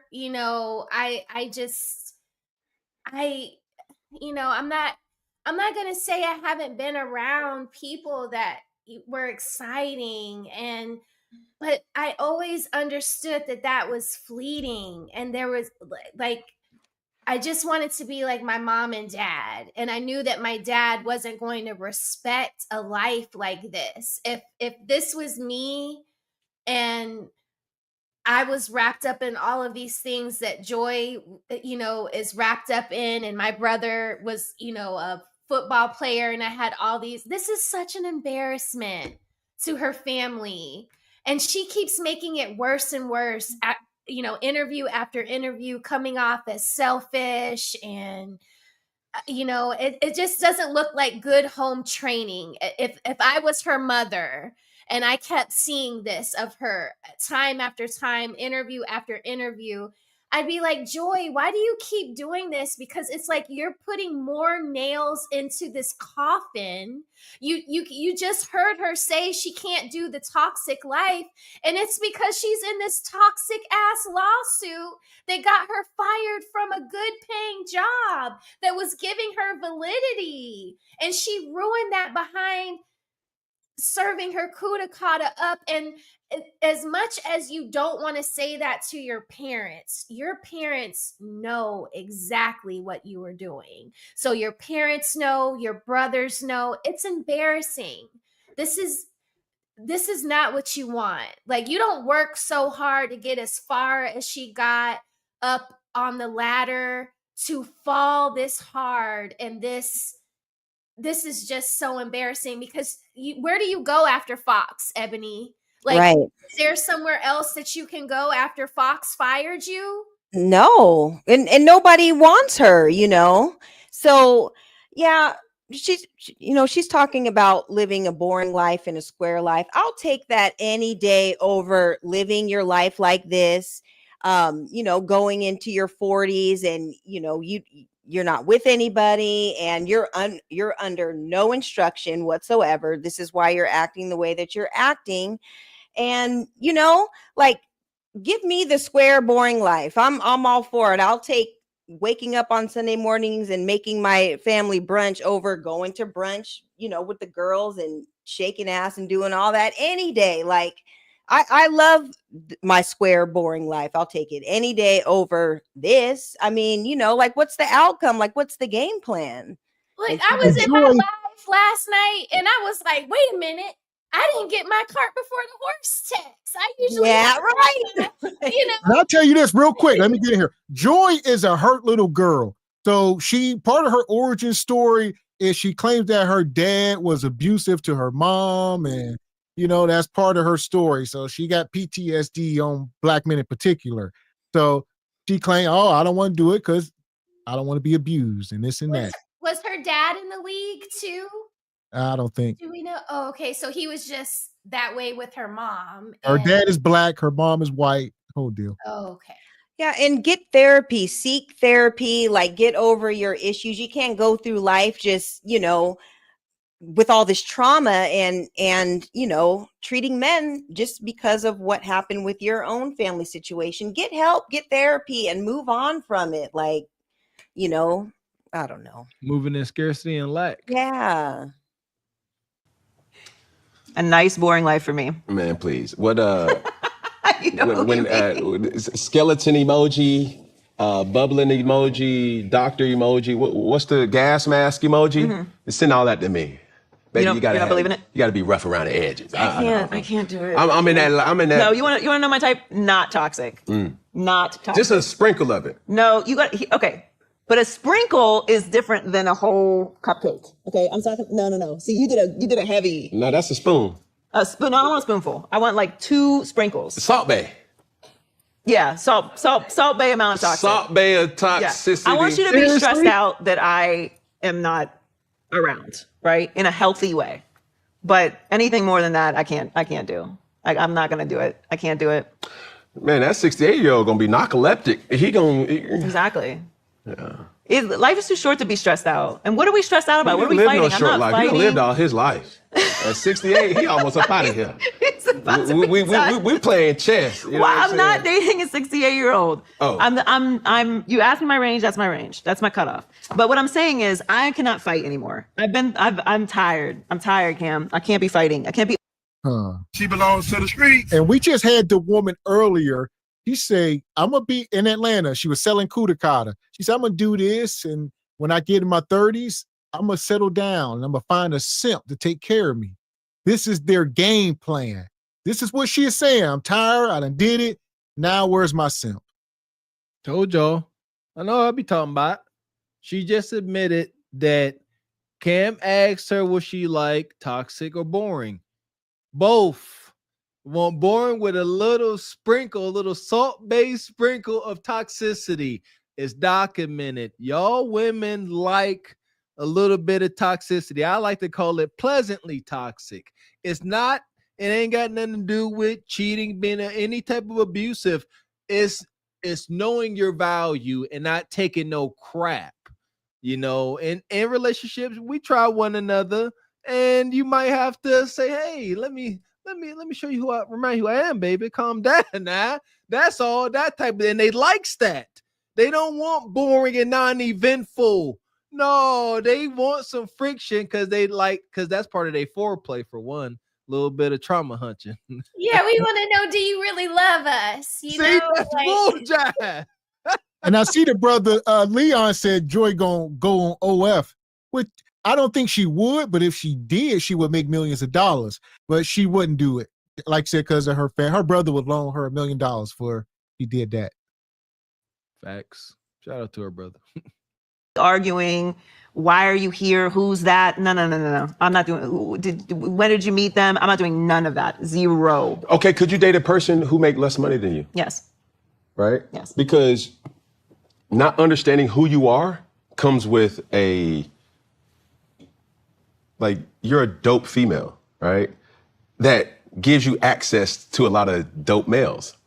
And a person who doesn't know that or understands what your work-life personal balance is, it's like, y'all going on a work trip?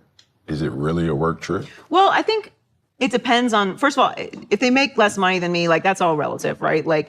I'm not dating someone just for their financial status, but I do want to date someone who's passionate about what they do. So you don't have to make as much money as me, but you have to care about what it is you do or care about something. You can't just be aimlessly walking around the earth like not having a passion for something. For me, 1. 2, when you're in certain businesses, you have to date people that understand it or are of the character type that they're not stressed out about certain things. Yeah. So you don't necessarily have to be business adjacent, but you're a very patient, understanding person. You're a very trusting person, any of those things. But I think the biggest thing really is just confidence. Like confidence and trust are very important. If you're confident within yourself, if you're confident within the relationship, and you guys have established a foundation, then that type of stuff doesn't matter. But that takes time. Last question. What's next for Joy Taylor? Well, hopefully everyone watching will go and subscribe to Too Personal and follow the show. I have some things that I'm working on that will.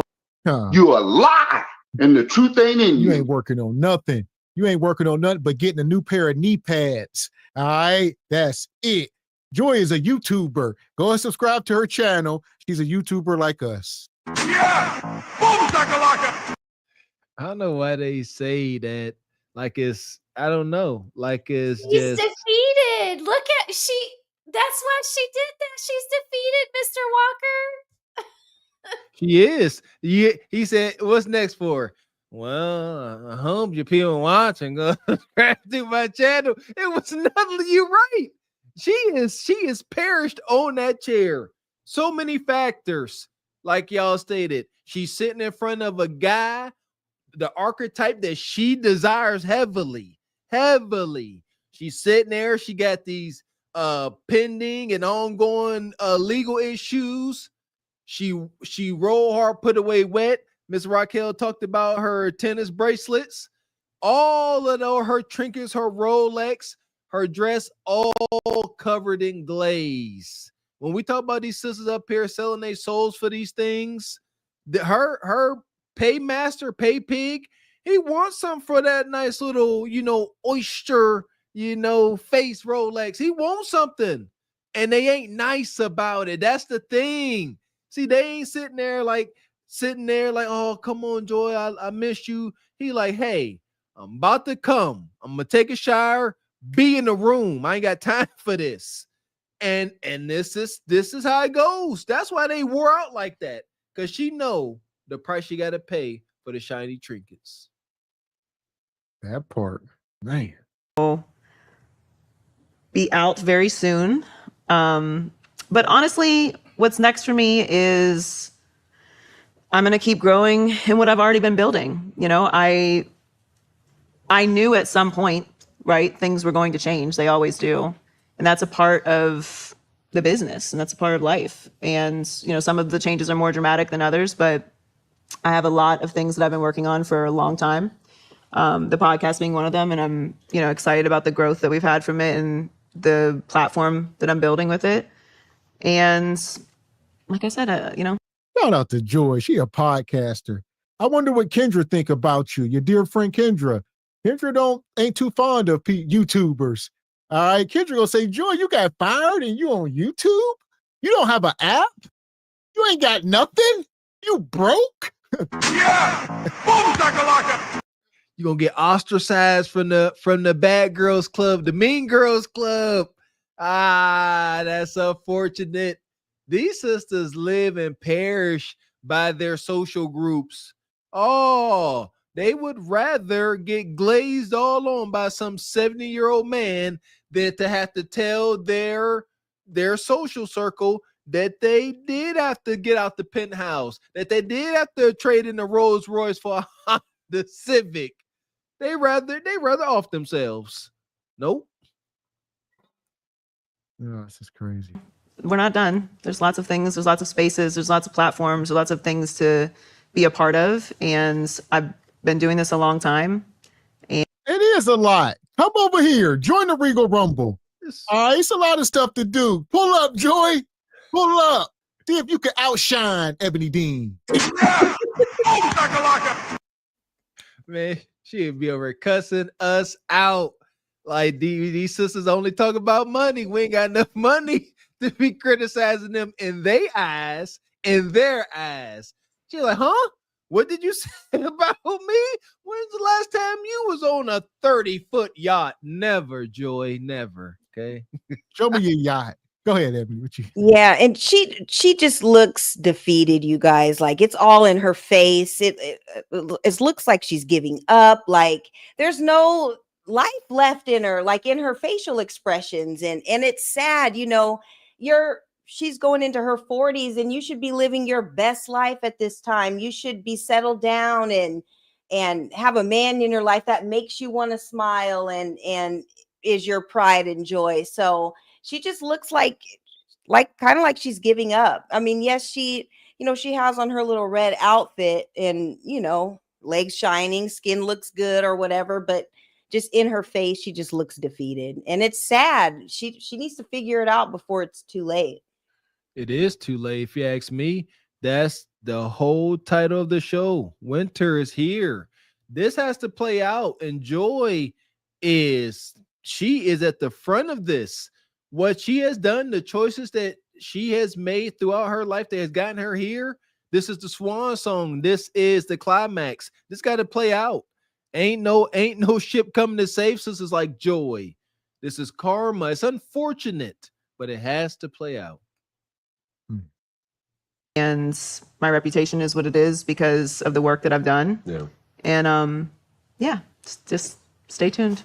I will encourage you to lean in. And I'm so intrigued to see what comes from it.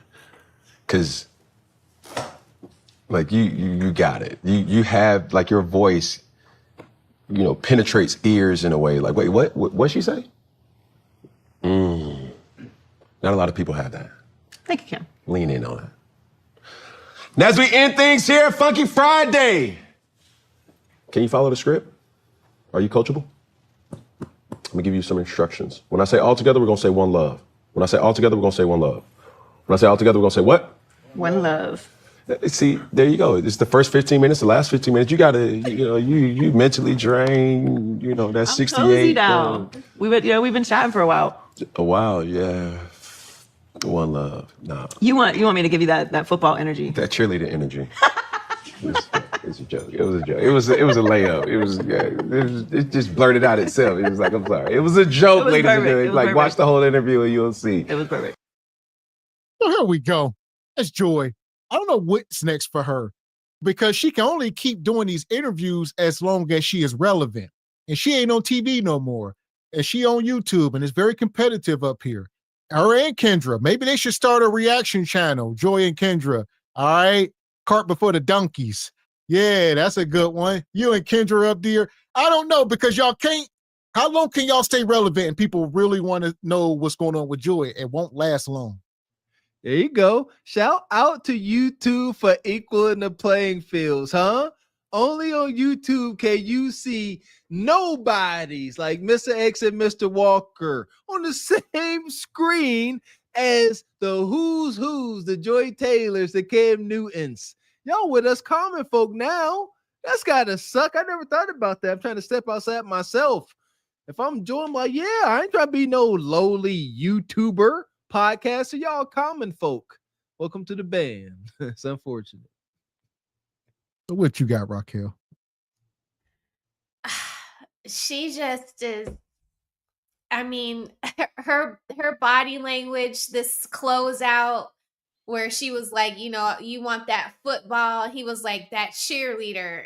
That it just wrapped this up beautifully with a bow. And that lean in, he got that from his coaches. Shout out to his coaches from like when he was 6 up until when he got out of the league, because that's all you can do is give her that pat on the back and say, atta girl, and send her on her way because she cooked. She done. That's it.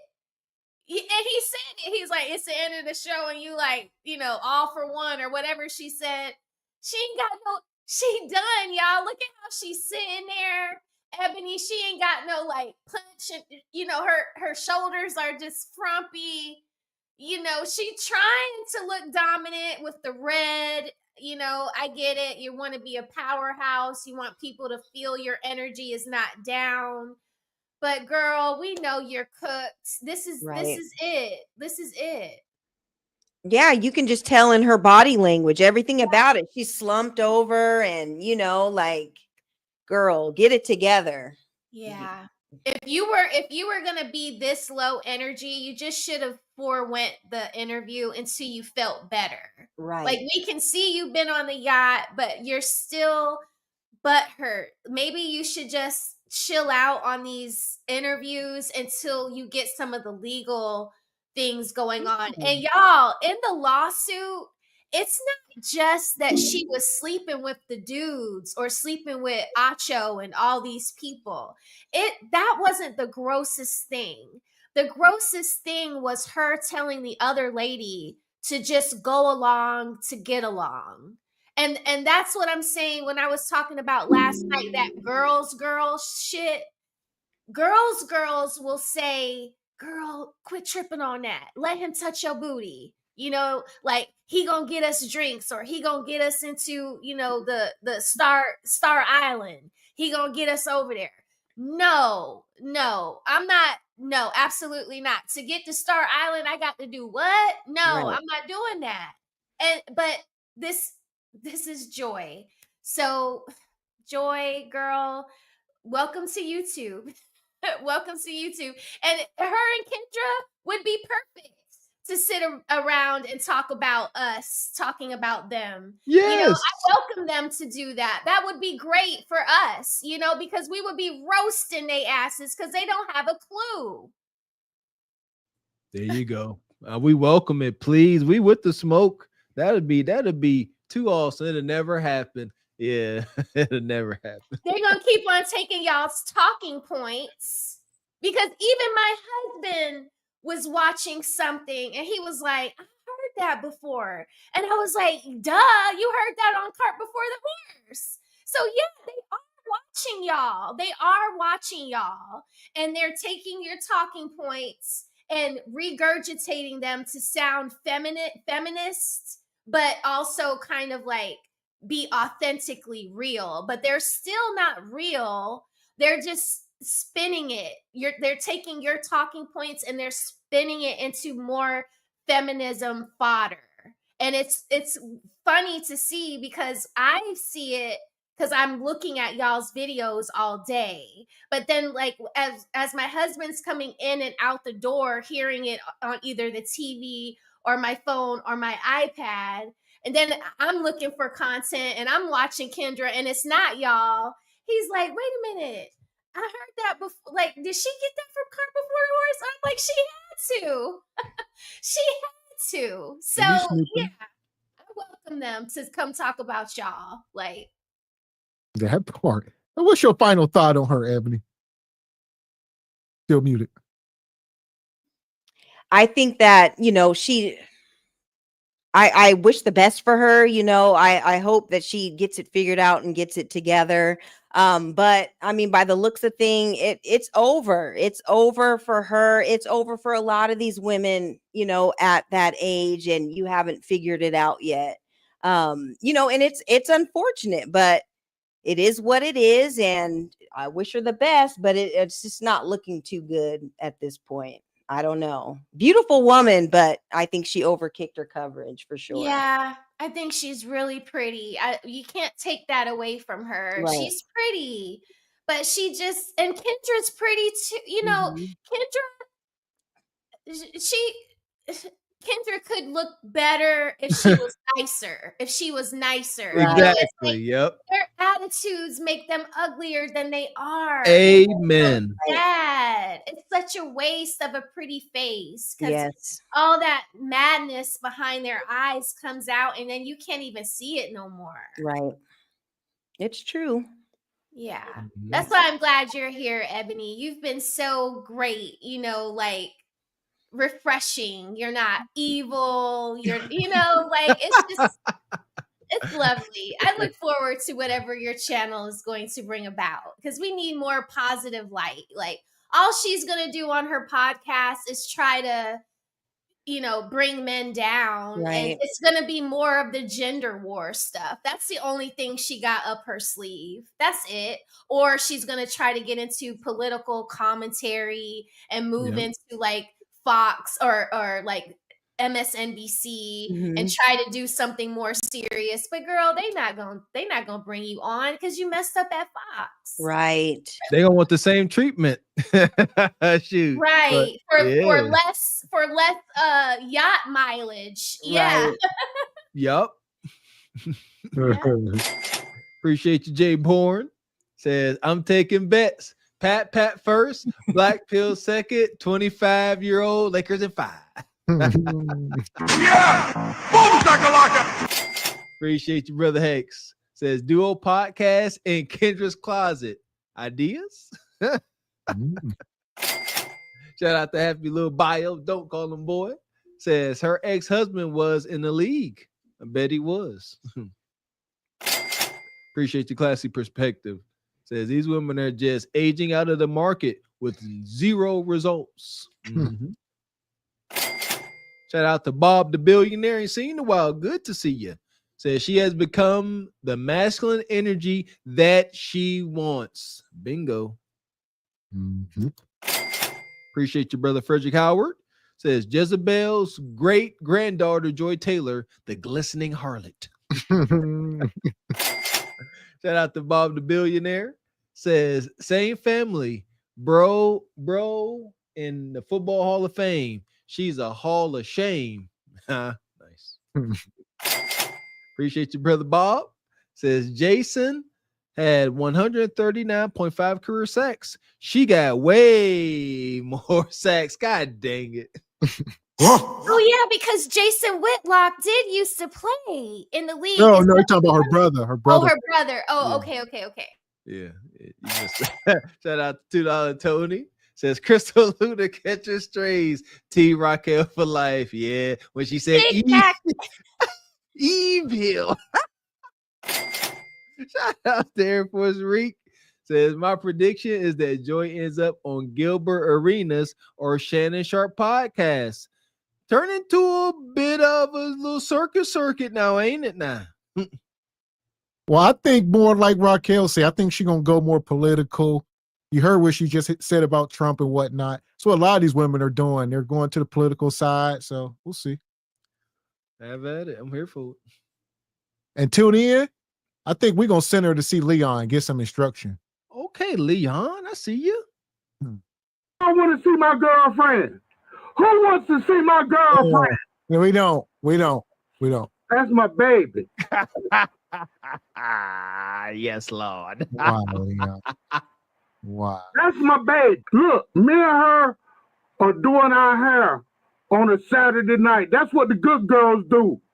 I'm 56, motherfucker. I'm doing my hair. I'm going to church in the morning. I'm going to drink the wine and eat the cracker.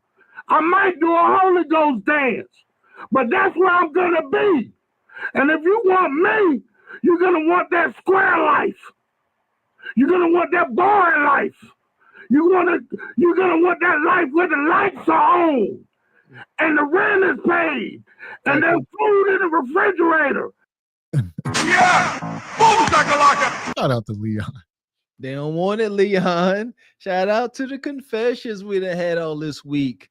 Last one, Joy, they like a little bit of toxicity. Don't be too boring, fellas.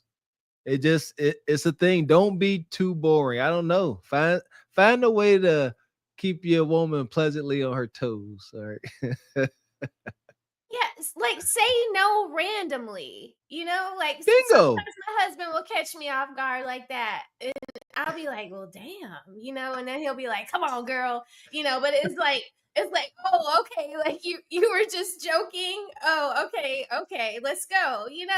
That's the kind of toxicity, it's just don't be a pushover, don't be a doormat. Women want to know that you aren't the on the Wizard of Oz, the straw man, the one that didn't have a brain or Exactly. whatever. Yes. Just don't be him. If you don't like something or you don't want to do something, to say, babe, look, I'm not going with you. You go on your own. That's not my thing. Don't let your wife lead you all around the world. You can say no. You're a grown man. Just act like it. Thank you. Y'all don't reject that message. Be a grown man, say no. Y'all scared. They say, Raquel, look, they say we can't say no because then they won't give us no kuta kata. Yes, she will. Yes, she will. You guys just have to. You still make it. Look. We follow your lead. You know, when my husband says no, it's, you know, you see, I didn't get an attitude in my mind. I was a little sad, but you know, when he was like, come on, girl, I was like, yay. So it's like, you'll get rewarded for your no, and you'll see where there's a difference in when you start to do that than just being a pushover. Then you make her have to work a little harder somewhere else. You get what I mean? Bingo. Because then it's like she wants to, because you've given her that no, and she don't want to hear that no again. But you still keep giving her that no sometimes, you know? I don't know. I can't explain it. But yeah, just don't be a pushover, guys. Bingo. You said very well said. I read you loud and clear. Y'all better take that message. That was coming from a wife. Y'all better pay attention. Yeah, and it's all about that balance, you know. It's give or take, and you know, that's just what it is. So Raquel, you're right about that 100%. It's give and take. That part. And you got to be firm with some stuff, and some stuff you got to let go. All right. Sometimes my wife say, hey, I want a swimming pool in the back. No. All right, that's firm. It's firm. Sometimes, you know, some other stuff. Yeah, that's in stone. That's in stone. Hey, my wife, she be like, she's like, you know, I was seeing this thing. I think if we had a swim pool in the back, I'd be like, no, not even doing it. No, we got chickens. You got me there. You got the damn chicken. You got the chicken coop. You got your guy ain't doing no pool. See that? And it's zero negotiations. But something else, you know. A no, like Miss Raquel said, a no might turn to a yes. So can I get an extra garden tower? It's like these towers. I'll take like, you know, like you already got 3 of them. And then you like, you know what? All right, you go ahead and get it. She found a deal on Amazon, 20% off.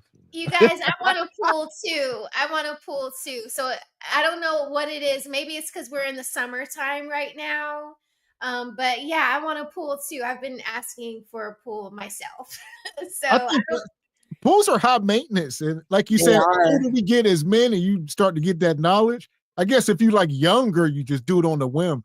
But now you probably, man, I gotta clean that thing. I do this. It's a lot. Okay. And maintenance. Pools aren't permanent. Like the liner will rip, and you got to pay what you weigh. You start getting into the realm of pools, you know. Even a little kidney pool, even a little like little. How many gallons? When you say little, how many gallons of water? Let's measure that. Right. Okay. And the chemicals and everything that's needed, you know, they're expensive to have.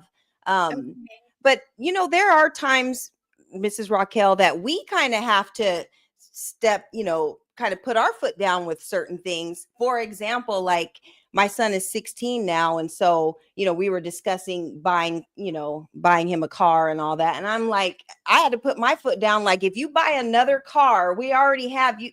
He has 3 fishing trucks. I got my SUV. He's got his commuter car for work.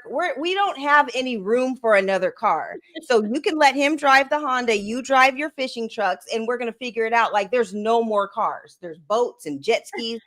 We're done with buying things. So I had to put my foot down, and he was like, you know, you're right. So yeah, there's times when we kind of have to say something too. So. Yeah, no more toys. Right, exactly. No more toys. It's out of control.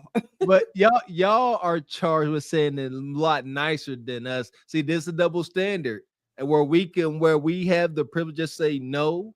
Yeah, y'all delivery is a little different when they're like, hey, like, you know, I like to buy I used to buy firearms, and my wife say, wait, like y'all have a feminine way about saying, hey, you know.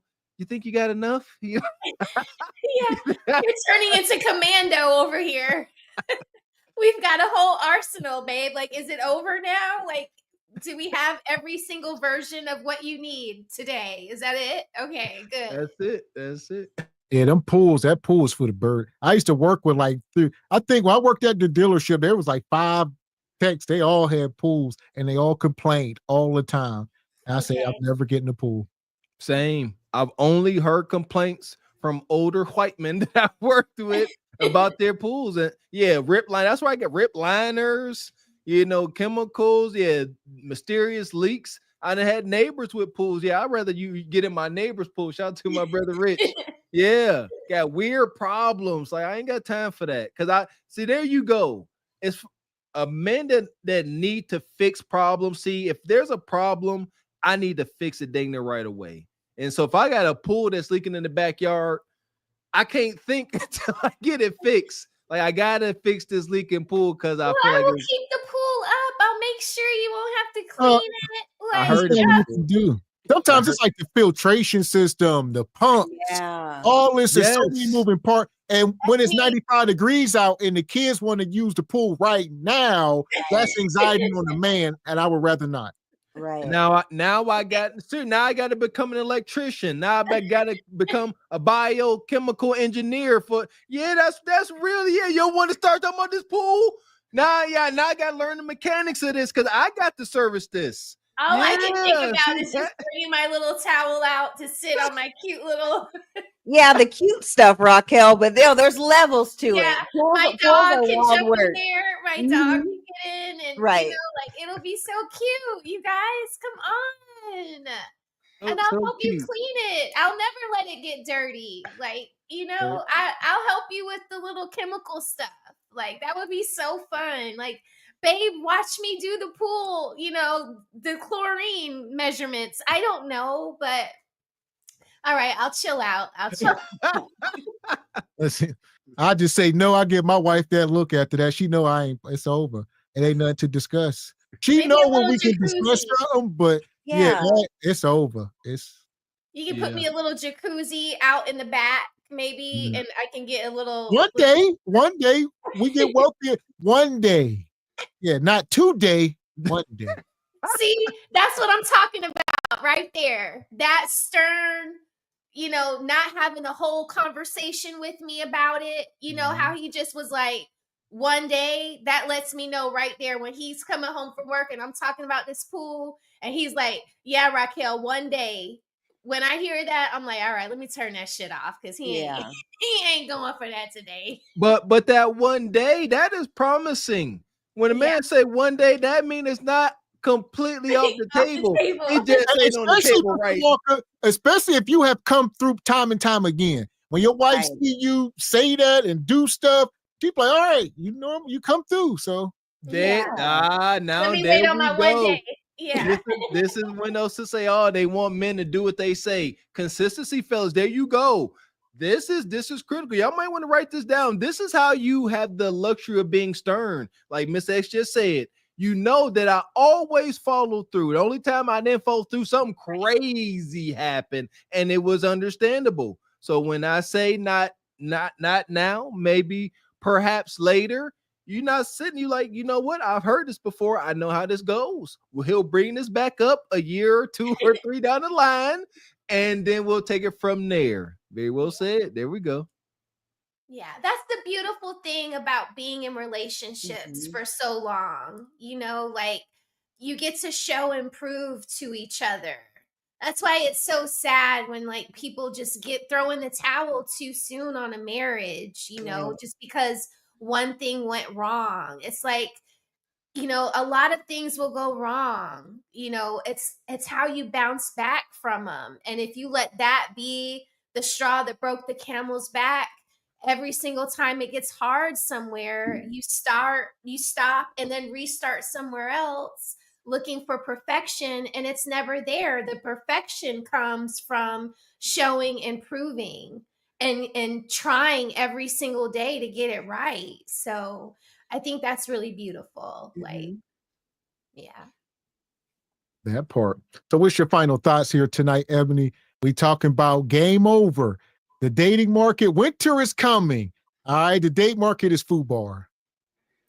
Yeah, all the women that were displayed, with all the videos and everything, they all had a common theme. Like, there's no end game. Like, you should be moving in a way to prepare yourself for said family or, your future husband or whatever. And none of them are moving like that. And Joy Taylor, she was kind of like the the end all. This is what happens when you don't prioritize that, and you're going to end up alone and in your 40s trying to still figure it out when you could have been doing that with a husband and being up under some instructions. So it's unfortunate. It would, like, all of the themes were the same in all the videos, just young, wild, dusty, no future. It was sad. The one lady from Pittsburgh, she had her little cheeks out, and it's just dusty. So, but you guys are right, just displaying that and showing what type of time women are on. And it's a new day and age, and they don't move how we did,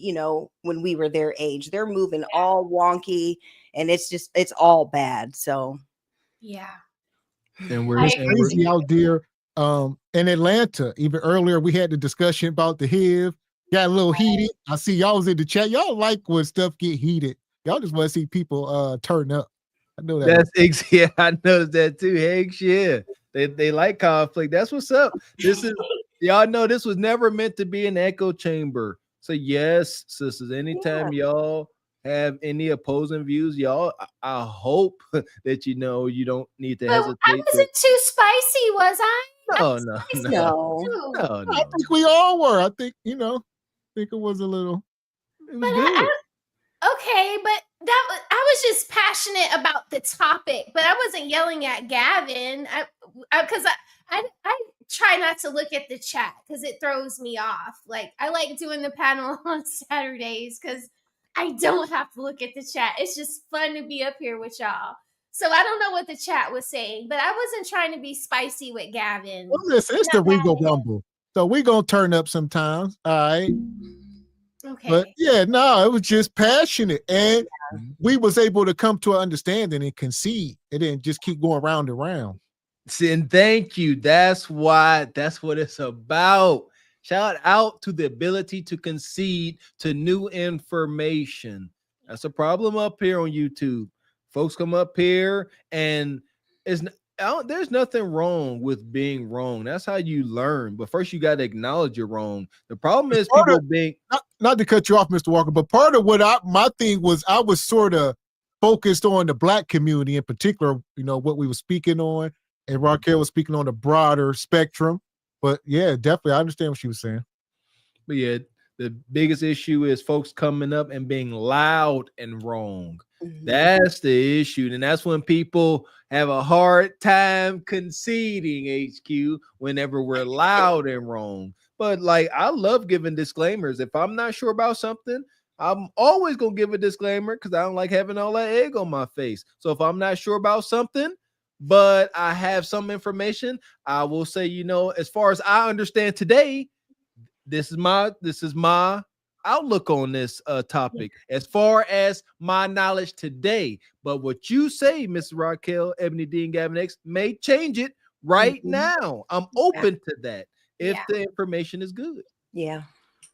Agreed. That part. Money. Shout out to Happy Little Bio. Don't call him boy. Coming through like you do. Says, it's my way or the highway. Cat. Shout out to Bob the Billionaire. Appreciate you, brother. Says Raquel is right. Just say no. But the Kuta Kata drug is strong. Appreciate you, the real books. Says came through, gifted one single by choice membership. Appreciate you, brother. There we go. Money. Shout out to the egregious one, who's the master.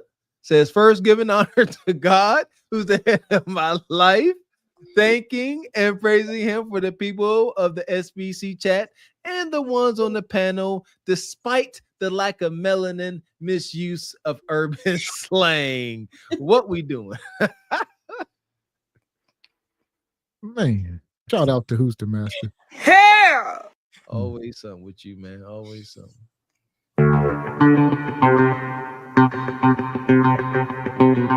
Appreciate you, Steve M, coming through at the end of the show, gifting 5 Cart Before the Horse memberships. We appreciate you. Appreciate you, brother. Yeah! Boom, shakalaka! And shout out to the whole SBC Nation. I see y'all in the chat. Leon talked about, was it the link tonight? Mr. Wilson around. We're gonna try to get y'all back up here soon enough. All right. Yeah, we missed them. I missed y'all. Leon, Mr. Wilson. I missed Evie Ray. I even miss Jay Tillman, even though I blocked him, but I miss him. So I might unblock him. What's another word similar to miss, but it's not as strong? Shoot. Madame or No, like miss. Like we don't miss them. But we tolerate them. Oh. Well, I miss them because they always have us on our toes. Like even Gavin didn't know what to expect. So that was the cool part. You know, it's like watching y'all have to babysit. That was the fun part, Ebony, because it's like everything is happening in real time, and Gavin and Mr. Walker got to keep everything together. You like that? So they're all wild cards, Ebony. Right.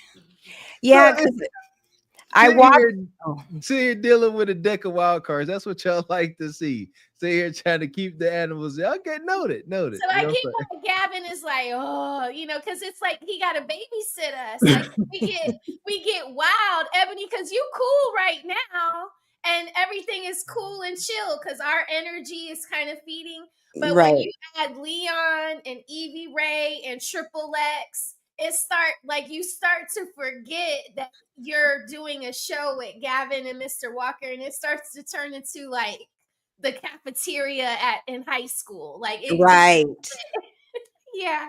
So you'll get in trouble. The chat will read you for filth. Like Project Leroy, he be really checking me when me and Leon be up here because Leon will make me just forget that I'm supposed to be like professional up here because he's so crazy. Right. But it's fun. It's fun. Yeah. Right. Yeah. Fun. So I'll make sure, just watch the back chat, but they can see it too. And remember that they're on the panel so they can see it too. So Right. Yeah, I watched some of the older videos and stuff from before, and it was wild. I mean, it looked like you guys were having so much fun, and you're right. Keep saying fun. I mean, it did. It was wild, but it makes for great content, and we have all those drops because of it, and they're so funny. They never get old. So I will admit I'm a little afraid of Leon, but you don't have to. You don't have to. He seems intimidating, but he's really a softie. He's a sweetheart. We'll give you a spray bottle. You know how folks spray their cat with the little spray bottle? We'll give you spray them. A little holy water. Spray him with that holy water. I would say be afraid, be very afraid. No, be welcoming. He's a good guy. Good guy. He is. Fun. He's fun. Fun guy. Shout out to Leon. So we appreciate you ladies coming up tonight. Another crazy show. Thanks for having us. Yes, thank you. Always. Another great show. Thank you. Also, make sure y'all go over and subscribe to Raquel. She was live last night. If you missed it, she is live Fridays. I see you said you may alter your schedule a little bit. You still building it as you flying? Yeah, the hubby and the son, they're like, come on, Friday and Saturday. We get my son wants to top golf and go bowling and cool stuff like that. And yeah, I like Saturdays. I don't want to ruin my Saturdays. I like being here on Saturdays. So I'm going to have to pick another day. But I do think Wednesdays, if y'all don't do pop-ups, then I can go for Wednesdays. But yeah, right now I'm just figuring it out, and I'm going to let the community kind of like help me do that. So I'm going to use like polls and stuff like that to see, but yes, definitely one live each week until I got it like good, like you two. So yeah. There you go. Yeah, very fun. I love y'all so much. Ebony, you look so beautiful tonight, as always. So do you, Raquel. Thank you. And congratulations on the channel. And we had a great time celebrating with you the past couple weeks. Thank you so much for being so supportive. I feel so comfortable when I see you in the chat. It's like, whew, okay, let me just do what I got to do. Yeah. So thank you for being a friend. Awesome. Awesome. Appreciate you, sisters. Mm-hmm. Thanks, everyone. Good night, y'all. Good night, guys. Later, sisters. All right. So here we are. We done made it through. Money. Appreciate you, Who's the Master. Come through, gifting 5 single by choice memberships. Nice of you. Not so egregious of you. Thank you. Appreciate you, Who's the Master. Says, when is Mrs. Daisy's show? I like to partake. If you're talking about Miss Raquel, look like she's looking to move from Friday over to Wednesday. Keep your eyes to the YouTube streets, Ninja. Go and subscribe. I've been dropping a link in the chat. And if you talk about Ebony, stay tuned. You'll be dropping her channel hopefully soon, maybe this fall. All right, we heading into the fall, winter months. It's a good time to drop her podcast. There you go. I'm trying to say SBC News Channel. I'm stressing that. Just SBC all around the clock. I like it. It's in my mind. I'm going to conjure that up. Stand by. Appreciate you. Who's the Master? Says, why can't us guys say each other's beautiful? Because that's weird. Beautiful. Why you call dude beautiful for? For what? For why? Who's the Master? What is you talking about? I'm all for, saying what's on your mind, showing appreciation and respect, but why? How? In what context is that not weird? Hey, bro, I just want to let you know you beautiful. What? Calm down. Go get a woman. Man. God damn. Wildly. Oh, here we go. Shout out to all the sponsors tonight. Come through in the Cash App. Who's the Master? Come through late. Shout out to Bob the Billionaire. Showed up tonight. All the people gifting memberships. We appreciate each and every one of y'all. Especially the people who were sending the 5 balls. Who's the Master? Steve. Who else we got? There's a few of y'all. Shout out to Happy Little Bio. Shout out to Miss Charming to You. Classy Perspective. Divine Photos. Triple X. AO. Who we got? Sister Rain was in the house. Rainbow Kid. Project Leroy. Rachel. Yeah! Boom, shakalaka! And who else we got? EV, Tony, Divine. Last but not least, Cousin Walker.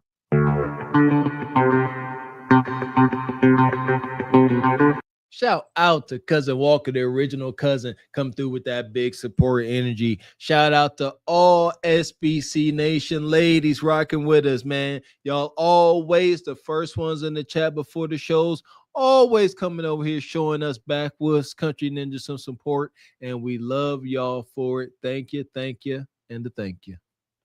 That part. Also, make sure y'all go over and subscribe to the Knock Knee Tyrant G Honda. I see he was closing in on his watch hours. Drop your link in the chat. All right, G Honda get monetized. Y'all ain't gonna be able to tell him nothing. Man, it's been a long time coming, huh?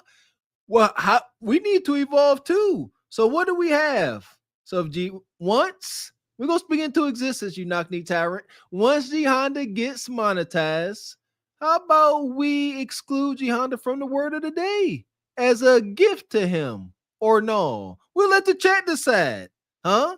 We'll do word of the day and let G Honda live and mend his leaking knock knee wounds, or not. Or 1, to relinquish him of his whipping boy position, or 2, to commence with the beatings. You choose, chat. That part. So yeah, we on the lookout.